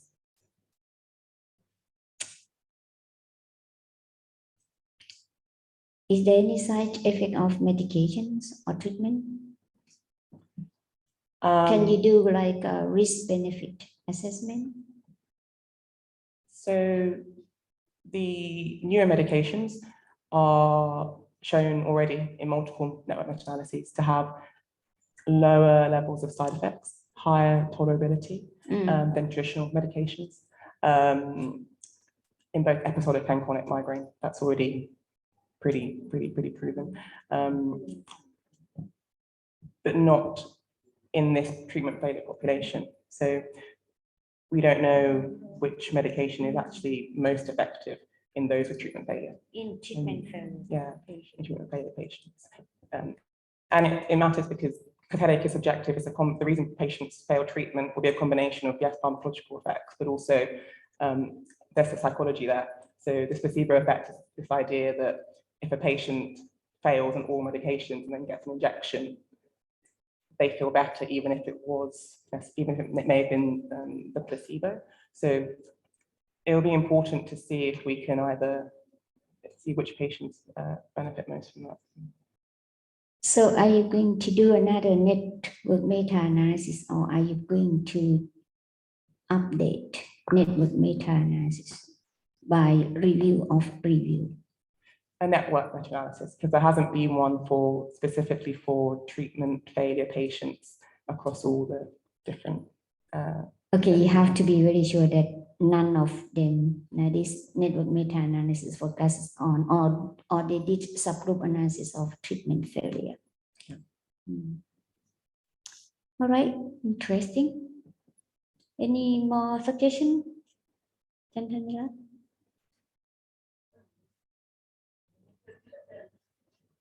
To identify the gap from the latest network meta-analysis that you sent to me that published in this year. They also include all available treatment, right? And pull it together. Not Botox A, so not Botox A, the injections. I can't always say it. Not Botox, like botulinum toxin. Yes, this one, not this medication. Why they did not use that? They did not include the botulinum toxin. They said that the heterogeneity of the trials meant that they felt they couldn't pool that data with everything else they'd found. What is the heterogeneity? What is the reason or heterogeneity why they did not include botulinum toxin? Here we go. So I don't know if you can see it here. They mentioned we considered including the toxin but found heterogeneity. Confident that you can overcome the limitations that they pointed out.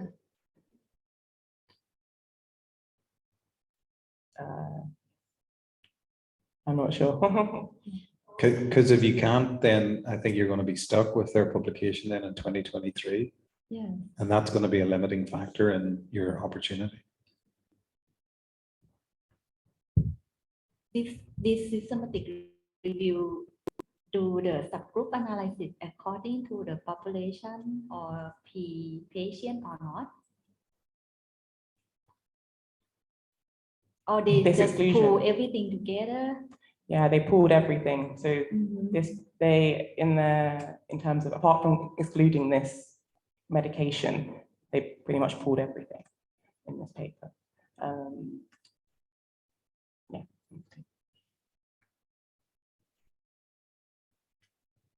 Okay, so you have to explore this network meta-analysis and also the single RCT, the individual randomized control trial, to find the heterogeneity or to find the gap of knowledge. It have the strong rationale to do the subgroup analysis according to the different population or not. Maybe you have to read to the treatment guideline for the migraine. I have read it and found some rationale that they talk in the guideline about the type of the population. That they said that we need to do the individual personalized medicine for the prophylaxis of migraine, not just make the general recommendation. So in individualized medicine based on what characteristics of the patient, so did they consider? What characteristic of the patient? So what characteristics do they? Treatment failure, drug Where we overuse. include only treatment failure, right? Yes. Or maybe and the drug overuse. Drug overuse. And maybe the different outcome. Some patients concerned about the frequency of the migraine attack per month. Some patients concerned about the quality of life or the migraine symptom or the severity of symptoms, something like that.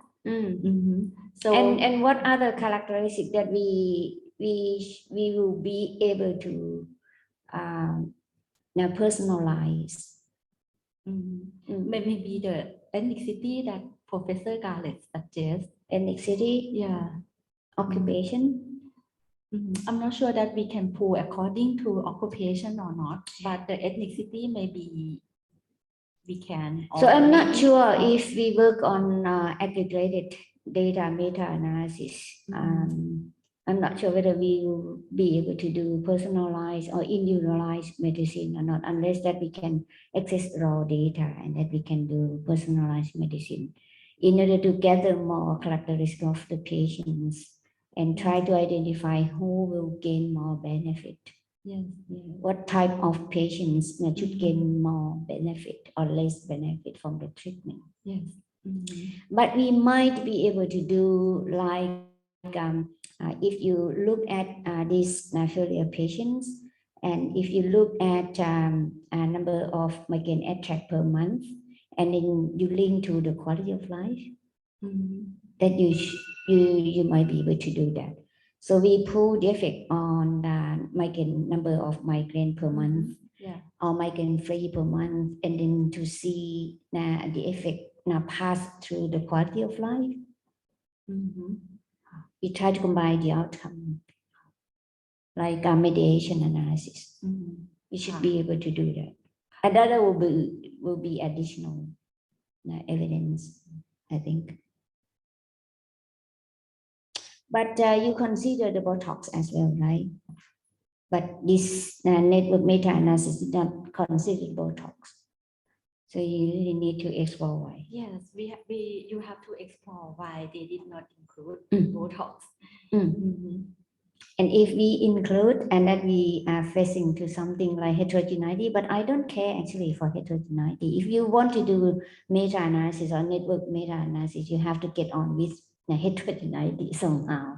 And maybe you have to explore for not only the rationale, but maybe you have to critique about the methodology of the previous network meta-analysis. And maybe we add more information. For example, the previous network meta do not do the supra or to identify the most effective treatment, something like that. They have some limitation of some aspect of methodological quality of the previous network meta-analysis. Yes, because we have more than one outcomes. Yeah, so I'm thinking of how to combine those outcomes in the radio plot.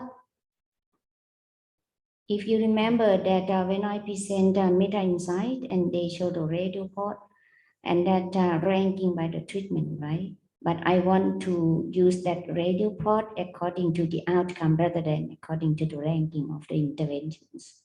So I don't know how to do, but I will ask data science people, but that they want, they used to apply the radio plot that with different parameters, right? Sensitivity and PRC or AUC or precision that they combine in one radio plot.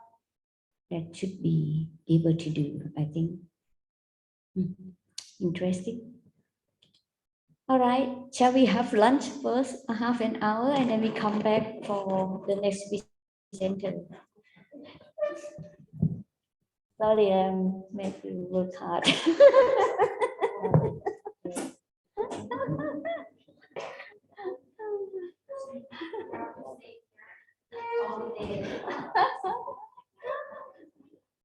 This is a different way of doing it than the way we would do it.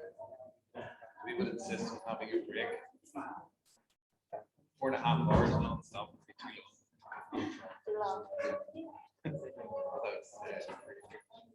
No, but Public health, you gotta get up and stretch your legs. yes, we have to.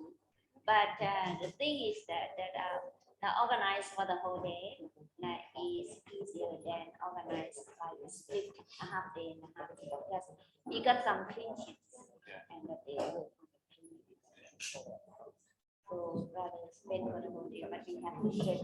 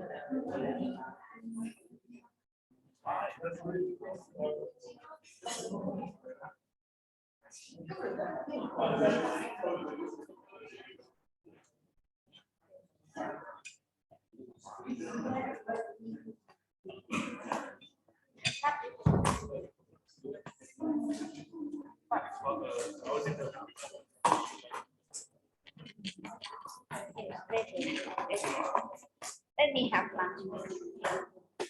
Đi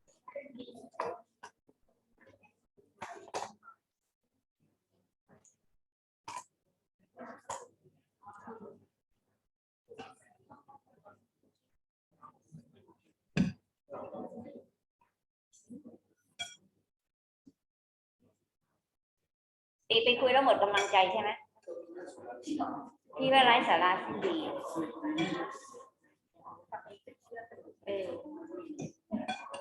ย่าเครียด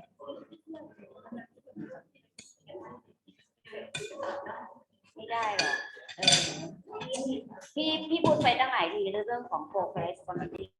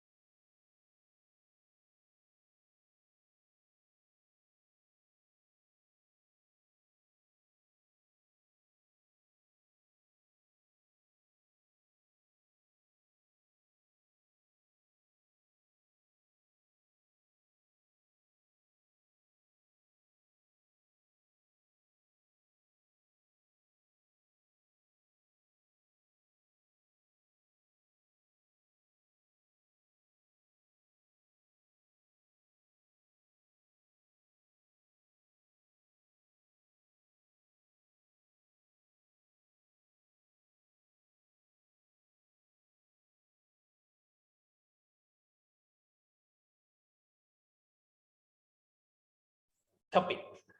So starting with the research question, first it's going to be what is the effectiveness of heart failure treatment across all range of ejection fraction in outpatient setting from real world data. So this is my PICO framework. My P going to be heart failure patients. I and C going to be medication treatment according to the GDMT, and the outcome is going to be heart failure hospitalization, mortality, or emergency visit for diuresis.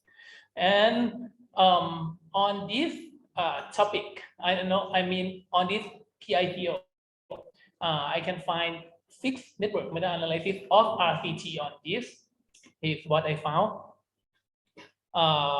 Mostly, if you can go back to like to 2016, which is do it in only in ACE inhibitor, and they look at the all-cause mortality and say that the lisinopril have a higher mortality ratio of 66. While the newer one, they usually do it in the heart failure reduced ejection fraction, and most of it do it in GDMT, looking at the all-cause mortality or the heart failure hospitalization. I will show you the first one first, the heart failure reduced ejection fraction of the muscle on 2022. They do it in like, look at the efficacy of the treatment in 9,000 patients with heart failure reduced ejection fraction. So the P is going to be patient with heart failure reduced ejection fraction, and C is going to be GDMT medication, and outcome, as I said, look at the all-cause mortality and the heart failure hospitalization and cardiovascular death. This is what they propose. They try to do it as like not only the head-to-head, but they also use the number of the medication to put in the network too. And they found out that the best sucra is going to be the combination between RNA, beta blocker, and MRA. This is what they found. So that's why right now we are trying to like in our treatment we try to like put in many medication at the start as much as we can. And if we look at the previous evidence of the real world data, all I can find, this one is not like really reflect my PICO, but there are some meta-analysis on the real world evidence. But as I told you, the PICO is not same as what I want. So I do research again, and I can find like no network meta-analysis on this from real world data, but I can find one systematic review and meta-analysis on RNA from real world data. And it's this one from Dr. Gio Binazzo. Okay, if look at the RNA using the real life or the real world data, looking at the heart failure reduced ejection fraction with the GDMT, and they're comparing with the baseline characteristic of the paradigm HF study trial, which also do it in the security valsartan too. And they've reported that in the real world, there are high heterogeneity, and the result they reported as the incident rate that look at the hyperkalemia is 12 per 100% year, and all-cause mortality is around 8 per 100% year, and any hospitalization is 74 per 100% year. Is that what they reported only this? And this is what I told you before that I look at in the Prospero. There is nothing much change. 22 ongoing network meta-analysis. Most of it, nearly half of it, is about the traditional Chinese medicine or traditional Chinese treatment procedure, something that I can't even read the name of it. And some of it is talking about the rehabilitation, and 2 of them is ongoing on the mechanical assisted device. Okay, and this is how I try to search, show you my search term. And after that, I can find like around 12 paper on the real world medication, real world data. And what I'm trying to do is that maybe we're going to pull in some of the data like the baseline characteristic, looking at the etiology, maybe ischemic is one of the most important, and looking at the LVEF, maybe group it into the group, and some of the underlying disease, which are going to be the EM, hypertension, dyslipidemia, atrial fibrillation, and the CVD. Another thing is the treatment. We're going to look at the this is all the possible treatment that I'm gonna pull. It's gonna be the RAS inhibitor, which are gonna be ACE inhibitor, ARB, ARNI, MRA, SGLT2 inhibitor, beta blocker, everbudine, diuretic, digoxin, and Boriscott. And what I'm gonna do is that I think of try to comparing it head to head and maybe look at the number of the medication that they use, and if possible, maybe look at also the dosage of the medication too. And the outcome gonna look at the pulling the mortality and hospitalization. And I think that's all. Thank you. Okay, good. You spent only 10 minutes, which is good. Okay, question, please.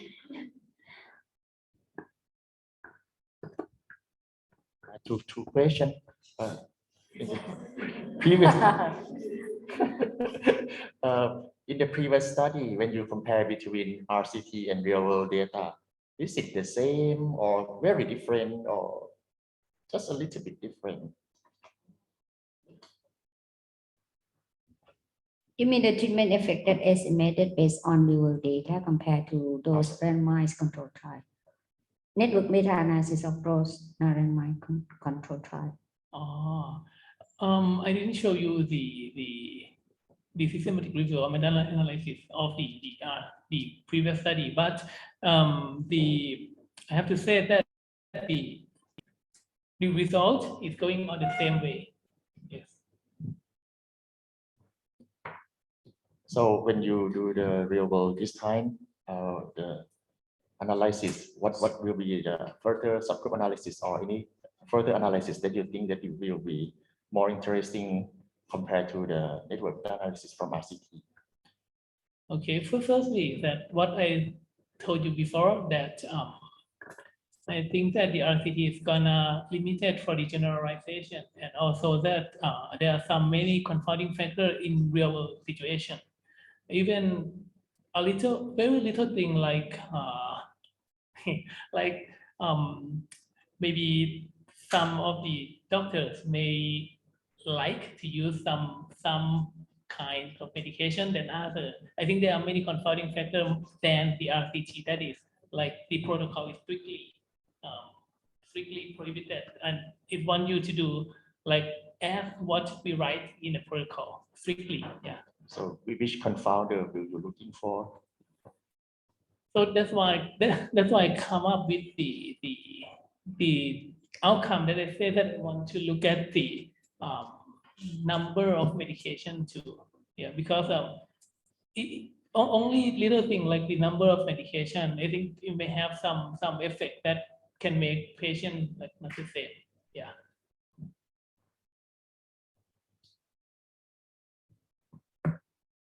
So according to Masata's question, and you mentioned about there might be confounding effects if you work on real world data. So can you go back to your research question that you question about what is the effectiveness of heart failure treatment in real world data? So if you focus on real world data and both there is pro and con. You said efficacy, treatment efficacy from network meta-analysis of randomized control trial that were conducted based on ideal situation, and it might be difficult to generalize in general population, whereas the data from real world practices should be better.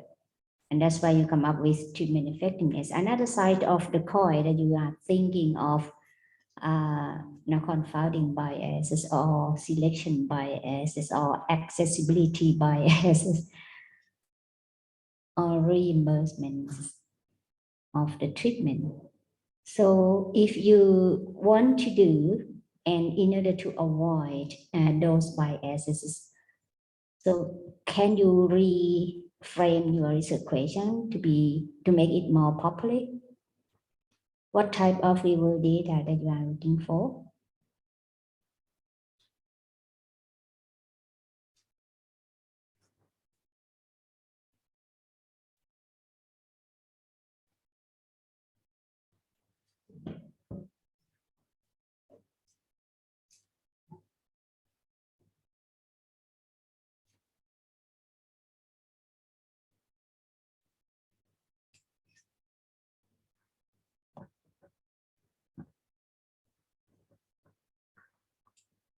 So the question is that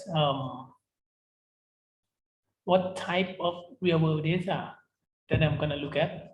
Yes, you will focus on only real world data, Yes, right? And you mentioned that real world data might be not good in terms of biases, selection biases or confounding biases and other biases as well compared to randomized control trial.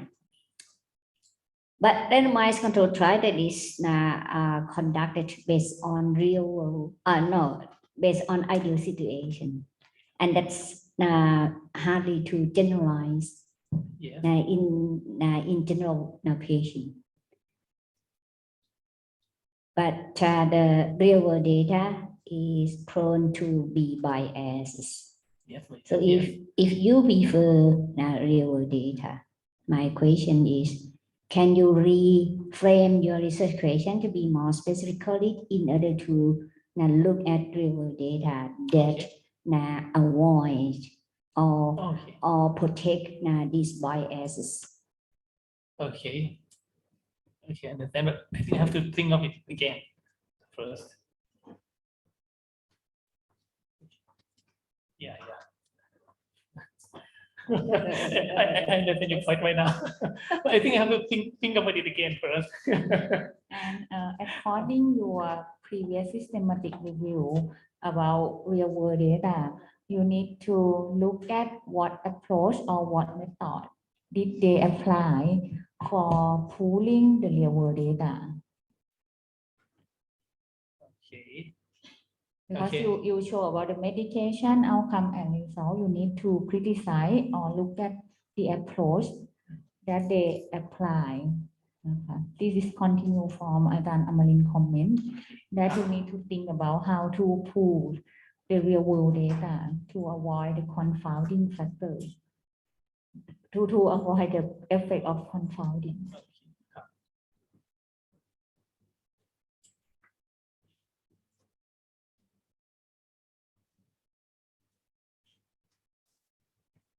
Any more questions? Yes, please.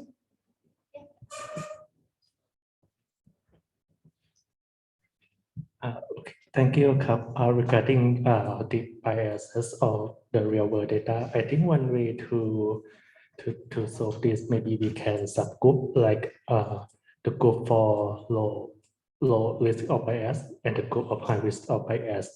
Then I think we can see the difference between this. And for my curious that I curious about your rationale of this study, because you show that there is one previous scientific review with MA, but not network meta.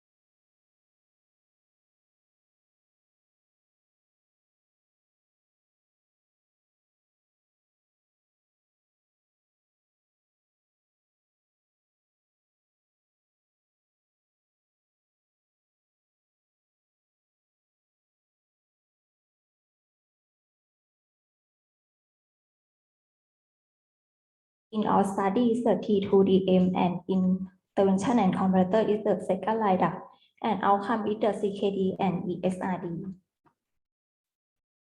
In this slide, show about the PRISMA flow. Start from the two database consists of the PubMed and Scorpus. In the PubMed have 44 study and Scorpus have 83 study, and then duplicate record remove with the 41 study and have 86 for screen and exclude about 76 study. And assess feasibility for eligibility have 10 study. And then include in my study have 10 study. For include have 10 study consists of the two outcome consists of the chronic kidney disease and ESRD. For the chronic kidney disease have 5 study. Divided compare between SGLT2 and DB4 have 4 study. And SGLT2 sulfonylurea TZD and DB4 have 1 study. And in the outcome is the end-stage renal disease have 5 study.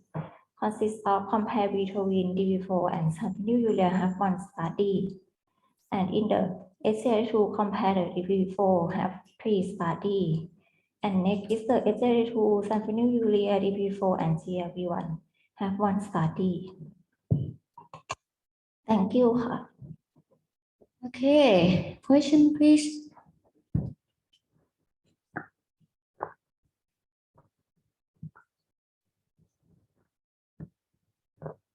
How will you apply propensity score in your research?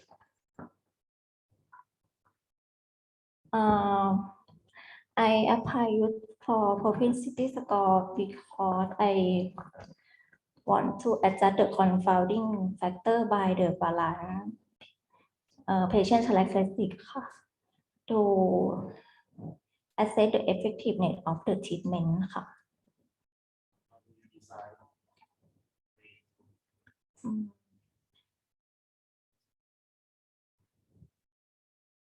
For pooling, can you clarify your question? Can you please clarify your question? In your study that you found, have they used the propensity score? Oh, okay. And all they use the same method, of propensity score among the publication? Yes. So only one method. How many methods are there for propensity score? Propensity score matching. So you apply only matching. So what type of model did you use to estimate propensity score? Is that your question?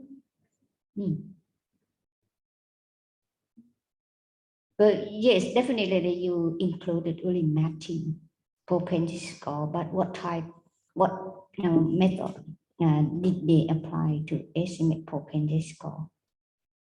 Right. That's okay, you can extract data later.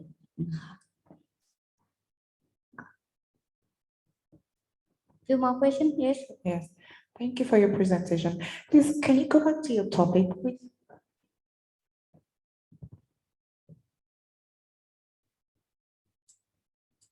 So here you said effectiveness of SGLT2 related to other second-line drugs on CKD in type 2 diabetes.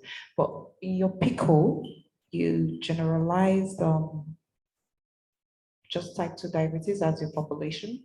Yes. Okay. So you're not specifying just a general, you're not going to specify if it's CKD or not, or in population, yeah, patient with type 2 diabetes and not CKD before.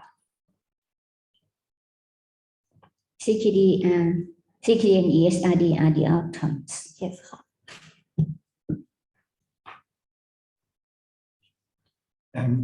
Just to follow on from your question, so your question specifically refers to SGLT2 inhibitors.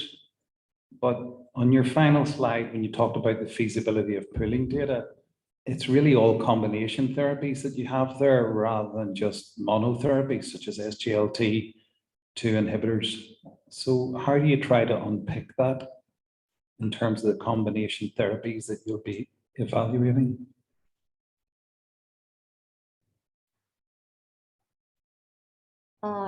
In this my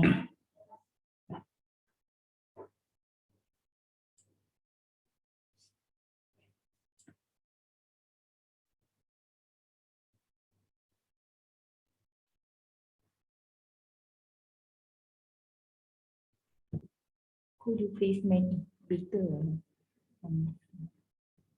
Slideshow.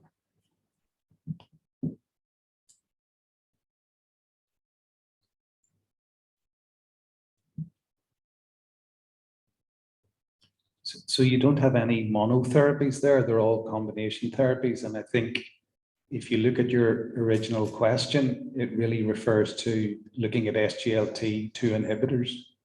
So how do you try to tease out that effect for SGLT2 inhibitors if you're really going to have your pooled data is really going to be combination therapies of SGLT2 inhibitors and another therapeutic?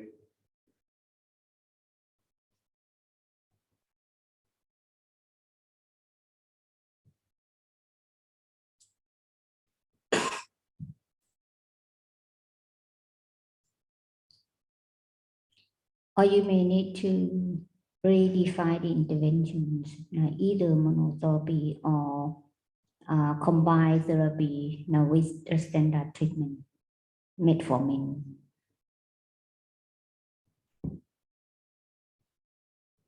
You understand the question? I think this population, what is your population? Type 2 DM with fail from metformin. And this is like an additional treatment for this patient.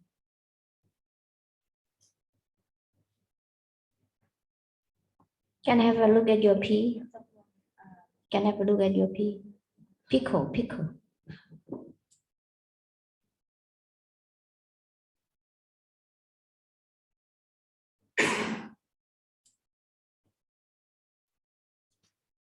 Type 2 diabetes.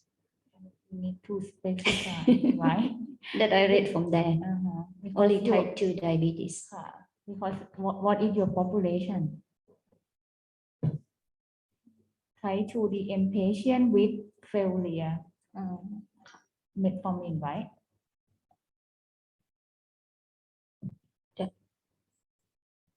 I add more detail in later.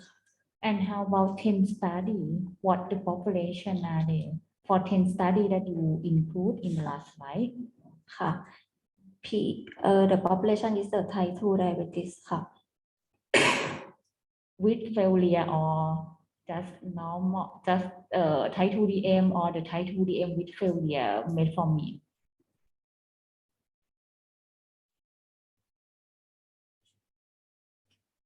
You need to clarify your population. It may be difficult to specify only the patients who will fail from metformin in real world data, because practicing is different across the world, particularly in low income or low middle income country. Most patients receive metformin and they will fail from metformin and then receive second line down.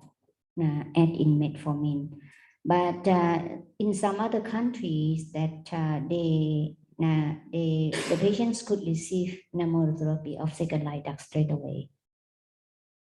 So if you stick on fail from metformin, you will be facing with a very small number included study. But if you make it more flexible, like SGLT2 patients who receive monotherapy of metformin or monotherapy of SGLT2 or SGLT2 on top of other standard monotherapy. or first line up. And that would be more flexible for real world data, I think. So think of that we going to include studies from not our own study, but we going to include the study that had already been conducted, in which they might consider or focus on the patients with monotherapy of second line SGLT2 compared with other, or they might consider that SGLT on top now with metformin. So it could be you keep your P as it is, and but you may need to state more in the intervention.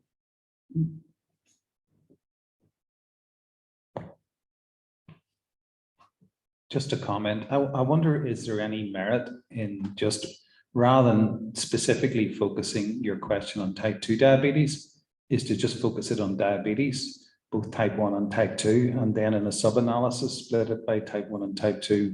Would that give you more data and then perhaps be more informative?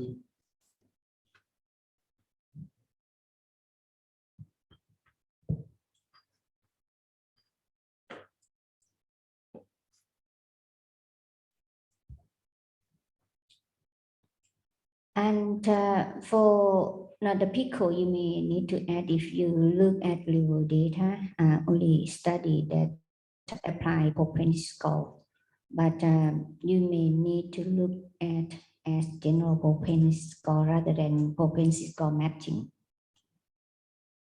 I think, rather than just propensity score matching. They are different actually. But general propensity score still was to be included, not just really matching. So matching that they estimate propensity score in intervention SGLT2, and then they match with the same propensity score in the control.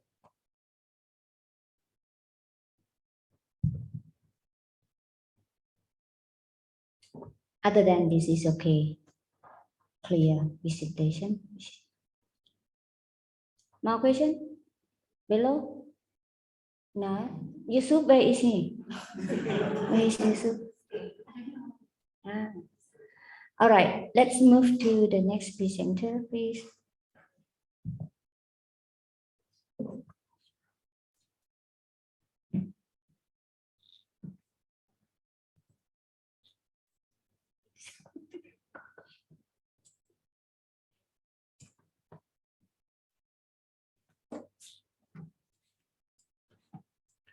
Good afternoon.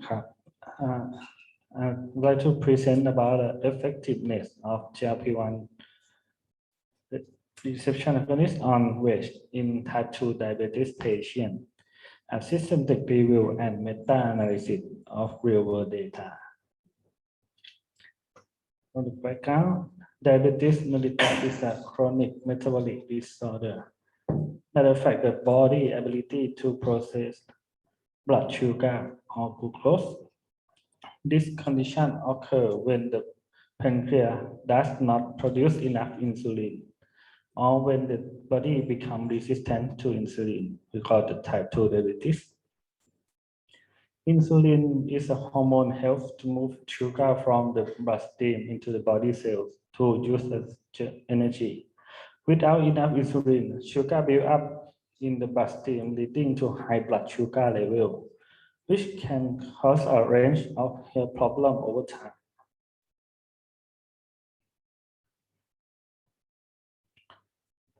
Type 2 diabetes is a chronic condition in which the body either becomes resistant to insulin or doesn't produce enough insulin to maintain a normal blood sugar level. DTD is often associated with the lifestyle factors such as the diet and exercise, and can also be influenced by genetics. For treating T2D, there are several drugs available. The commonly prescribed medication include the metformin, sulfonylurea, DPP-4, GLP-1 and SGLT2, and the insulin. It is important to consult a doctor or healthcare professional to determine the best treatment plan for the managed T2D. In the case of GLP-1 treatment, in a T2D patient is increased insulin secretion, glucose dependent, and decreased secretion of glucagon, slow gastric empty, less satiety, reduced food intake, and suppresses appetite. For the previous evidence, the efficacy and safety of GLP-1 compared to insulin or other anti-diabetic agents have been assessed in the several systematic review and meta-analysis of the randomized control trial.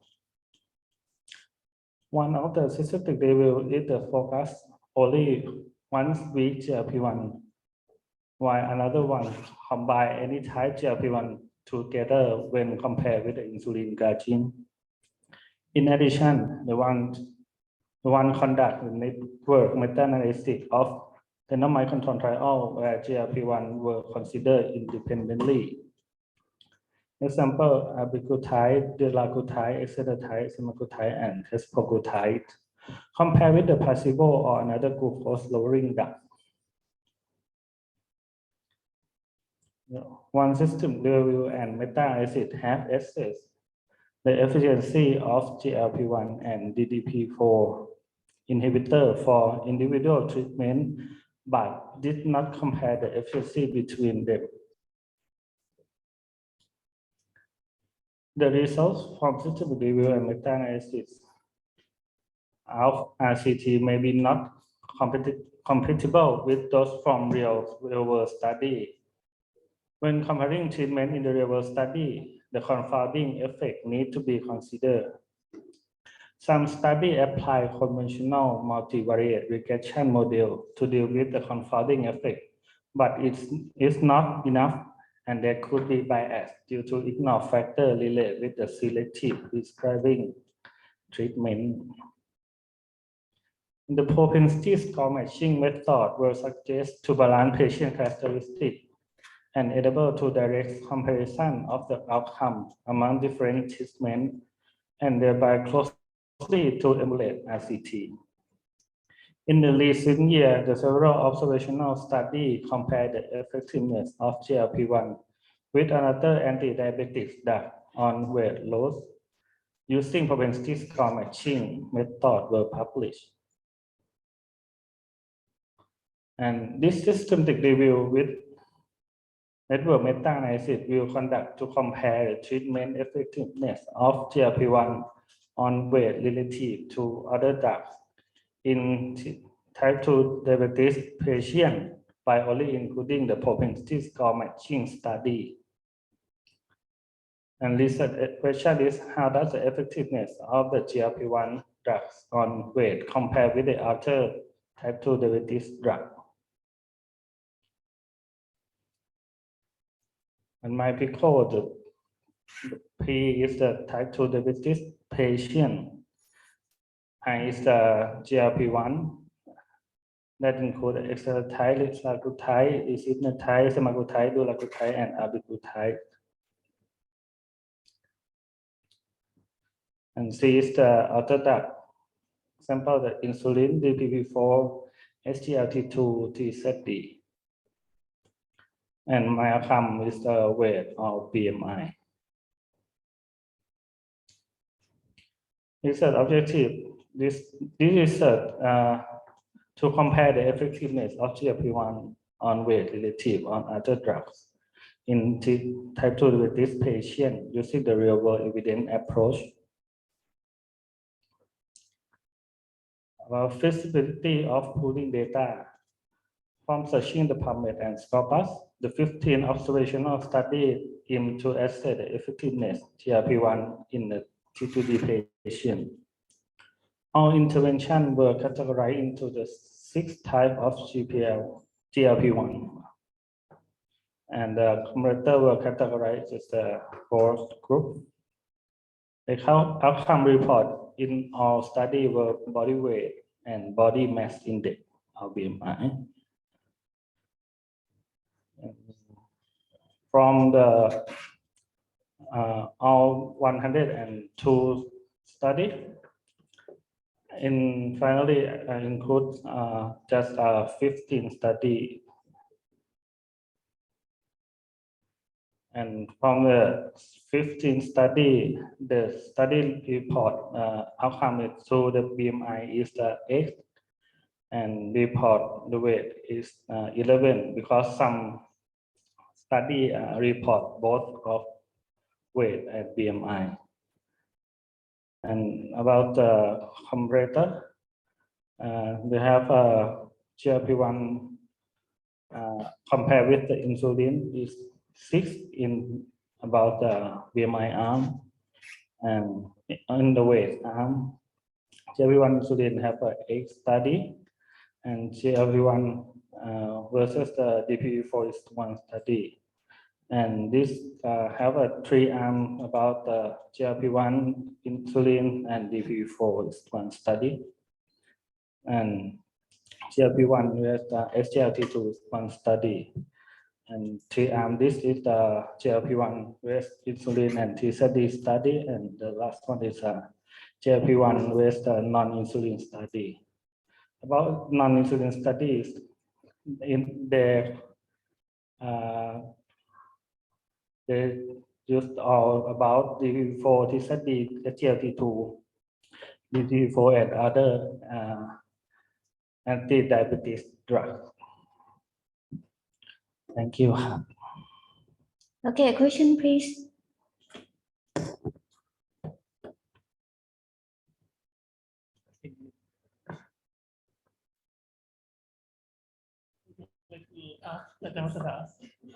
Okay. So thank you for your presentation. I still have a question that I asked you the last time. Do you the intervention that you want to compare? I believe that you have TZD in the intervention too, right? But because mostly we believe that TZD is causing weight gain due to some kind through some like fat or something like that, and like other thing like DPP-4 is still like nothing to do much with the weight from DPP-4, and because the GLP-1 is one of the medication that prescribed or the FDA approved for weight loss. So I think this one, if you do the like meta-analysis, you get the same answer, which we all know, which is known already that the GLP-1 RA it will reduce the most weight from what the previous evidence that we know.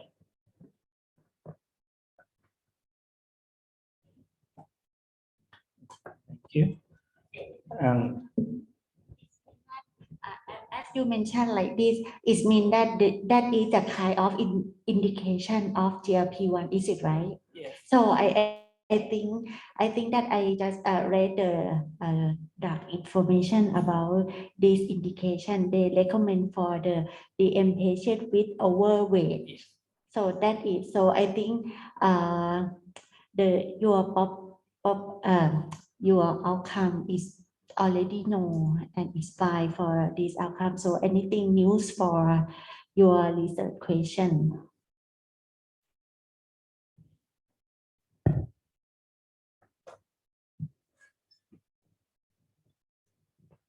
And so that means GLP-1 RA has been established that evidence from randomized control trial. Evidence from randomized control trial. But here that he will work on real world data. But you need to redefine a bit about P and intervention and comparator. But I will come back later. Please. According to your question, we found one systematic review that compared between SGLT2 and DPP-4 on any outcome? And can you explain what the outcome did they consider in the previous systematic review? There are many outcomes that they consider, and weight is the one outcome that they consider in the previous systematic review that compare between SGLT2 and DPP4. And could you please explain that article that you read?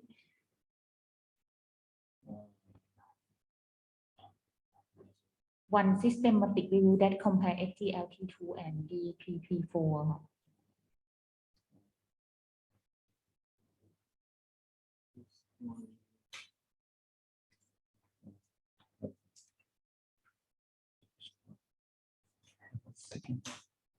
Okay.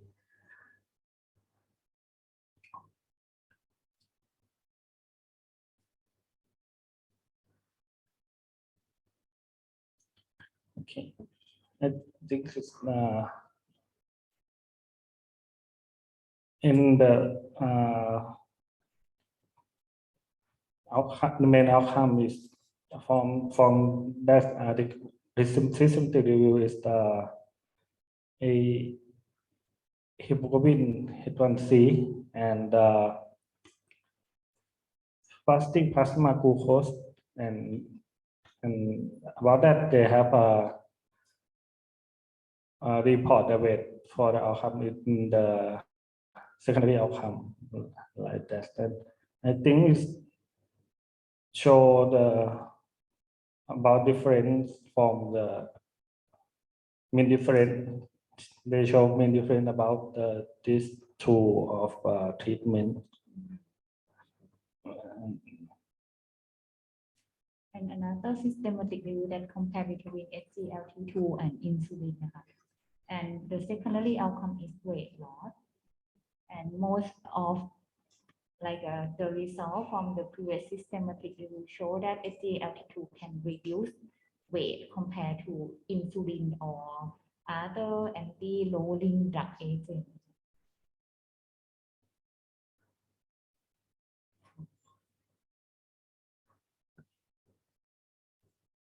That's why and focus on weight loss. And another question that you need to clarify about GLP-1. Do you want to consider the class of GLP-1, or do you want to consider specific treatment P1? Which one that you want to consider? At the first, it's considered to the GLP-1 for that class, but maybe I have to use to subgroup for specific drug to manage in the subgroup later. But I think that you may need to redefine your patient, not only type 2 diabetes, but type 2 diabetes with obesity. With I think you're confusing with the treatment. Well, these medications for treatment for diabetes, But here that we are, you are thinking of the effect of GLP-1 that can reduce body weight.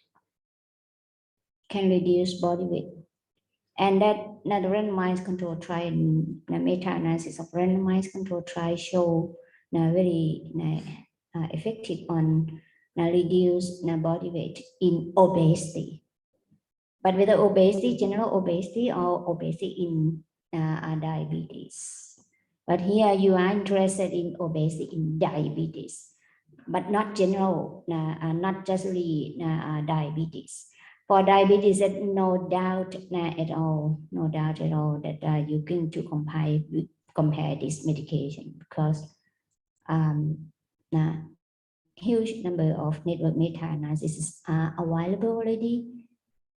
But if you can focus on only obesity in diabetes, and look at body weight outcome and BMI, that's still worse for your data. So you really need to redefine. and the comparators. The comparator, the standard of care. Standard of care can be any type of medication for diabetes, plus exercise, plus fasting, any type of fasting. So that's standard of care plus other non-pharmaco intervention. This point, you mean that the population is type 2 DM with obesity, right? Yes. Okay. Because last time that we tried, according to the last comment, that we try to add a search term for obesity, and what do you find? And like a lot of study that focus obesity with or without DM, but we are not sure that we need to include only obesity without DM or obesity with DM. And like we try to add more search term, no, and have a lot of study that consider many intervention on obesity. Could you please explain that you have result? About result from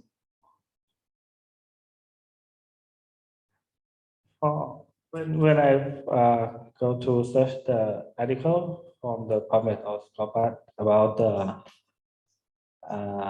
type 2 DM and or obesity and obesity, we have more article like the 600,000 and in the final we found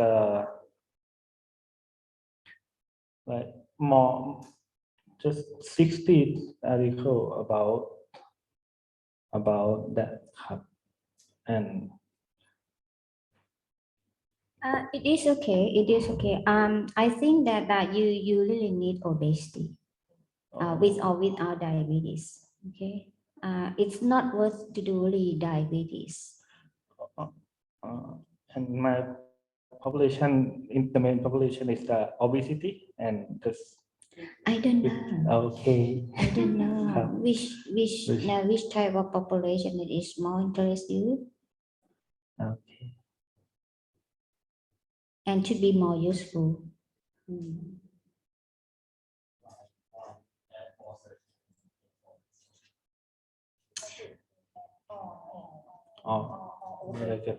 No, it must be and intersection, not union, intersection. Okay, and so that obesity and DM or DM and obesity. At least obesity, let's say. Okay, at least obesity. And that would be more useful. Okay. Okay. All right. Any more questions? So that the background information and the evidence may have that you may have to add about obesity in DM and treatment of obesity in DM. Not treatment of DM and the outcome of DM. Okay. All right, shall we move to the next presenter? Velo, can you spend only 5 minutes?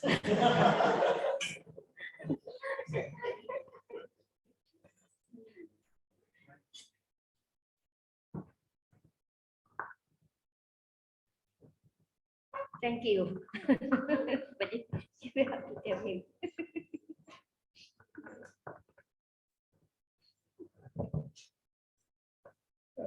Good afternoon, agents and colleagues. Come to the second presentation.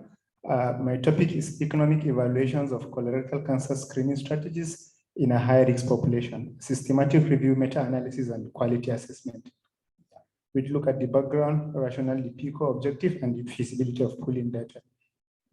Colorectal cancer is a malignant neoplasm affecting the large intestine Several risk factors are associated with it, including advancing age, family history. It's said that first-degree relatives have 2 to 8-fold higher chance of developing colorectal cancer compared to the average population. Some genetical conditions such as familial adenomatous polyposis, Lynch syndrome, amongst others. Diet, the so-called low-fiber diet excessive in red meat and fat, inflammatory bowel disease, specifically ulcerative colitis, social habits like smoking, other conditions are obesity and previous history of irradiation all increase the risk or chance of developing colorectal cancer. It is said that it's the second commonest cancer in women and the third most frequent cancer in men worldwide. There were nearly 2 million cases and also mortality from it, about 1 million in the year 2020, and new cases, incident colorectal cancer cases are expected to exceed 3 million by the year 2040. And the incidence and mortality of colorectal cancer are noted to be rising in low and middle income countries.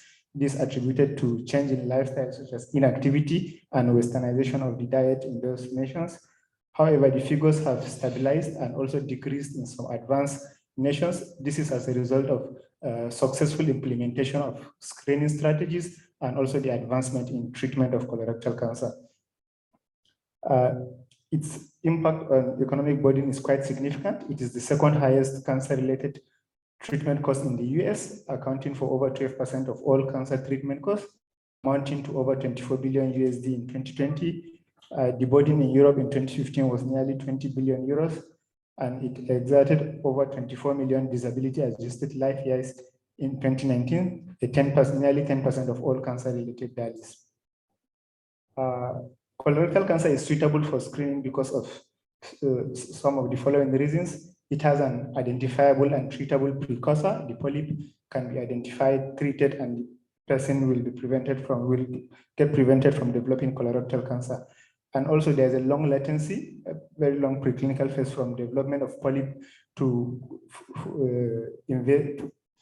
transformation to a full invasive cancer. Usually it takes 10 to 20 years. The rising incidence of cases, especially in low middle income countries, the high therapeutic cost of colorectal cancer, especially with advanced disease, whereby treatment has to involve surgery, chemotherapy, radiation, and also expensive biologic treatments, while early colorectal cancer could actually be treated with only surgery in some instances, and some cases surgery plus chemotherapy only could suffice, and the correlation of the disease stage with mortality. Stage at diagnosis is said to be the most important prognostic factor. There's a 90% chance survival for early colorectal cancer, while that chance drops to around 20% for those with advanced disease, especially with metastatic cancer. And early colorectal cancer is asymptomatic, so without screening, usually patients generally present only with advanced disease. There are several screening strategies, could be generally classified as non-invasive and invasive. The non-invasive ones include stool test, which are fecal immunochemical tests, guaiac fecal oral blood tests, or stool DNA tests. We have some radiological tests like the computerized tomography, colonography, colon capsule endoscopy, and barium enema. Also, there's the latest test, the blood-based septin-9 that is detected in blood, and the invasive tests are colonoscopy, which is generally regarded as the gold standard for diagnosis and also for therapeutic application in case a polyp is found, and also the flexible sigmoidoscopy, which has its limitation because it only visualizes the left colon. That's specifically the rectum, sigmoid colon, and the descending colon. Colorectal cancer screening has been shown to significantly reduce the morbidity and mortality associated with the disease, and mortality decreasing from the disease depends also on the investigation used for the screening. Colonoscopy is said to be the best, usually reduces mortality by about 61%, followed by the fecal immunochemical test that does that by nearly similar figures. The sigmoidoscopy reduces mortality by about 1/3, while the fecal occult blood test decreases mortality by 14%. Several studies have been published actually on the systematic review of colorectal cancer screening. The first one was in 2012. It looked at only the cost effectiveness of one intervention, the CTC. A year later, another study was published. It also looked at only one individual test, the fecal DNA test. And in 2015, a better study was published looking at various modalities of colorectal cancer screening. However, it restricted itself to only studies conducted in the United States, while in 2019, also another study was published looking at various colorectal cancer strategies. However, their search was restricted to high-income countries. Again, another study by Mendeville et al. Was published in 2019. They looked at systematic review of economic evaluations for colorectal cancer screening. However, their search was limited to just within 6 years, 2012 to 2018. In 2020, another systematic review was published. This looked at the cost-effectiveness analysis of the fecal immunochemical test compared by the colonoscopy only. They didn't look at the other modalities of screening. While in 2020, a more broader in 2022, sorry, a more broader study was published. It looked at cost effectiveness of various strategies. It included 48 studies. Their search period was within a decade between 2010 to 2020. Less than 2 months ago, another study was published. It had 79 articles. It looked at all forms of screening strategies, and it has no timeline limitation in search, and also language. It also included papers published in Spanish. However, none of the studies did a meta-analysis of the economic evaluation studies, probably due to the heterogeneity from different willingness to pay threshold, but also, as Ajahn mentioned from my last presentation, because all the reviews actually found that any colorectal cancer screening strategy is cost-effective when compared to no screening. And they all considered only studies carried out in the average risk population. So economic evaluations are valuable tools that's used in decision-making toward the choice of healthcare interventions. This is done to ensure efficient resource allocation and value for money. Due to the unique nature of economic evaluation, each country should ideally conduct its own study, because the willingness to pay threshold determines if it's cost-effective or not.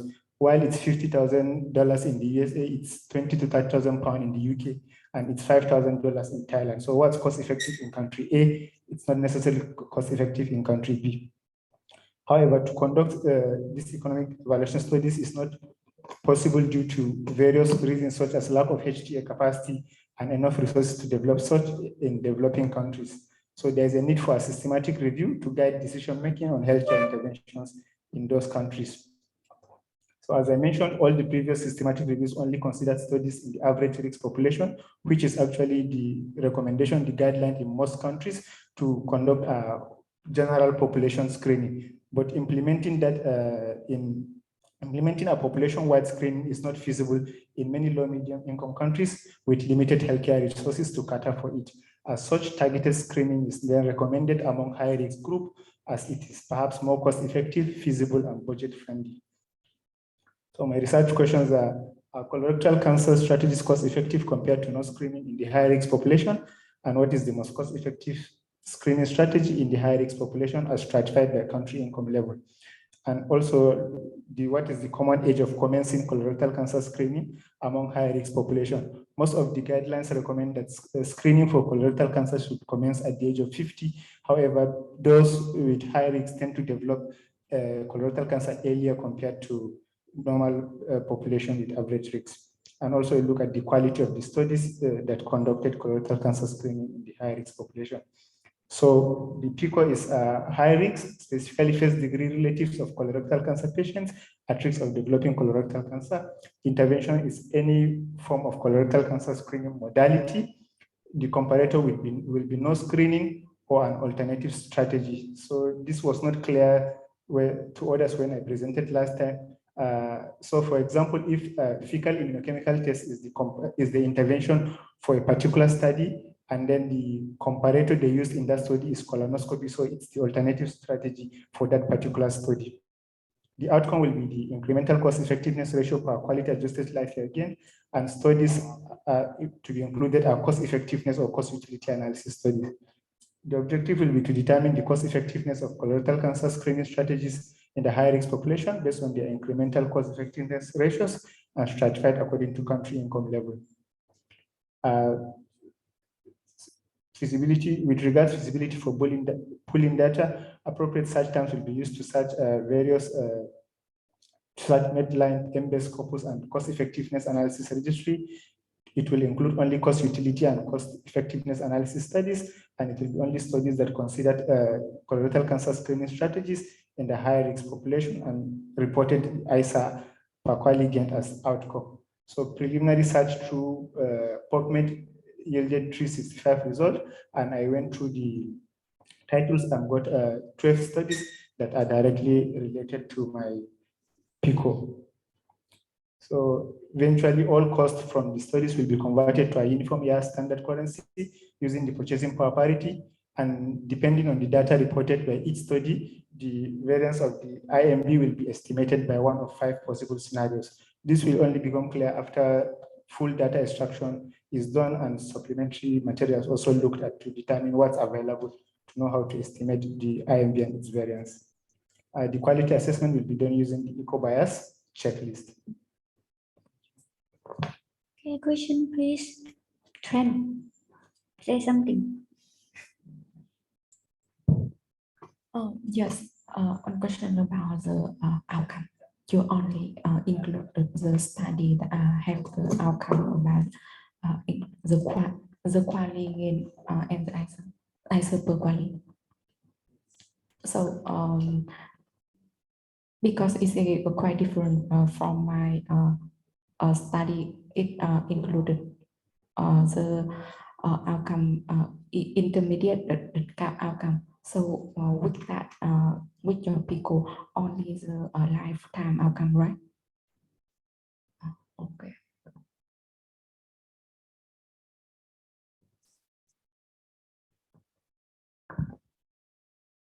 So what is your question?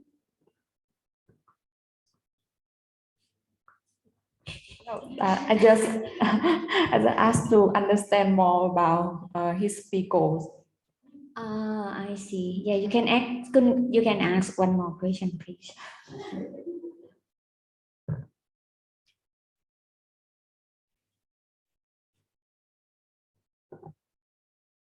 And then Yusuf.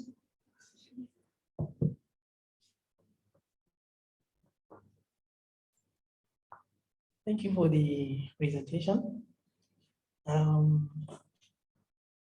Actually, I don't intend to ask question, but no, you can't repeat that question.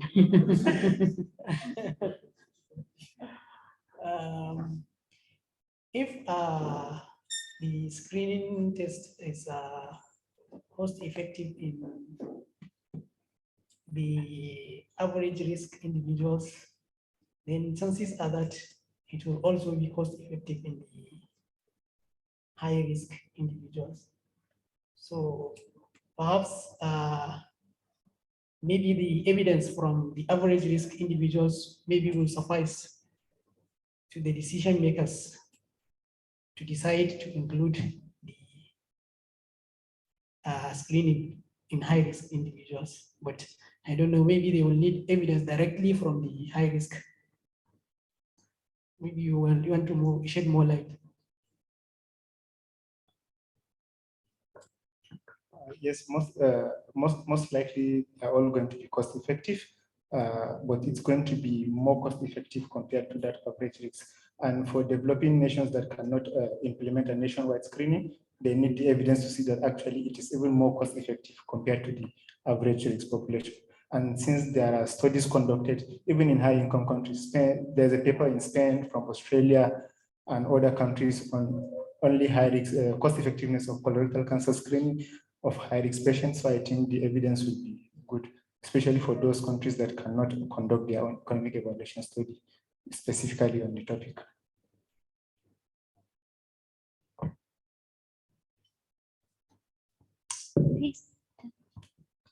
Bello, I think I still have a question as last time, right? That I asked you that you said that in a previous systematic review, it was conducted in average risk population, and almost all found that screening is cost effective, right? And then we asked you why you want to do the high risk, because even in the average risk, it is cost effective. So as you mentioned, even therefore in high risk, it will be even more cost effective, right?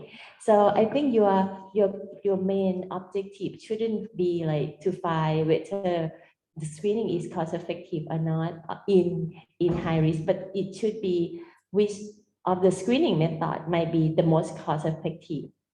And then I think that you might need to do a network meta-analysis as well to pull the net monetary benefit, because maybe there are a screening in compared to no screening. But I think it is not interesting to pull comparing screening and not screening among high risk, because it will be cost effective for sure. But we didn't know that which screening will be the most cost effective, like maybe by income country, which one will be the most cost effectiveness strategy. So maybe you need to focus on this instead of whether screening is cost effective or not. Okay, Ajahn, thank you very much. So therefore, for this slide, that the comparator that you compare with no screening or an alternative strategy, or any type of dose intervention. So that the screening can be any of FIT, DFOBT, SDNA, COL, FS, that it can be among this active intervention for the comparator. But according to previous comment, we talking more about, we focus on high risk population. But different regions that the cancer, colorectal cancer is different. And that this might be very cost effective in high prevalences or high incidences of colorectal cancer. But you have yet now considered about to do subgroup analysis. Based on the prevalence of the disease. Yes. According to incidence or the prevalence of the diseases, colorectal cancer in that setting. So you can plan for, if data are available, that you can do subgroup analysis. Thank you. I'm wondering about the type of the study. For the cost utility analysis, it's proper to pull the IMV. Is it okay for the cost utility analysis? And for the cost effectiveness analysis, how do you pull to the outcome? Because you mentioned that you will include the study, full economic study, which either cost effectiveness and cost utility analysis. Yes, because initially my main research question was to look at if this screening strategy is cost effective compared to no screening. So even the cost effectiveness analysis study would have answered that question. But for pooling now, it has to be cost utility analysis, and then maybe depending on also what the paper reports, the parameters the papers reported.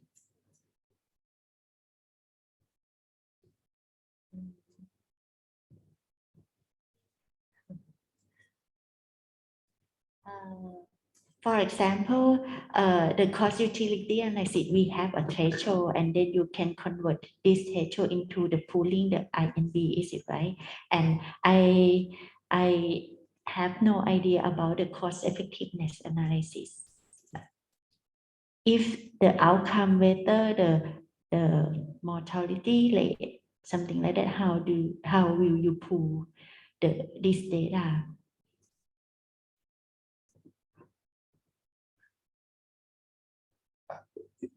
For the cost effectiveness analysis papers I've seen with regards to colorectal cancer strategy, they also, well, most of them maybe I'd say conduct cost utility, but the title of the paper is they say cost effectiveness, because they still report the ISA and they mentioned the willingness to pay threshold.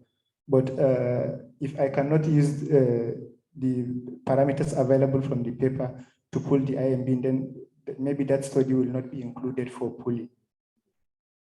You mean that some paper they present the outcome in terms of cost per quality, but they use the word that cost effective. Is it right? Yes, but okay. Yes.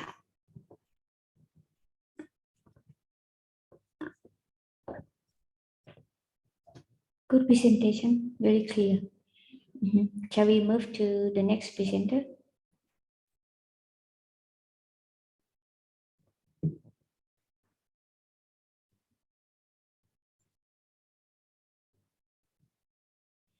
Yusuf. And then I would like to ask Kwan Dao or Tran and Tran or Tran.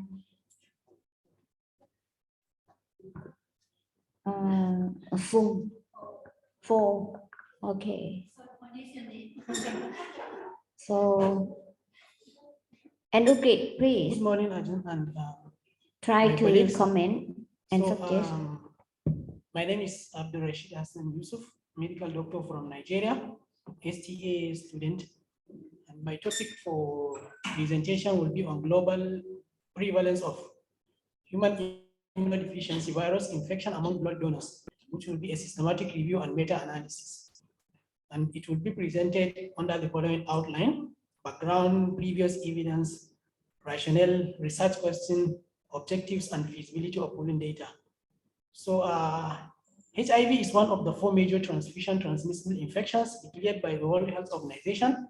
And the HIV virus attacks the immune system, and this leads to opportunistic infections, which are infections that are usually seen in people with compromised immune system, but they are not usually seen in individuals with normal immune function.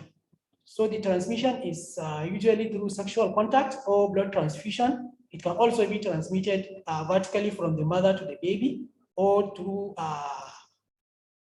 contact with body fluids through cords and baby operations.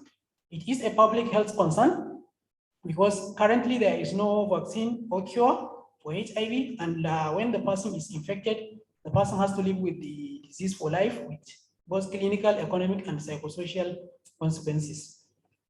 For the burden, since the beginning of HIV epidemics in 1981, about 84 million people are infected, and it has resulted in over 40 million deaths. As at the end of 2021, about 38 million people are HIV infected globally, and most productive age group of the society between 15 to 49 years are affected, which makes it very significant economically wise. And there is significant variation across countries and population groups. The WHO African region is the most severely affected by this epidemic, and it accounts for up to 2/3 of the global HIV burden. So for the HIV screening, is usually done in blood donors by combination of donor referral through pre-screening interview and then through laboratory testing, which help to reduce the risk of HIV being transferred to the blood recipient. The minimum standard safety by the World Health Organization is to screen all donations for HIV, hepatitis B, hepatitis C, and syphilis, in addition to other viruses that may be region-specific or country-specific. So screening tests for HIV vary across countries, with high-income countries usually using more accurate and more expensive diagnostic tests. Basically, there are 3 types of tests: the antibody detection tests, the antigen antibody detection test, and viral detection test, with the ability to detect the virus within the window period decreasing from the antibody to antibody antigen and then the viral detection. So the viral detection tests are the most sensitive. So for blood transfusion, the World Health Organization recommends stringent pre-donation interview and accurate HIV screening. And despite all these, high-risk individuals often seek to know their HIV status via blood donation, converting the donation center into a screening center. And this is very detrimental to the blood recipients. For example, in a study in Brazil and Burkina Faso, it was shown that up to 50% of the new HIV cases among blood donors, they were actually aware of their risky behavior, but they denied to report them before the donation. And up to 12% of donors were motivated just to know their own HIV status. So generally, blood donors in low and middle income countries have higher risk of HIV than in high income countries. And studies have shown that 5 to 10% of HIV infections came from blood donation, from blood transfusion in developing countries. And once the HIV infected blood is transfused to the recipient, there is 95% chance of infection and seroconversion. So globally, blood transfusion is a very common clinical practice with about over 100 million donations annually, and the rate of donation is usually higher in high-income countries when compared to low and middle-income countries. And the low donations in low and middle-income countries are attributed to the behavior of people there. Usually there is low voluntary donation, and because of that, the low and middle-income countries resort to commercial blood donation, replacement blood donation, which is usually higher, associated with higher risk of transmission of the infections. And over 99% of blood donations in high and middle income countries are screened based on these standard guidelines of the WHO, such as the use of sensitive screening tests, the recruitment of voluntary non-remunerated donor, self-deferrals, centralized banking system, as opposed to only 83 and 76% in low, middle, and low income countries, respectively. And this results in higher prevalence of HIV among blood donors in those countries.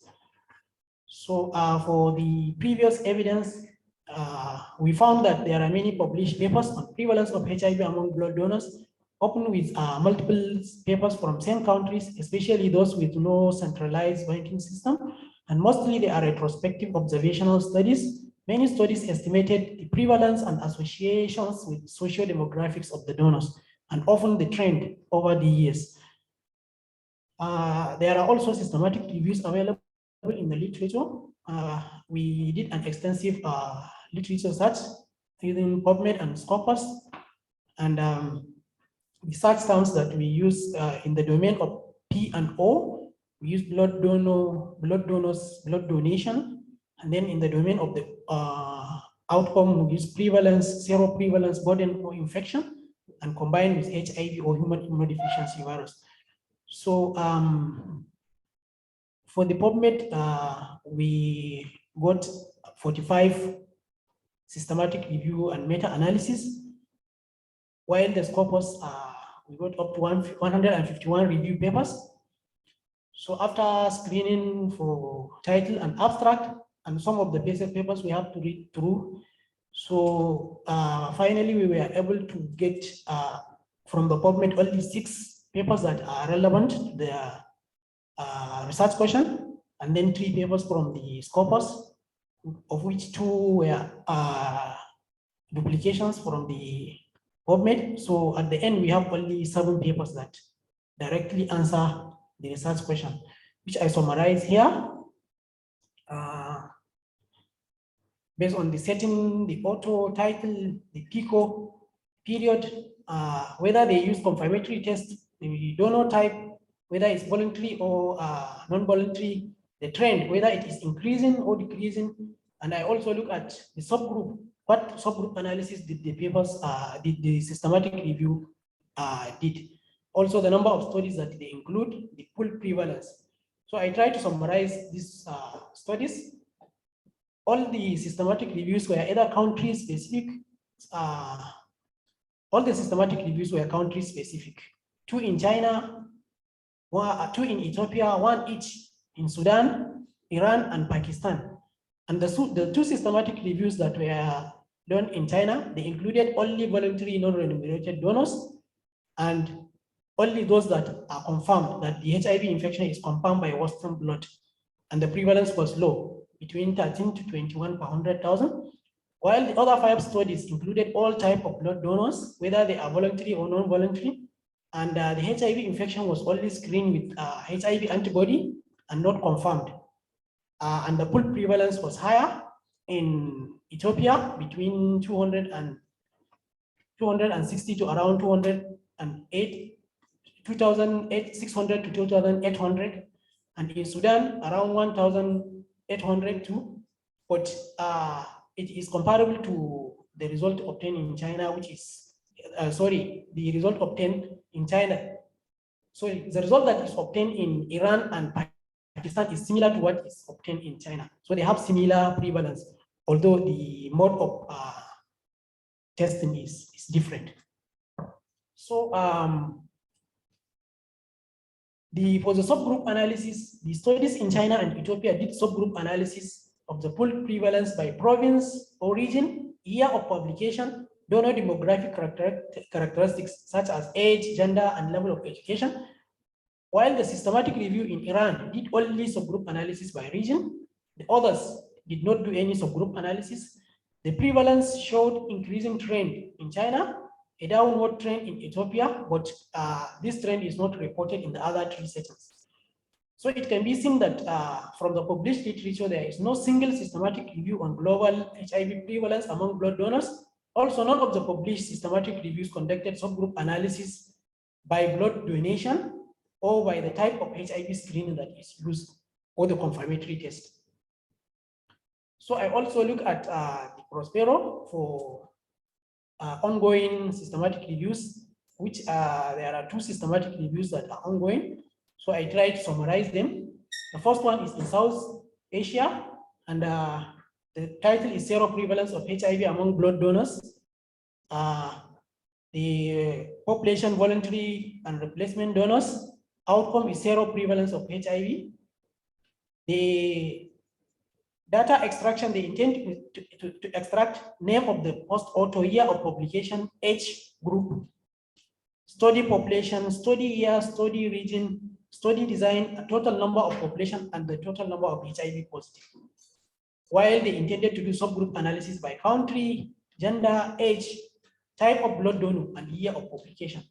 The other study in Africa with similar title, they intend to extract data on the auto, the year of publication, country, duration of research, study design, number of HIV cases, detection assay, number of deaths among HIV positive, and the type of sample.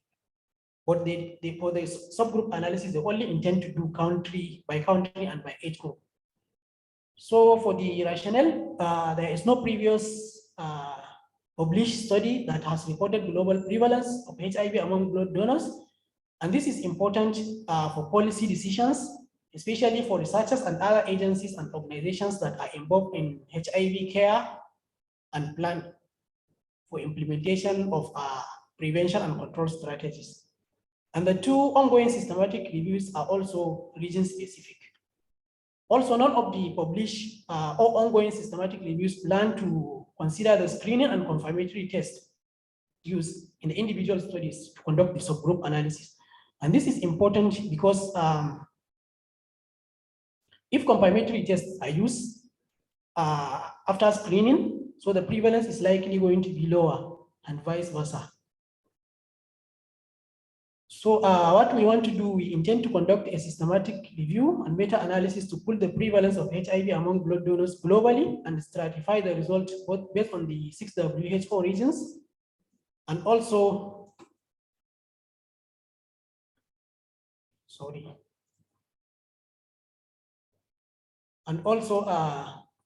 by country income level and HIV prevalence level. We will also conduct subgroup analysis of the full prevalence by type of donation, trend of the HIV prevalence, whether the trend is increasing or decreasing, the gender of the donors, risk characteristic, especially males who have sex with males, and the HIV confirmation, whether or not the study has confirmed the HIV infection. So for the research question, we want to research what is the global prevalence of HIV among blood donors, which has 2 domains. The P domain will consider blood donors, both voluntary and non-voluntary, all genders, age between 18 to 65, and both screen and confirm and screen and unconfirmed. and the outcome will be the prevalence of HIV. So for the objectives include to conduct systematic review of all published studies on HIV prevalence among blood donors, to pool the prevalence and stratify the result based on WHO regions, income level and HIV prevalence level, and to conduct subgroup analysis based on the type of donation trend of the prevalence, gender, risk characteristic, and HIV confirmation. And for the feasibility of pooling the data, here we need to consider not only the available studies in the literature, but also our ability to handle the number of studies. We expect to have a large number of studies, so we conducted a preliminary literature.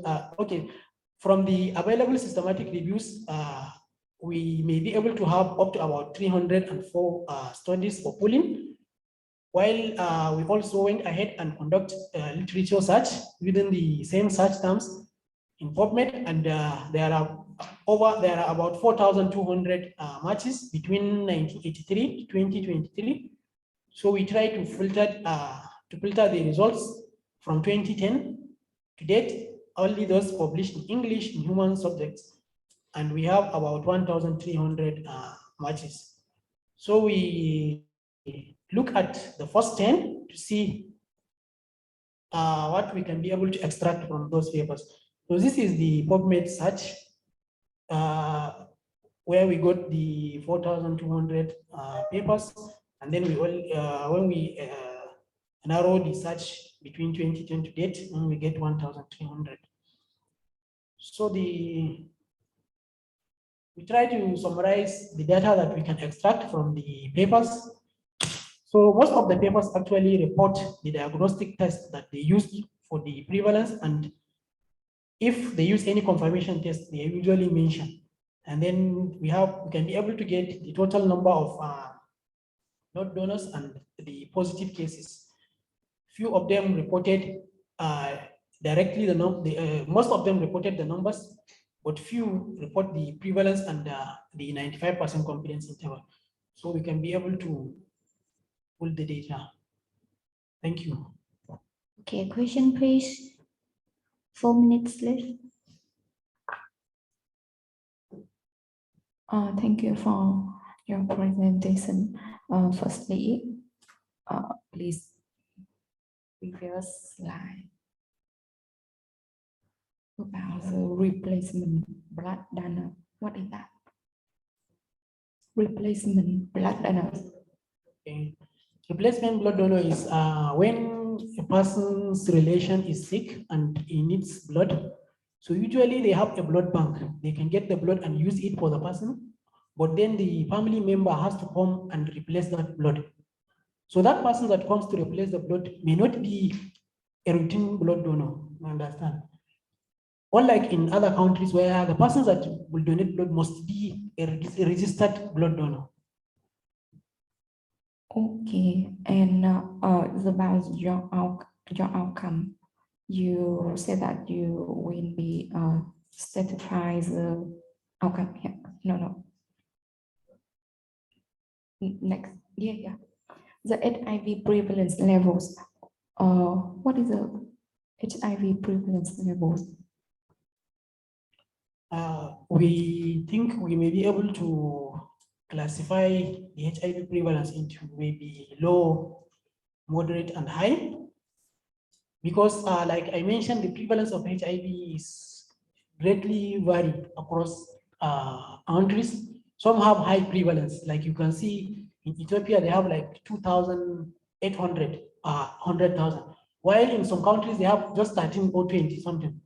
So we want to stratify the countries that have higher prevalence. We will get a cutoff. We'll try to find a cutoff maybe from the WHO website, and then we can now stratify them. Okay, the high prevalence, what is the? Yeah, we build the prevalence for the high, the moderate, and the low.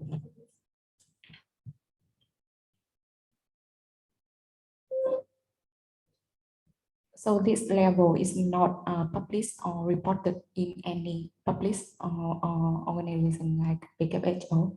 You will you will select it to separate this level? Yes, actually, I am looking at different websites to see if there is any data that I can get regarding this categorization. It's just that if I can get the data, it's going to be very important factor for stratifying. But if I can just stratify by the regions and then the income level, maybe high income, low, middle income. We don't understand. What I'm saying, if I can be able to stratify into 3, stratification by WHO regions is very important for epidemiological studies. Stratification by country income is because, like I mentioned, most of the developed countries, they use more sophisticated screening tests, and they usually have voluntary, non-remunerated blood donors. So they have lower prevalence, actually, the high income countries. So it's also good to stratify based on the income countries, the income level of the countries, to see it is easier to understand the prevalence if you stratify it like that, based on the country income level. And possibly, if we can get caught up for the HIV prevalence, we can also stratify based on the prevalence level, high prevalence, moderate prevalence, and low prevalence. I don't know if I have answered your question. And I'm sorry, how about the previous systematic review that did they prove prevalence of HIV according to the country? The previous systematic reviews that I got, they are all country specific. So what they did, they just pull based on the regions of the country. Not like there are 2 from China, 1 from Iran, 2 from Ethiopia, 1 Iran, Sudan, and Pakistan. So all of them are country specific. The only ones that are region specific are the ones that are ongoing. There is one in Africa that is ongoing. There is also another one in South Asia. So what they plan to do, the one in South Asia, the subgroup analysis is by country, gender, age, type of donor, and year of publication. So even this one, they did not consider the screening and confirmatory tests. While the one in Africa, they only want to do by country and by age group. And do you want to like perform like a bigger systematic review for the globally, right? Yes, that is what I want to do. And how many individual study that report the prevalence of HIV that you show on the slide that you show feasibility? This one, another one. Okay. We know that have a graphic, a flow chart. This one. I'm not understand. You said that you get only 10 eligible paper, right? No, I just try to extract the data from 10 eligible papers to show what I can be able to get from the eligible papers. I don't. The 10 is for the. It's just a sample. I just sample 10 papers from the eligible papers that I can extract the data, just to show the kind of data that I can be able to extract.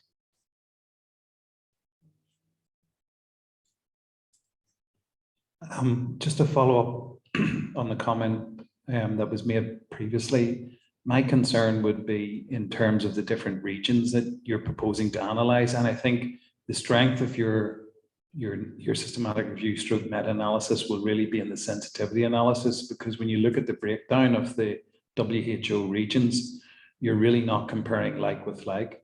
You know, so for example, in the Americas, you've got the United States versus lots of countries in Latin America where the healthcare system and the screening opportunities are much different.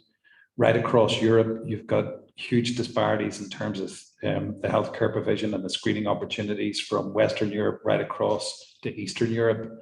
And even in, you know, China and Australia are in the same region. And I'm not fully familiar with the healthcare provision or the screening opportunities there, but I imagine they're different. And I think if you then try to basically break it down along those 6 regions, I don't really think it's going to be informative, and it's really going to have to then boil down to your sensitivity analysis to try and tease out those differences between, I think in one of your previous slides, you showed that in high income countries, something in the region of over 99% of all blood donations are screened. And therefore you expect that to be basically have a zero prevalence almost, compared to other countries that are perhaps in the same WHO region, but perhaps don't have the same screening opportunities. So I think you really need to think about what direction your sensitivity analysis will take in order to inform or make somebody interested in actually looking at the findings. Thank you, sir. Sensitivity analysis according to the prevalence of HIV in the region or in the country. Shouldn't be too difficult to get data. Thank you, Yusuf, for your hard work. It's better than last time. And I just concerned about, I think it's good that you do global, but based on the slide that you show, it seems like if you include the paper from 2010 until now, it's about 1,300 something, right? Just, I think 1,300 that you think it will be eligible from two. Can you go to the slide that you show? Yeah, 1338. This one you already do a quick screen, right?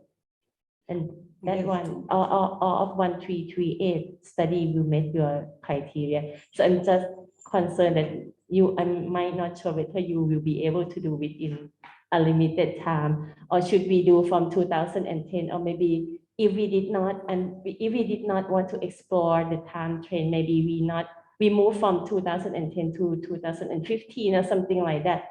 If we did not care about the trend, but we want to know the prevalence, that might be another way, because you won't be able to do 1,000 something. I'm not sure, what do you think? 1,000 is still small number for the prevalence. Yeah, for the prevalence, because the data shouldn't be too complicated at all. Now for the prevalence, very easy to extract the number.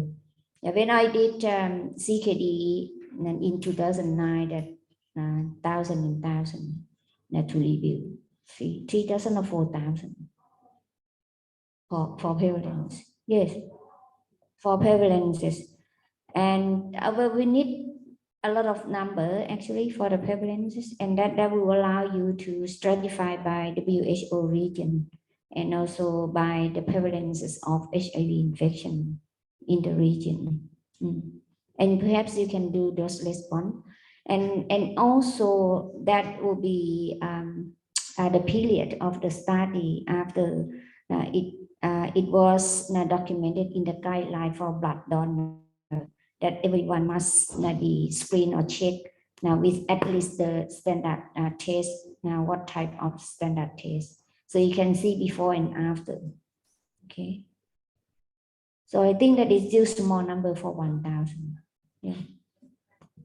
In your prelim that you extract 10, it won't be that difficult, I think, right? The 10 study that you practice extracting. Yeah, the papers may not be up to what is shown, because that number includes all other studies that did hepatitis B, hepatitis C, and syphilis. So if we concentrate only on those that reported on HIV, and then the ones that reported on combination of HIV and others, so maybe there will be half of that number also. Yes, that's okay. You may have to think of the type of the subjects, like sexual transmitted or drug user, then risk of HIV infection, and general subject, more low risk, and in the region of WHO. But it's better presentation today.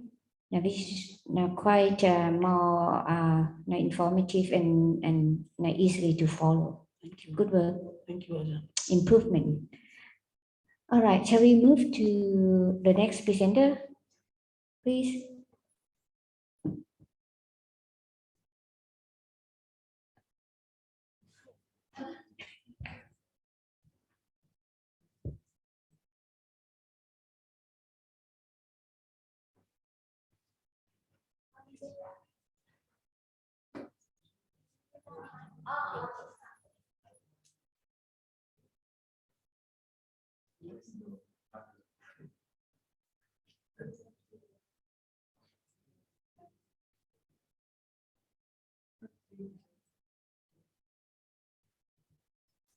Good afternoon, all Ajahn and everyone.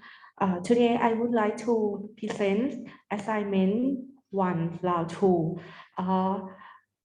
May I change my topic to genetic association study. My topic entitled GSTP1 and MDR1 polymorphism predicting toxicity on platinum-based chemotherapy in Asian non-small cell lung cancer, a systematic review and meta-analysis study. This is my outline for today. Lung cancer is the second most common cancer worldwide. It's the most common cancer in men and the second most common cancer in women. Non-small cell lung cancer is any type of epithelial lung cancer other than small cell lung cancer. This disease arises from the epithelial cell of the lung of the central bronchi to terminal alveoli. The 5-year relative survival rate from 2012 to 2018 was 23%. The American Joint Committee on Cancer has decided settings by tumor node metastatic classification to define non-small cell lung cancer. For surgery is potentially the most curative therapeutic option for this disease, especially in non-advanced non-small cell lung cancers. Moreover, post-operative chemotherapy may provide additional benefit to patients with resected non-small cell lung, including radiation. However, chemotherapy or epidermal growth factor receptor or EGFR kinase inhibitor offer modest improvement in median survival for advanced stage disease. Nowadays, testing for certain biomarker is also recommended for eligible patients with resected early stage and locally advanced non-small cell lung cancer. The currently used predictive biomarker are ALK, ROS1 gene rearrangement, EGFR mutation, and also PD-L1. For targeted therapy are recommended for patients with metastatic non-small cell lung cancer and specific gene mutation. However, patients with or without polymorphism of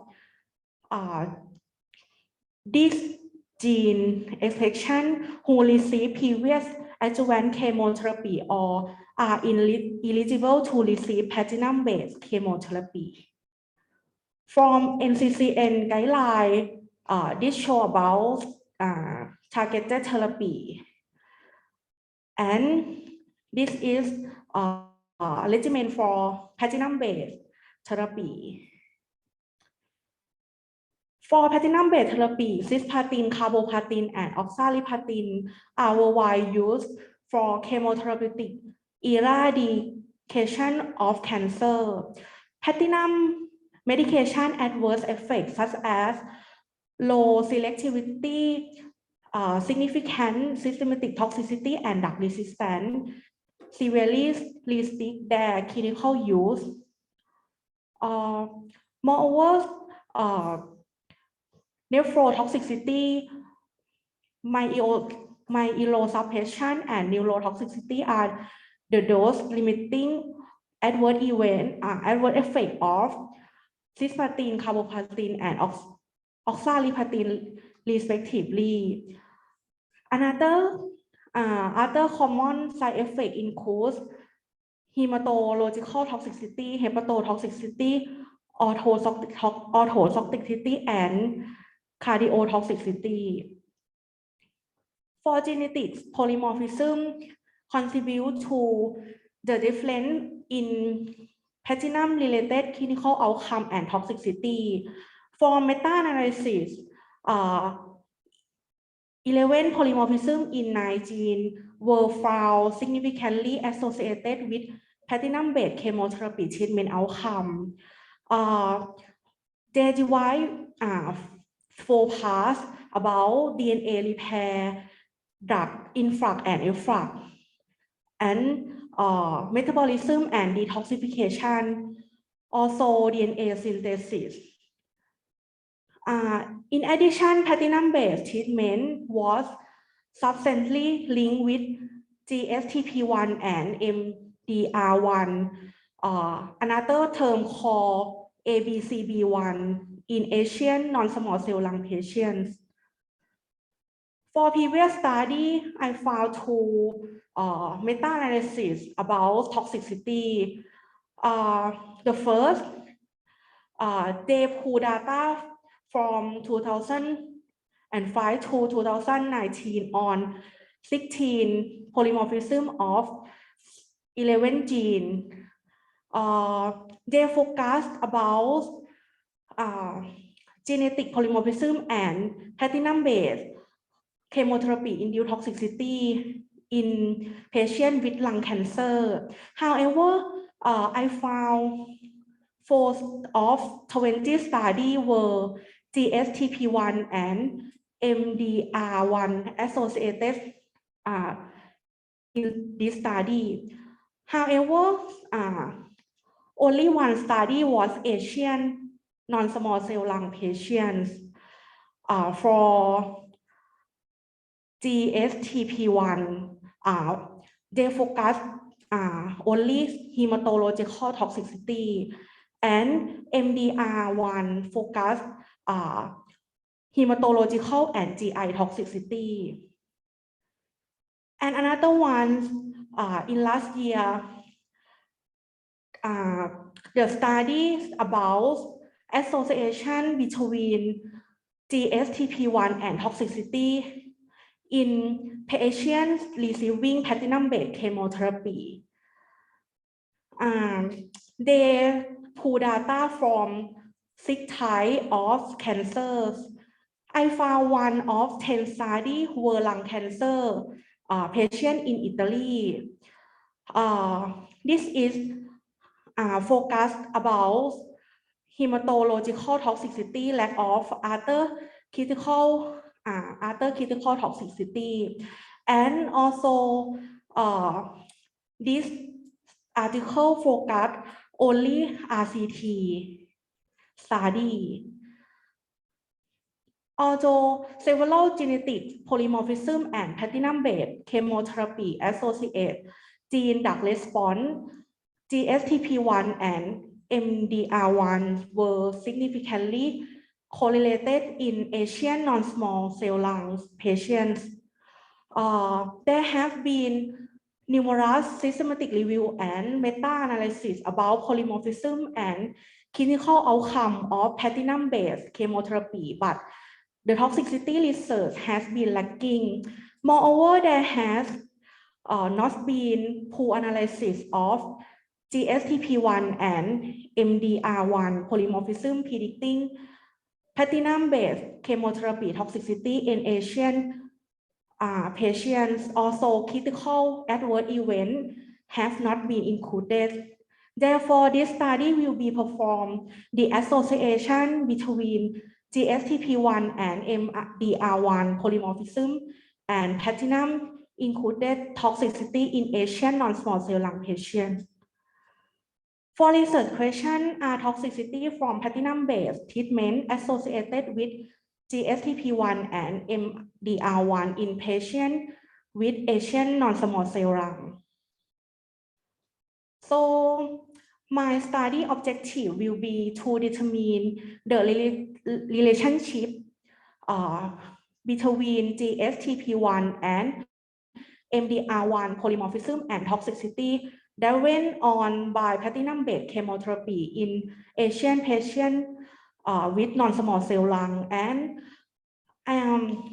to estimate the genotype frequency of GSPP1 and MDR1 polymorphism in Asian patients with non-small cell lung who will experience toxicity from platinum-based treatment. For feasibility of pooling data, population is patient with non-small cell lung. Intervention first is single nucleotide polymorphism. I focus about GSPP1 and MDR1, and intervention about that I focus platinum-based chemotherapy. And outcome, I focus toxicity, including hematological, GI, and also neurological toxicity. This is search strategy in medline. First of all, I focus single nucleotide polymorphism and that, and final, I combine intervention and outcome. In medline, I found around 150, and I use search term, the same search term in Scopus. I found around 250 publications. And the last, I just quickly scan. I found at least 5 studies can pool and analyze outcome. From 5 studies, there are new 4 studies, not the same in previous 2 studies. At the end, thank you.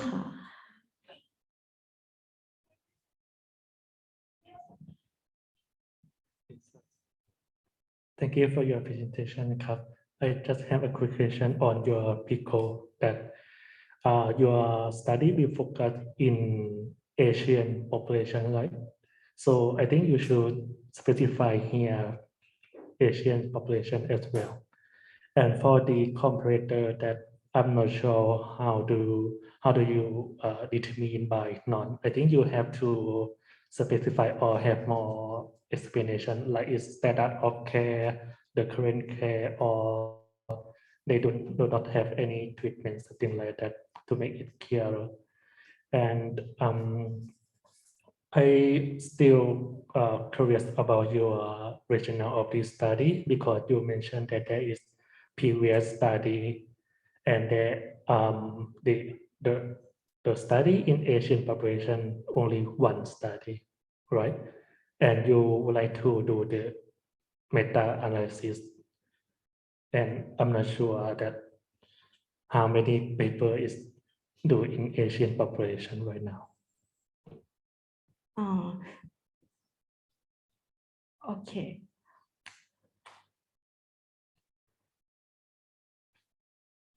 Do you mean this? Do you mean this paper?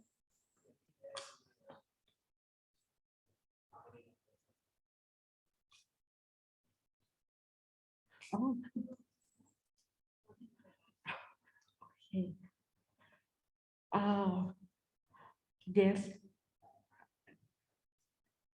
Yes, 2 papers. But I just quickly I found 2 study, yes, in India.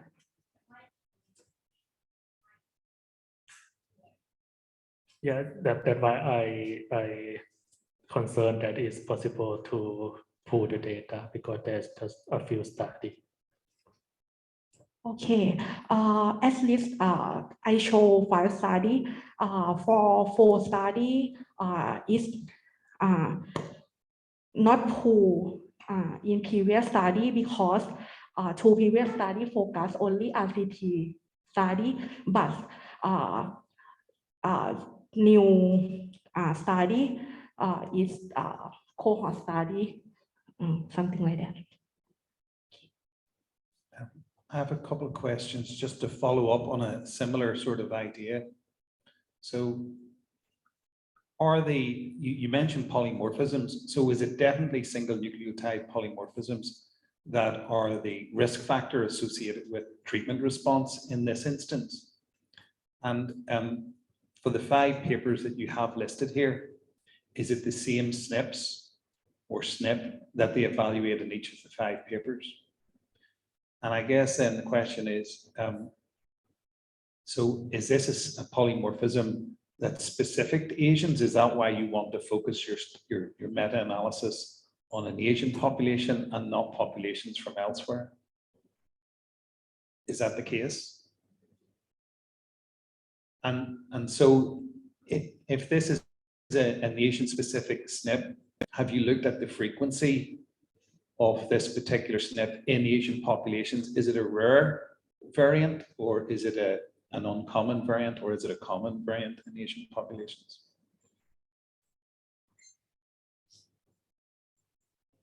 Okay.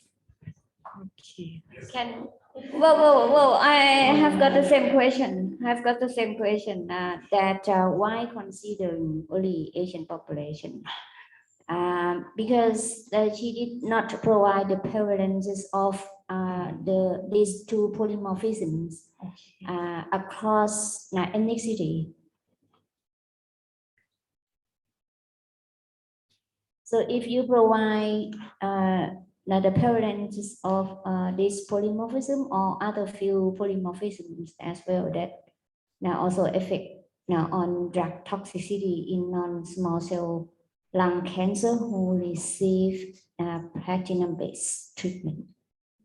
So what's the prevalences of polymorphisms? 2 plus a few other across ethnicity. So if you have the RSID of the SNP and you go to DB-SNP at NCBI, then you will get the prevalences of this SNP across each of the populations. And then you have an hypothesis that we will understand why you want to focus only on Asian populations, because it's not prevalent in other populations. And I guess then the next question is, well, how prevalent is it actually in Asians? And is it actually associated with response to therapy? Or perhaps might there be some other genetic effect that may be influencing it? And this is really just a tagging SNP of the therapeutic outcome.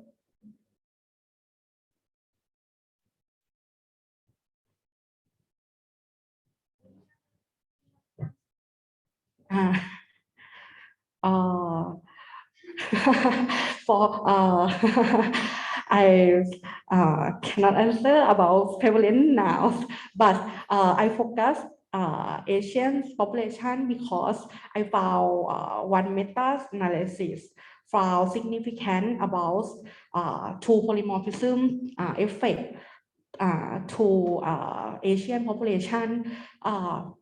However, I think I would design whole population and then I will subgroup Asians and non-Asian population. I think something like that. Thank you very much.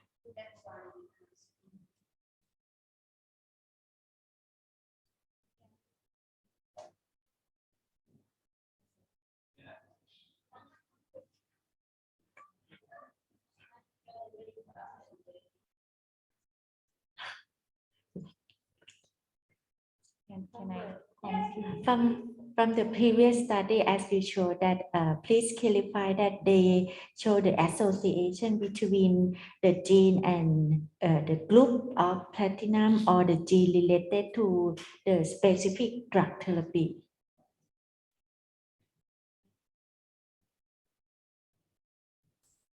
Yes,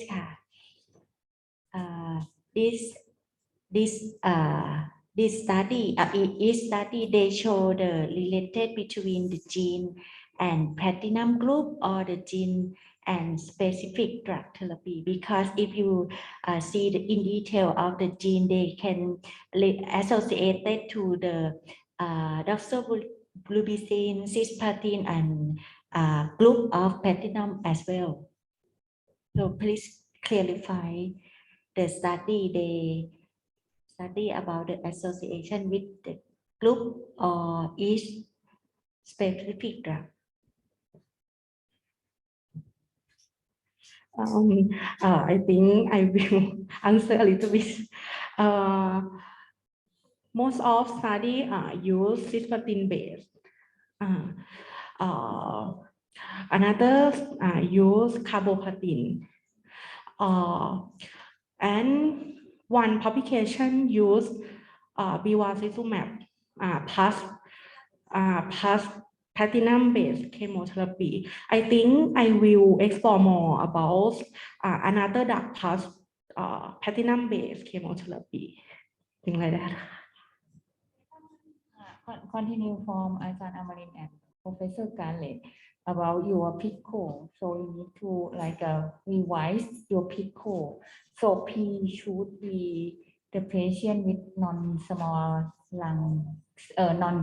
cell lung cancer who receive platinum-based, right? And for I, in this case, because your study design is observational study, I will refer to exposure. So I and C refer to exposure and not exposure. Exposure is like a mutant polymorphism, right? Like a mutant gene, and for C is like a common gene. That you need to clarify about this again. And another point that I have some experience about gene. It is not necessary to specify only TSTP1 or MDR1. That when we review or select the study, probably you can find another gene that we can include, and we will consider later to assess association in case that they have more than 3 studies. I think it's better if we not specify for the polymorphism. It's like when we select the study about gene association with the outcome, that you can find more one or two polymorphism.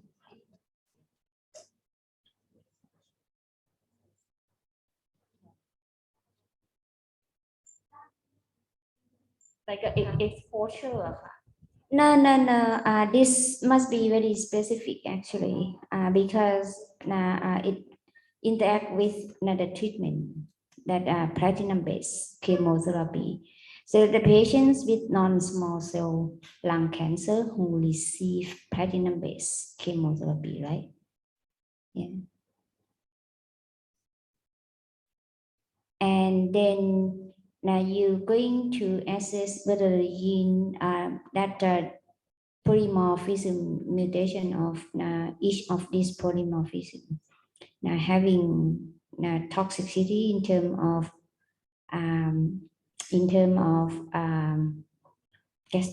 gastritis, right? Gastritis and gastrointestinal toxicity or neurological toxicity. Unless that now with her knowledge, with the review that not just the two polymorphism. Now a few other additional polymorphisms as well that you should include. But if you think that now based on your review that only two polymorphism are highly recommended and might be leading to test these two polymorphism before receiving this treatment. But the more important thing is that, can you please suggest about? Yeah, so I guess really the issue is really in your hypothesis or your introduction is that are either of these genes, do they encode for an enzyme that are involved in the metabolism of this particular drug? And is that perhaps the reason why, if you have a polymorphism or a mutation within that gene that you're actually doing the meta-analysis on, that it may actually have the functional consequence in terms of reducing the ability of that protein that's encoded for by that gene to metabolize that drug?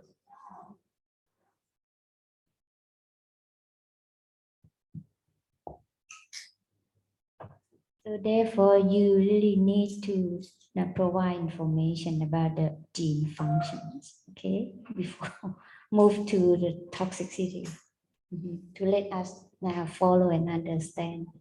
All right, shall we move to the next presenter?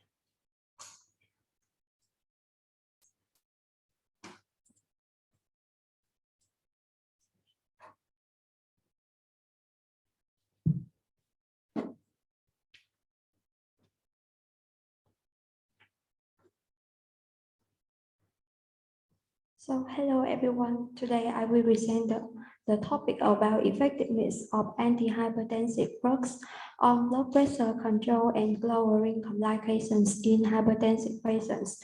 Network meta-analysis of non-RCTs.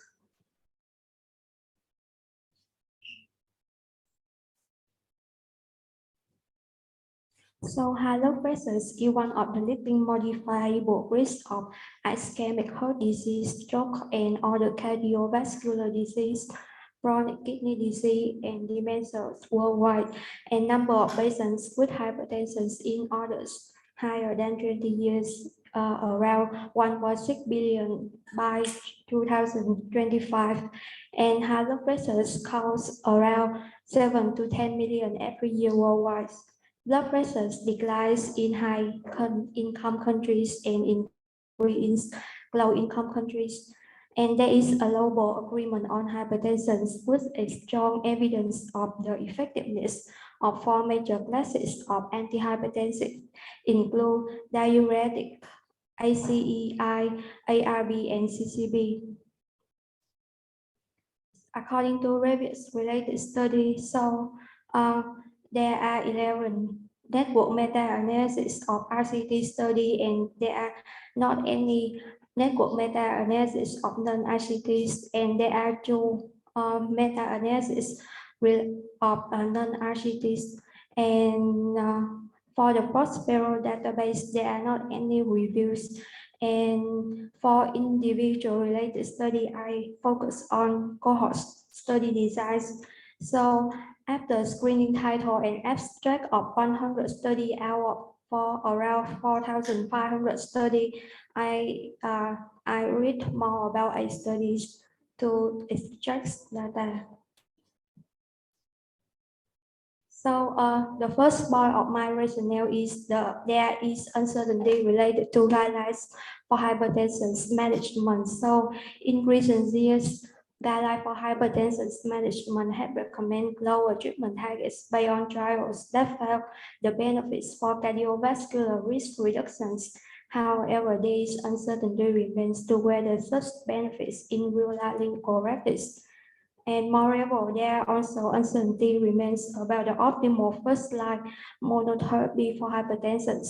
The guidelines limitations is not specific the first-line agent to begin. So the ICC IHP guidelines endorse any diuretic ICEI, ARB, CCB, and similar so that on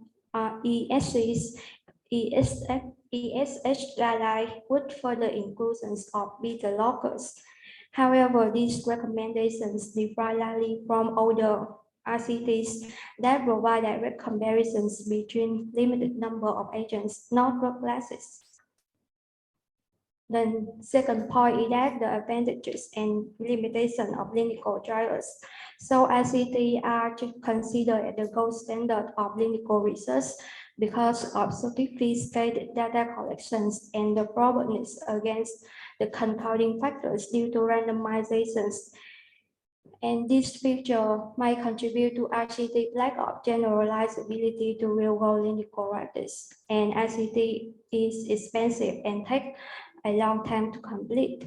According to antihypertensive therapy, there are limited number of trials for comparisons.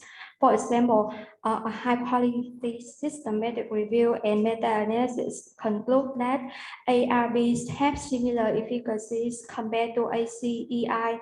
However, no more than 4 RCT for these comparisons and contain fewer 500 patients and fewer than 10 events in each cohort. Moreover, RCTs related contain controversial research. For example, there are controversial research related to blood pressure control of members of ARB groups. So there are two network meta-analysis of RCT so that acetaminophen is the most agents in reduced blood pressures. However, the other so that omeprazole is the most agents in reduced blood pressures, and the other network meta-analysis study include 12 RCTs with fixed dosing regimens so that similar amongst members of ARB class. The next point is the advantages and limitations of real-world data. So the advantage of real-world data is can enable effectiveness and safety outcome to be monitored over the longer treatment periods. And this information is potentially more meaningful to healthcare practitioners as it's more reflective of clinical practice and the instance of digitalizations of healthcare and the accessibility of electronic medical records allow to analyze the real-world data. And real-world data is also the evidence for health technology assessment decision making and can serve as additional evidence to RCT. However, the limitations is the quality of data and the challenges when one to draw the conclusions and or associations due to the bias or confounding clustering or sample size. According to antihypertensive therapy, there are some limitations of meta-analysis of non-RCT studies. The first study assessed the fixed dose combinations with or without additional drugs compared to pre-equivalent combinations with or without additional drugs. So the limitation of study is not conduct a meta-analysis for the outcome is blood pressure lowering and not pull the outcomes based on the individual agents of both groups and also include both RCT and the cohort study in the analysis part. And the second study evaluate the sinidipine monotherapy or combination therapy compared to other first-line antihypertensive drugs. So the limitations of study that they also include both RCT and non-RCT in the analysis part. So there are also conflict of outcome of individual observational studies. So according to risk of stroke, risk of ischemic strokes and acute myocardial infections and hospitalizations for the heart failures. So the first study showed that TSS have a higher risk compared to ACEI. However, most estimates reveal no effectiveness difference between classes. And the sixth study showed that CCB had a higher risk compared to ARB according to blood pressure control. So the fifth study showed that according to the outcomes E-rate of achieved control blood pressures, how there are no difference between bisoprolol and beta blocker, ACER and ARB. However, diuretic reduce the rate of achieved control blood pressures, and the seventh study showed that ACER and ARB is the best blood pressure control, and for beta blocker, it got the highest rate of uncontrolled blood pressures. And the eighth study showed that azistatin better than ACER in terms of reduced blood pressure control. So the final point of my rationale is there is a efficacy effectiveness gap between the control RCT setting and real world settings according to blood pressure control. So a network meta-analysis evaluate antihypertensive medications in Africa so that compared with the placebo anti-pharmacotherapy lower blood pressures. And however, CCB were the most efficacious first-line agent. Another study assessed the real-world effectiveness of 5 antihypertensive classes so that ACER and ARB show the best BB control, and beta blocker were associated with the highest rate of uncontrolled blood pressures. According to the stroke outcome, a network of RCT of 5 different classes of antihypertensive medications conclude that compared with placebo, ACER, CCB, and diuretic were reported to be similarly effective in reduced stroke. However, a study assessed the real-world effectiveness of the first of the 4 antihypertensive classes, so that more than half of the comparisons saw no difference between classes. However, TSS demonstrate a significantly lower risk of stroke compared to ACEI. According to acute myocardial infarction outcome, a network meta-analysis of 46 RCT of 5 different classes of antihypertensive drugs, so that ACEI be the most effective in reduced risk of MI. However, a real-world study assessed the 4 classes, diuretic, ACEI, ARB, and CCB, include 4.9 million patients. Reported that more than half of the comparisons saw no significant difference between classes. However, TSS demonstrate a significant lower risk of acute MI compared to ACEI. So overall, there are not any network meta-analysis of non-RCT performed to synthesis and compare the effectiveness and safety of all antihypertensive classes.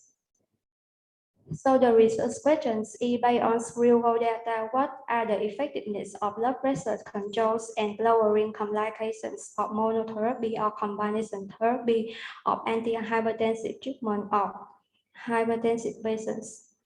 So the objective is the study aims to synthesize and compare the effect of real-world antihypertensive treatment strategies on blood pressure control and lowering complications in hypertensive patients using a network meta-analysis. So the patients with hypertension interventions in include 5 work class, diuretic, ACEI, ARB, CCB, and beta blockers. The comparator is the mostly used antihypertensive agents or antihypertensive class would be the comparator, and the outcome are classified 2 groups. The first group is the treatment response, is the reduction of blood pressures or achieve required blood pressures. The second one is the cardiovascular event subjects, the risk of cardiovascular mortality, the risk of stroke, the risk of ischemic stroke, and so on. The study design is non-RCTs include registry large symbol trials, pragmatic clinical trials, observational study, and so on. So according to a review of real-world data, so there are 6 study design that relate real-world data, include observational study, pragmatic clinical trial, and so on. And there are 5 real-world data sources cited the most in literature documents and interviews were registry, electronic health records, and claim database, and so on. So the domain of study designs could be used based on these informations. And after combining all domain, the research for the PubMed database is around 7,600 studies. So the first domain for hypertensive patients is around 500,000 studies. For antihypertensive is around 300,000 studies. For domain non-arthritis is around 2 million studies. And after combine 3 domains, the total study is around 7,600 studies. Many thanks for your attention.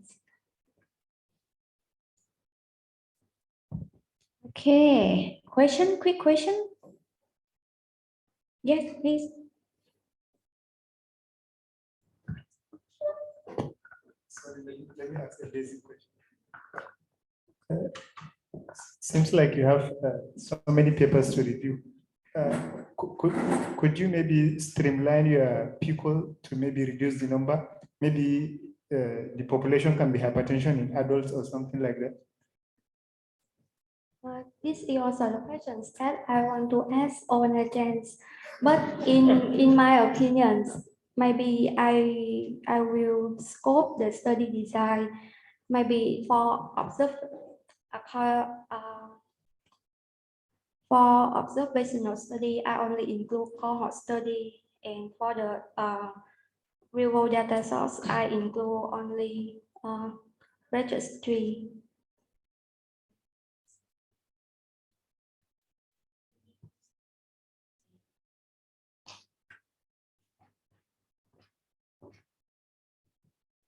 Well, you can learn from your friend that 3 of them use real world data as well.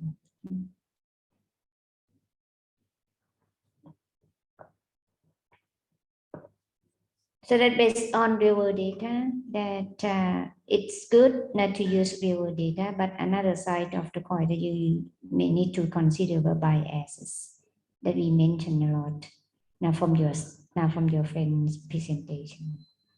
Okay, so you may need to redefine your PICO plus study design. Okay, Earth first and then Jordan later, please. Okay. Nothing much to question, but only some comment. First thing is that you talk about the ARNI in reducing the blood pressure, right? ARNI is recently approved, FDA just recently approved for hypertension treatment. I think maybe like 2 or 3 years ago. So I think it's not gonna be much of the patient on that. And also they approve it according to the Paragon trial, which do it in the heart failure patient, mildly reduce ejection fraction. So I think you have to aware on that. And other thing is that when you talk about the beta blockers, that you said that it reduce the maybe like most associated with the uncontrolled hypertension or less likely to control BP. I think just only comment that beta blocker have many class like beta 1 selective or non-selective, and also some when you say about the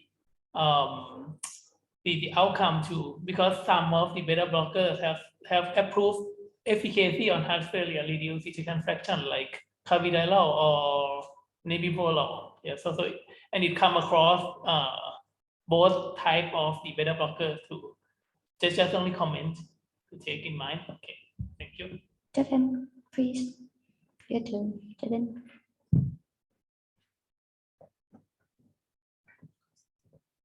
I might have missed it. I wasn't sure if you were looking at just monotherapy or multiple therapies. because in hypertension they do a stepwise approach. So that may be a way you can cut down some of the papers.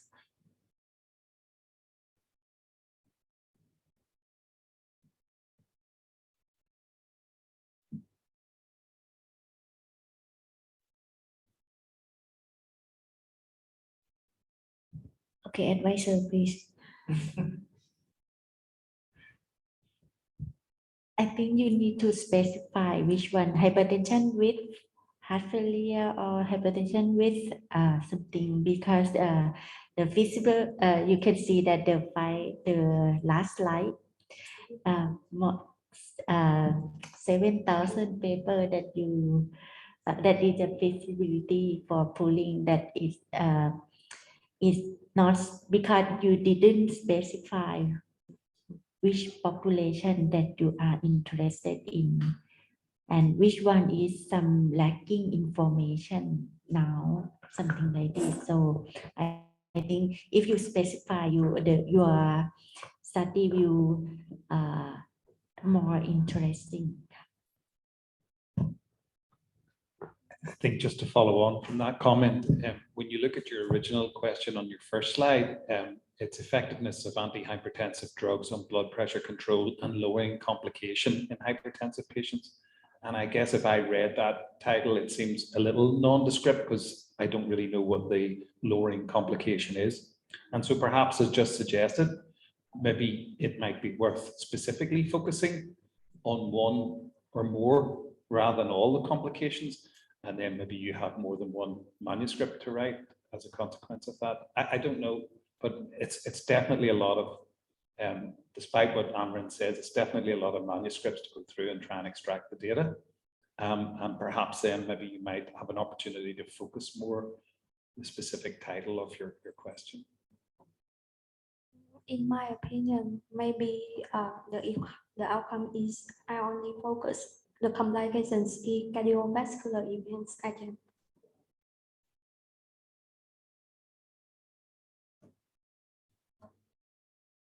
Like the lowering complications related to cardiovascular events, such as stroke or MI or heart failure.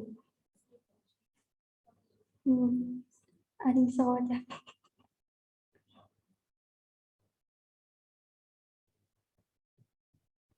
You mean that you're going to consider like cardiovascular event and also cerebrovascular events, right?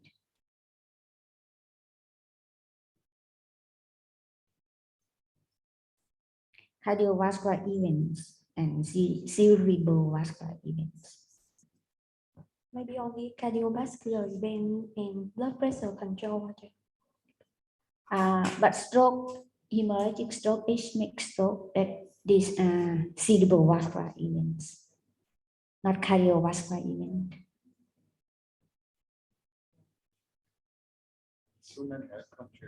Exactly. Yeah. Yes. That too many outcomes.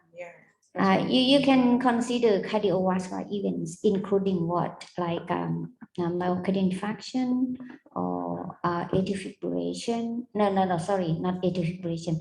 Ischemic heart disease or coronary artery events, heart failure, that composite outcome of coronary artery diseases, and cerebrovascular events that including stroke, any type of stroke and TIA, something like this, and blood pressure control. Just 3 main outcomes. That should be okay. Or otherwise, that will be too many for you. Or can she look at like only the ASCVD? I mean, all of the ASCVD, but only the ASCVD, which Ping presented at the morning. Yeah. Yeah. Yeah. And blood pressure control.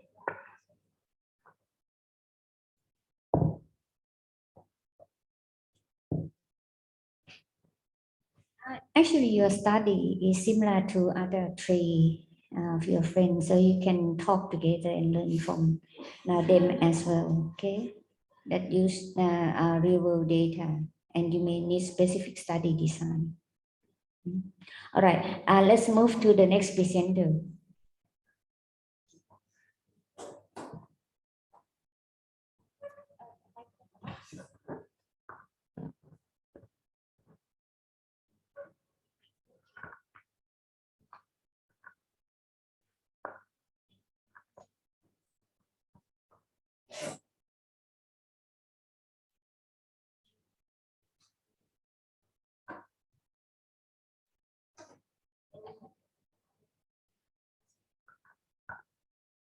Good afternoon, agents and colleagues.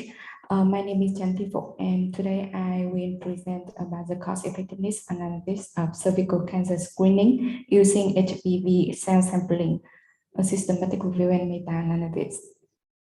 So, GlobalCan reported that cervical cancer is the fourth most common cancer among women in the world, and it responsible for around 600,000 new cases in 2020 and around 300,000 deaths.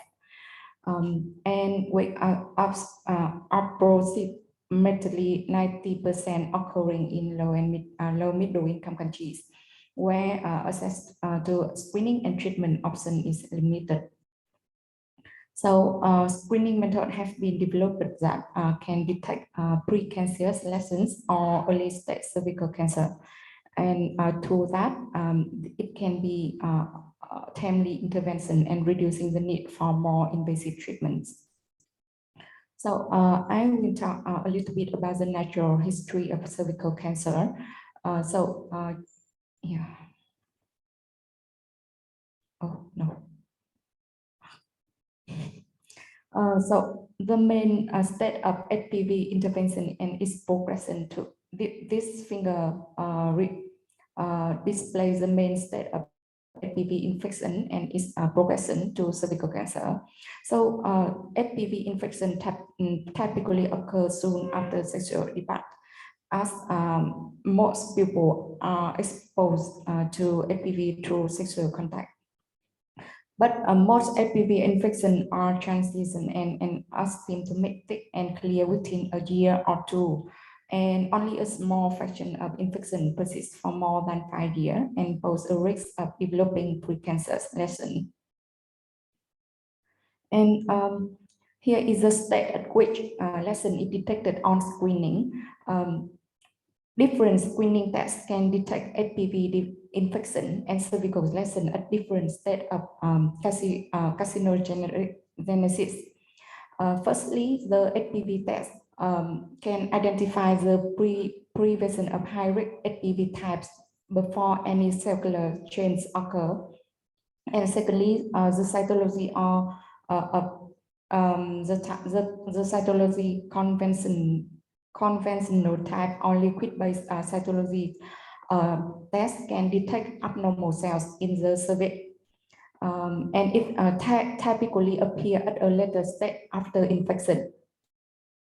And that may indicate a sin or cancer. And the last visual inspection with acetic acid, as known as the VIA, can reveal white patch on the cervix that may correspond to advanced lesions. But this test has variable performance and low specificity because visual, the clinician have to see by neck eyes with the into the cervix and give the conclusion. So here is the comparative of the established cervical cancer screening methods. When compare HPV tests with the VIAs, there are many RCT cohorts and the pool analysis of cohort study. The result, in summary, the result is conclude that the HPV test is more sensitive in detection seen to or higher phase than VIA test. And a woman who tests negative have a weak negative HPV test have a lower risk of developing SIM3 plus lesions over 3 to 10 years and lower the rates of SIM 2 lessons and cervical cancer in later screening. When compare HPV test with the cytology from 2 RCT, 2 cross-sectional study, and 1 pooled analysis of 2 cohort study, this together reported that the HPV test is more sensitive in detect SIN2 or higher state than the cytology 2, and lower the rates of SIN2 lessons and cervical cancer after 6 and 30 months compared to the cytology. Additionally, HPV tests allow for longer intervals between screening than cytologic analysis and VIA, because it's like as mentioned before, the HPV test can identify the prevalence of high-risk HPV types before any cellular change occur. So because of that, there are some different strategy screening, use different primary tests for screening strategy. Usually, currently they globally use 3 types of primary screening tests for cervical cancer screening. Firstly, the HPV test, secondly, the cytology, and thirdly, the VIA. That is for the primary screening test. After positive result from this test, need to do the triad test to treat or further management. Yes, and because of effectiveness of HPV test compared to VIA and cytology that I have mentioned and reported earlier, the WHO recommend that HPV test can recommend that countries using VIA rapid transition to HPV testing. That is for only for the primary test. And the countries currently relying on cytology-based screening should continue to provide cytology screening while planning a transition to HPV-based screening. And there are today there are 2 types of the HPV testing, that is a self-sampling or clinician collection as a HPV-SS or HPV-CC. And to compare the effectiveness of HPV self-sampling and HPV clinician collection, the international systematic review has found that PCR self-collection HPV testing were as sensitive as HPV test CC to detect SIN2 and pool-related ratio around 0.99, with the CI 95% from the 0.97 to 1.02. And the meta-analysis of 37 studies from 22 countries on 2017 indicated strong acceptance and prevalence of self-sampling over clinician sampling among women. An updated meta-analysis on 2023 reported that HPV's self-sample represents a great opportunity to increase cervical cancer screening attack among under-screened women. So about the cost-effectiveness evidence of HPV self-sampling strategies. So there is only one systematic review about the cost-effectiveness of this method. This strategy report 16 studies from until 2019, and it reported that but 2 reported that HPV self-sample can be cost-effective, either as an addition to existing screening programs or primary screening. And that can be explained from very reasons. From some study is about is it due to the lower cost of HPV cell sample materials and testing, and related to the outcome, some study reported the higher relative sensitivity to detection compared to the compared intervention, and increase in screening attentions or attack rate. So here is some study that nearly study from the 2021 that I searched on PubMed, and the result are quite conclusive about the cost effective when compare the HPV cell sample with another comparator like HPV cell sample cytology or user-care, but not the HPV cell sample like a VIA or at the GP office to the HPV clinics and collected. So a promising that evidence indicated that HPV cell sampling could be a promising alternative to conventional cervical screening method that require a clinician to collect a sample, and it increase screening coverage and reduce cervical cancer incidence and mortality, especially in low resource setting where most of the global burden of cervical cancer occurs. And to implement HPV-SS involves several challenges and choice, and also decide the cost effectiveness of HPV-SS that combine some factors such as defining the target population, choosing the outreach strategy, and designing the following up protocol for HPV positive women. So to implement the effective and efficient screening program, we need a evidence-based economic evaluation of different screening strategy to inform policy decision and optimize resource allocation, especially in low resource setting where more of the global burden of cervical cancer occurs.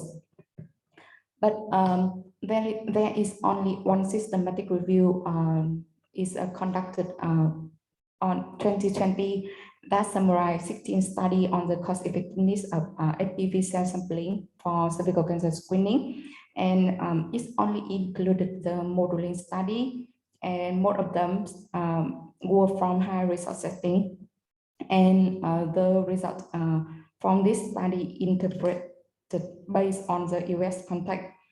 And I found that at least 11 new studies from this time published this study. So my objective is my research question is which implementation HPV cell sampling strategy is most cost effective in different level country income, with objective to assess the cost effectiveness of HPV cell sampling compared with other screening strategies, focus on implementation factors by pooling data stratified by different level country income, or try strategy after HPV cell sampling positive, and maybe different in approach HPV cell sampling like opt-in or mail to all, some kind of that. So here is my P code for this study, with the P is an old woman. That include study which have the population as an old woman or never screened woman or never screened a woman at age of screening recommendations.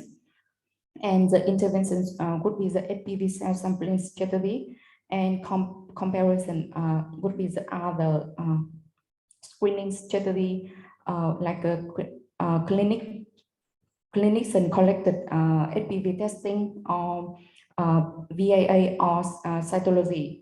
And the outcome is would be the incremental cost effectiveness ratio and including any type of relevant outcome measure reported in the study. For example, the quality gain or the intermediate outcome like the detected SIN2 or screening attack. To talk about the feasible of meta-analysis of this study, I've take a quick search on the PubMed with my PICO question, my PICO framework, and I found that 22 studies about the cost effectiveness of HPV cell collection intervention compared with other strategy in cervical cancer. And when I narrow down the study from 2020 to until now, because to remove the study from previous with the this previous the systematic review of cost effectiveness. So I found that 11 studies, and here is some summary of each study. Here, the outcome almost from the uptext and the method is combines the model study and RCT study, and the vaccine. Some study do not mention about the vaccine, and some study assume that no vaccine in the population that included in the study, and some study group by birth cohort or group by the vaccine and no vaccine group. There are 3 per study here in from the low middle income countries, and the population almost and intervention from the combined HPV cell sample and without treat, and some about the implementation and approach HPV cell sampling compared with another implementation and strategy screening, and the outcome is uptake all the and qualities and the SIN2 detection. That's like I mentioned before, and that is the result.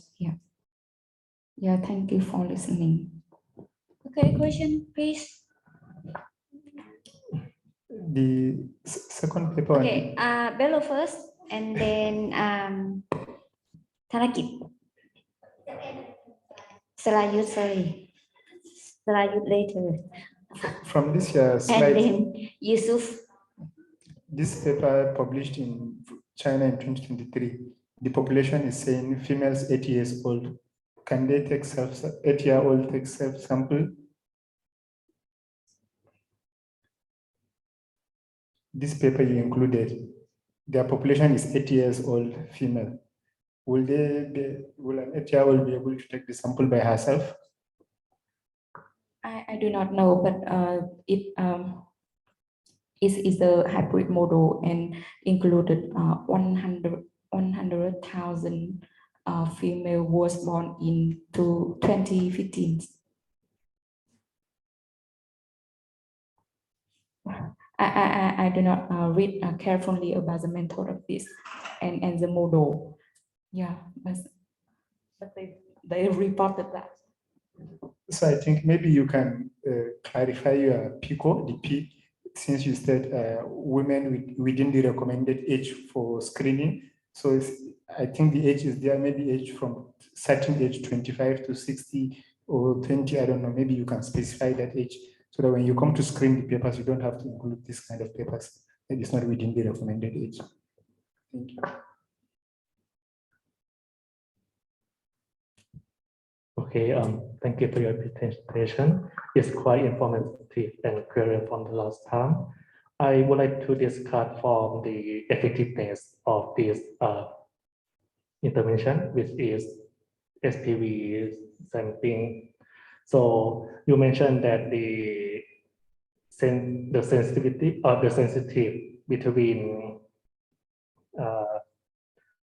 cell sampling and clinical sampling is the same, right? But the difference is the accept rate. So it makes sense that there are the same cost and the same effect, and we add up the accept rate of the cell collect, then it will be even more cost effectiveness. And you show that from the previous evidence, most of study, all of the study are cost effectiveness. And it's related to your question that you would like to investigate which type of SPV cell sampling is cost effectiveness. You already have the answer from this evidence. All of the study show that all is cost effectiveness. So I'm not sure that how or like why you would like to pull this study. Do you have any rationale why you would like to pull this all of the effectiveness intervention already, and what are the difference from the previous scientific review? Thank you. Yes, firstly, the cell sample APV and the clinics and collected APV is not same the cost. It's a quite different reported between the other studies, but normally is not same the cost. There are the two different kits to collect the sample here. And about the cost effective that the cost effectiveness of the previous study that I have mentioned before, because it's the cost effective depends on many how to say that many factor, implementation factor of the implementation or organize the FPV cell sample strategies. So I think maybe when I compare it and pull this, it can more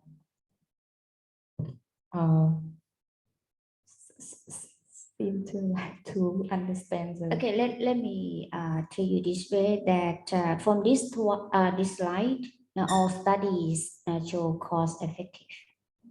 Yes.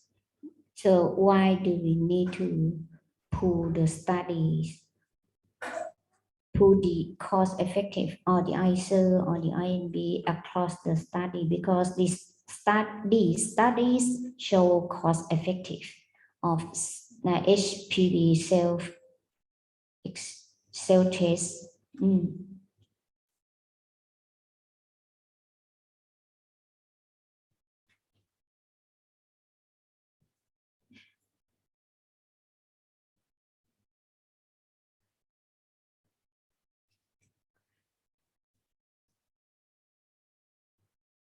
Or even though that you try to classify by the comparator, that the clinic, even the clinic compared to the self screen or clinic screen, but all of them show cost effective.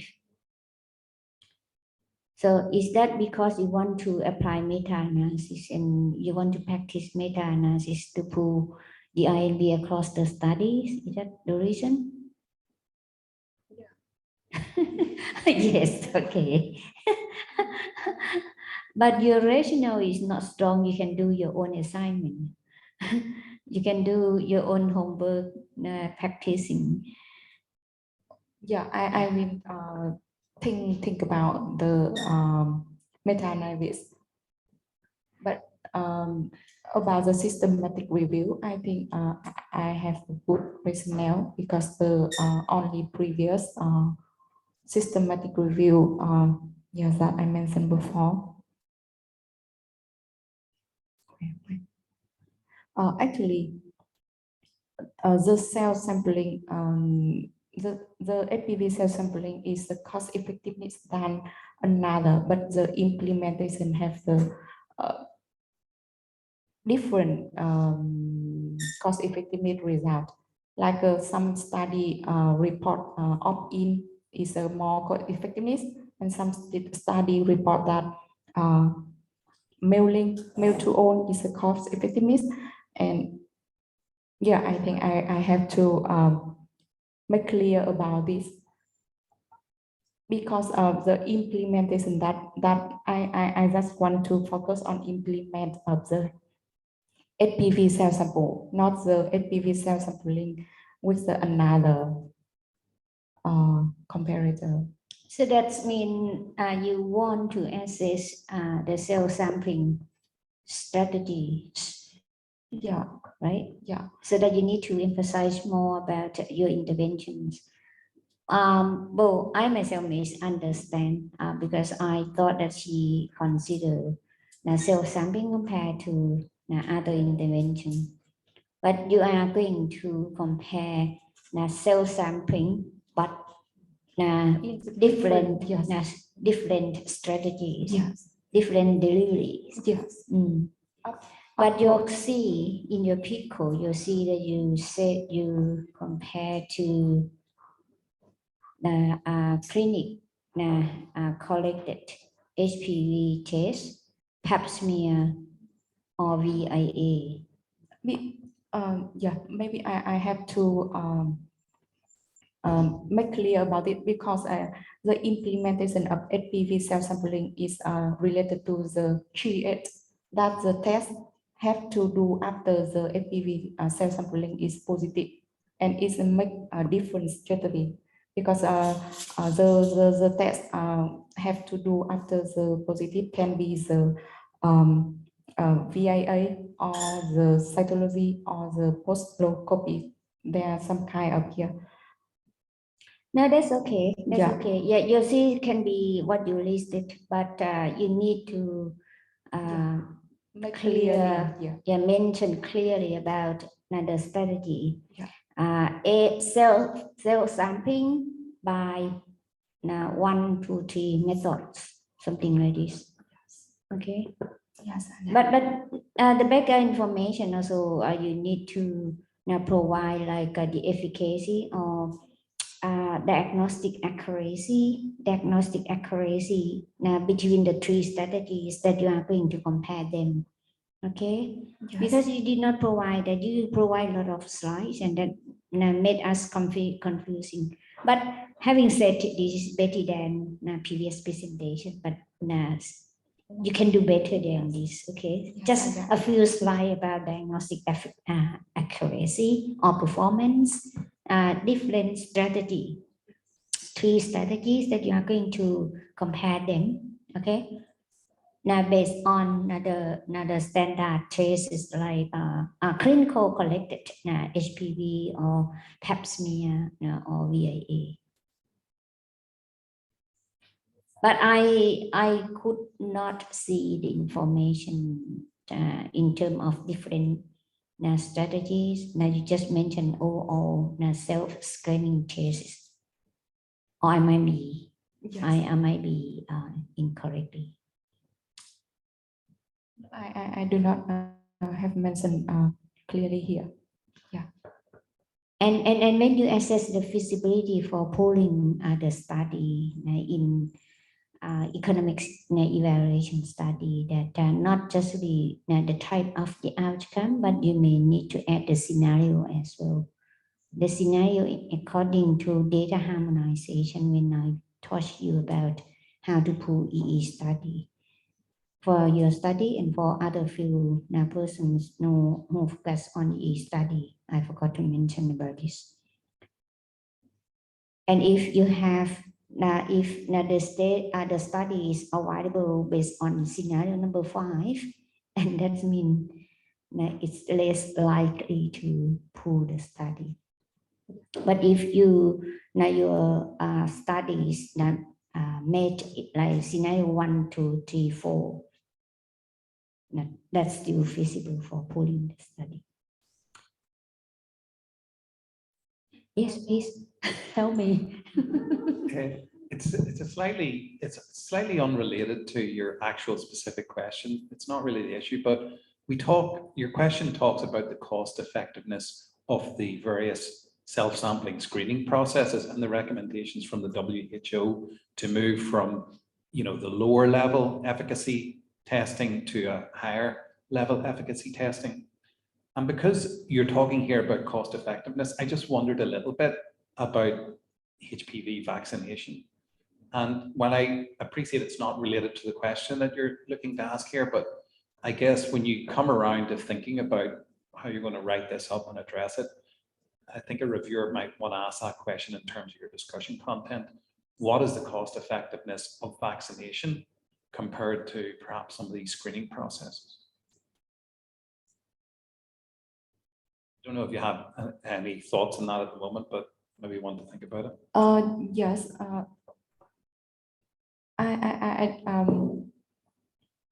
Like I mentioned about some study about the cost effectiveness of cervical cancer screening. So they have the scenario about the vaccine included in some study, and some study assume about the vaccine status, vaccine coverage. Yeah, but yeah. Yeah, vaccine status and coverage of the population at the study, but it's quite different between the study. That's common. If you're going to do systematic meta-analysis, and that's why you really need to think of the factors that also associate with or affect on the cost effectiveness, particularly the vaccine coverage, the percentage of vaccine coverage, or the scenario that they apply in the EE study. They might apply like a vaccine coverage, 30% or 40% or 50%. And the health national scheme in terms of the screening of HPV or cervical cancer. Yes. Yeah, let me think about that. I have some thought about it, but I have to read more. Yes, yeah. And hopefully that you will collect these factors when you decide for data collection, data extraction form. Yes, okay, sure. All right. Any more questions? Please, can you show me the research question? Research question. Yes. You say which implementation HPV strategy is most cost effective? Okay. I think you have already mentioned that you are going to focus on the strategy here, but then in the PECO you go back to. Okay. Then the other thing that I want to is maybe you should consider subgroup analysis when you conduct the meta analysis. For example, what one of the commentators mentioned about the vaccine. So if somebody has received the vaccine, it may be the outcome may be different from the person who did not receive the vaccine. So maybe you can stratify based on those that receive vaccine and those that did not receive, the cost effectiveness based on the vaccination status. And maybe the income level too, because like we mentioned, is much commoner in the low income countries compared to high income countries. So maybe you can think of that when you do your subgroup analysis. Okay, good. All right. Thank you for everyone for your presentation. It's getting better mostly. And bye. Thank you, Ajahn Kun. And so for today presentations, if now you have got comments and suggestions, hopefully that you now will revise your background, your rationale, or your research question and your objectives accordingly. And now hopefully that the next presentation that now you will have to show the search term search strategy, how to locate the relevant study and inclusion exclusion criteria.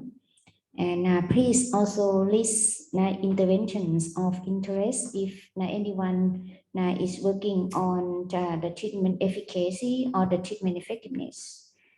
If you work on diagnostic study, that what type of your study test and what type of your standard tests. And if you work on genetic study, so what type of your study gene and what the alleles of interest and what are the genotypes. Now we have yet talking about the genotypes. Perhaps you can prove genotype effects rather than alleles effect. And what are outcome of interest and how those studies measure the outcomes, and then that you have to briefly describe and present for the next presentation. Okay. So thank you very much again. It's really long day, so hope you can gain something from us and improve your presentation next time. Thank you very much. Good night.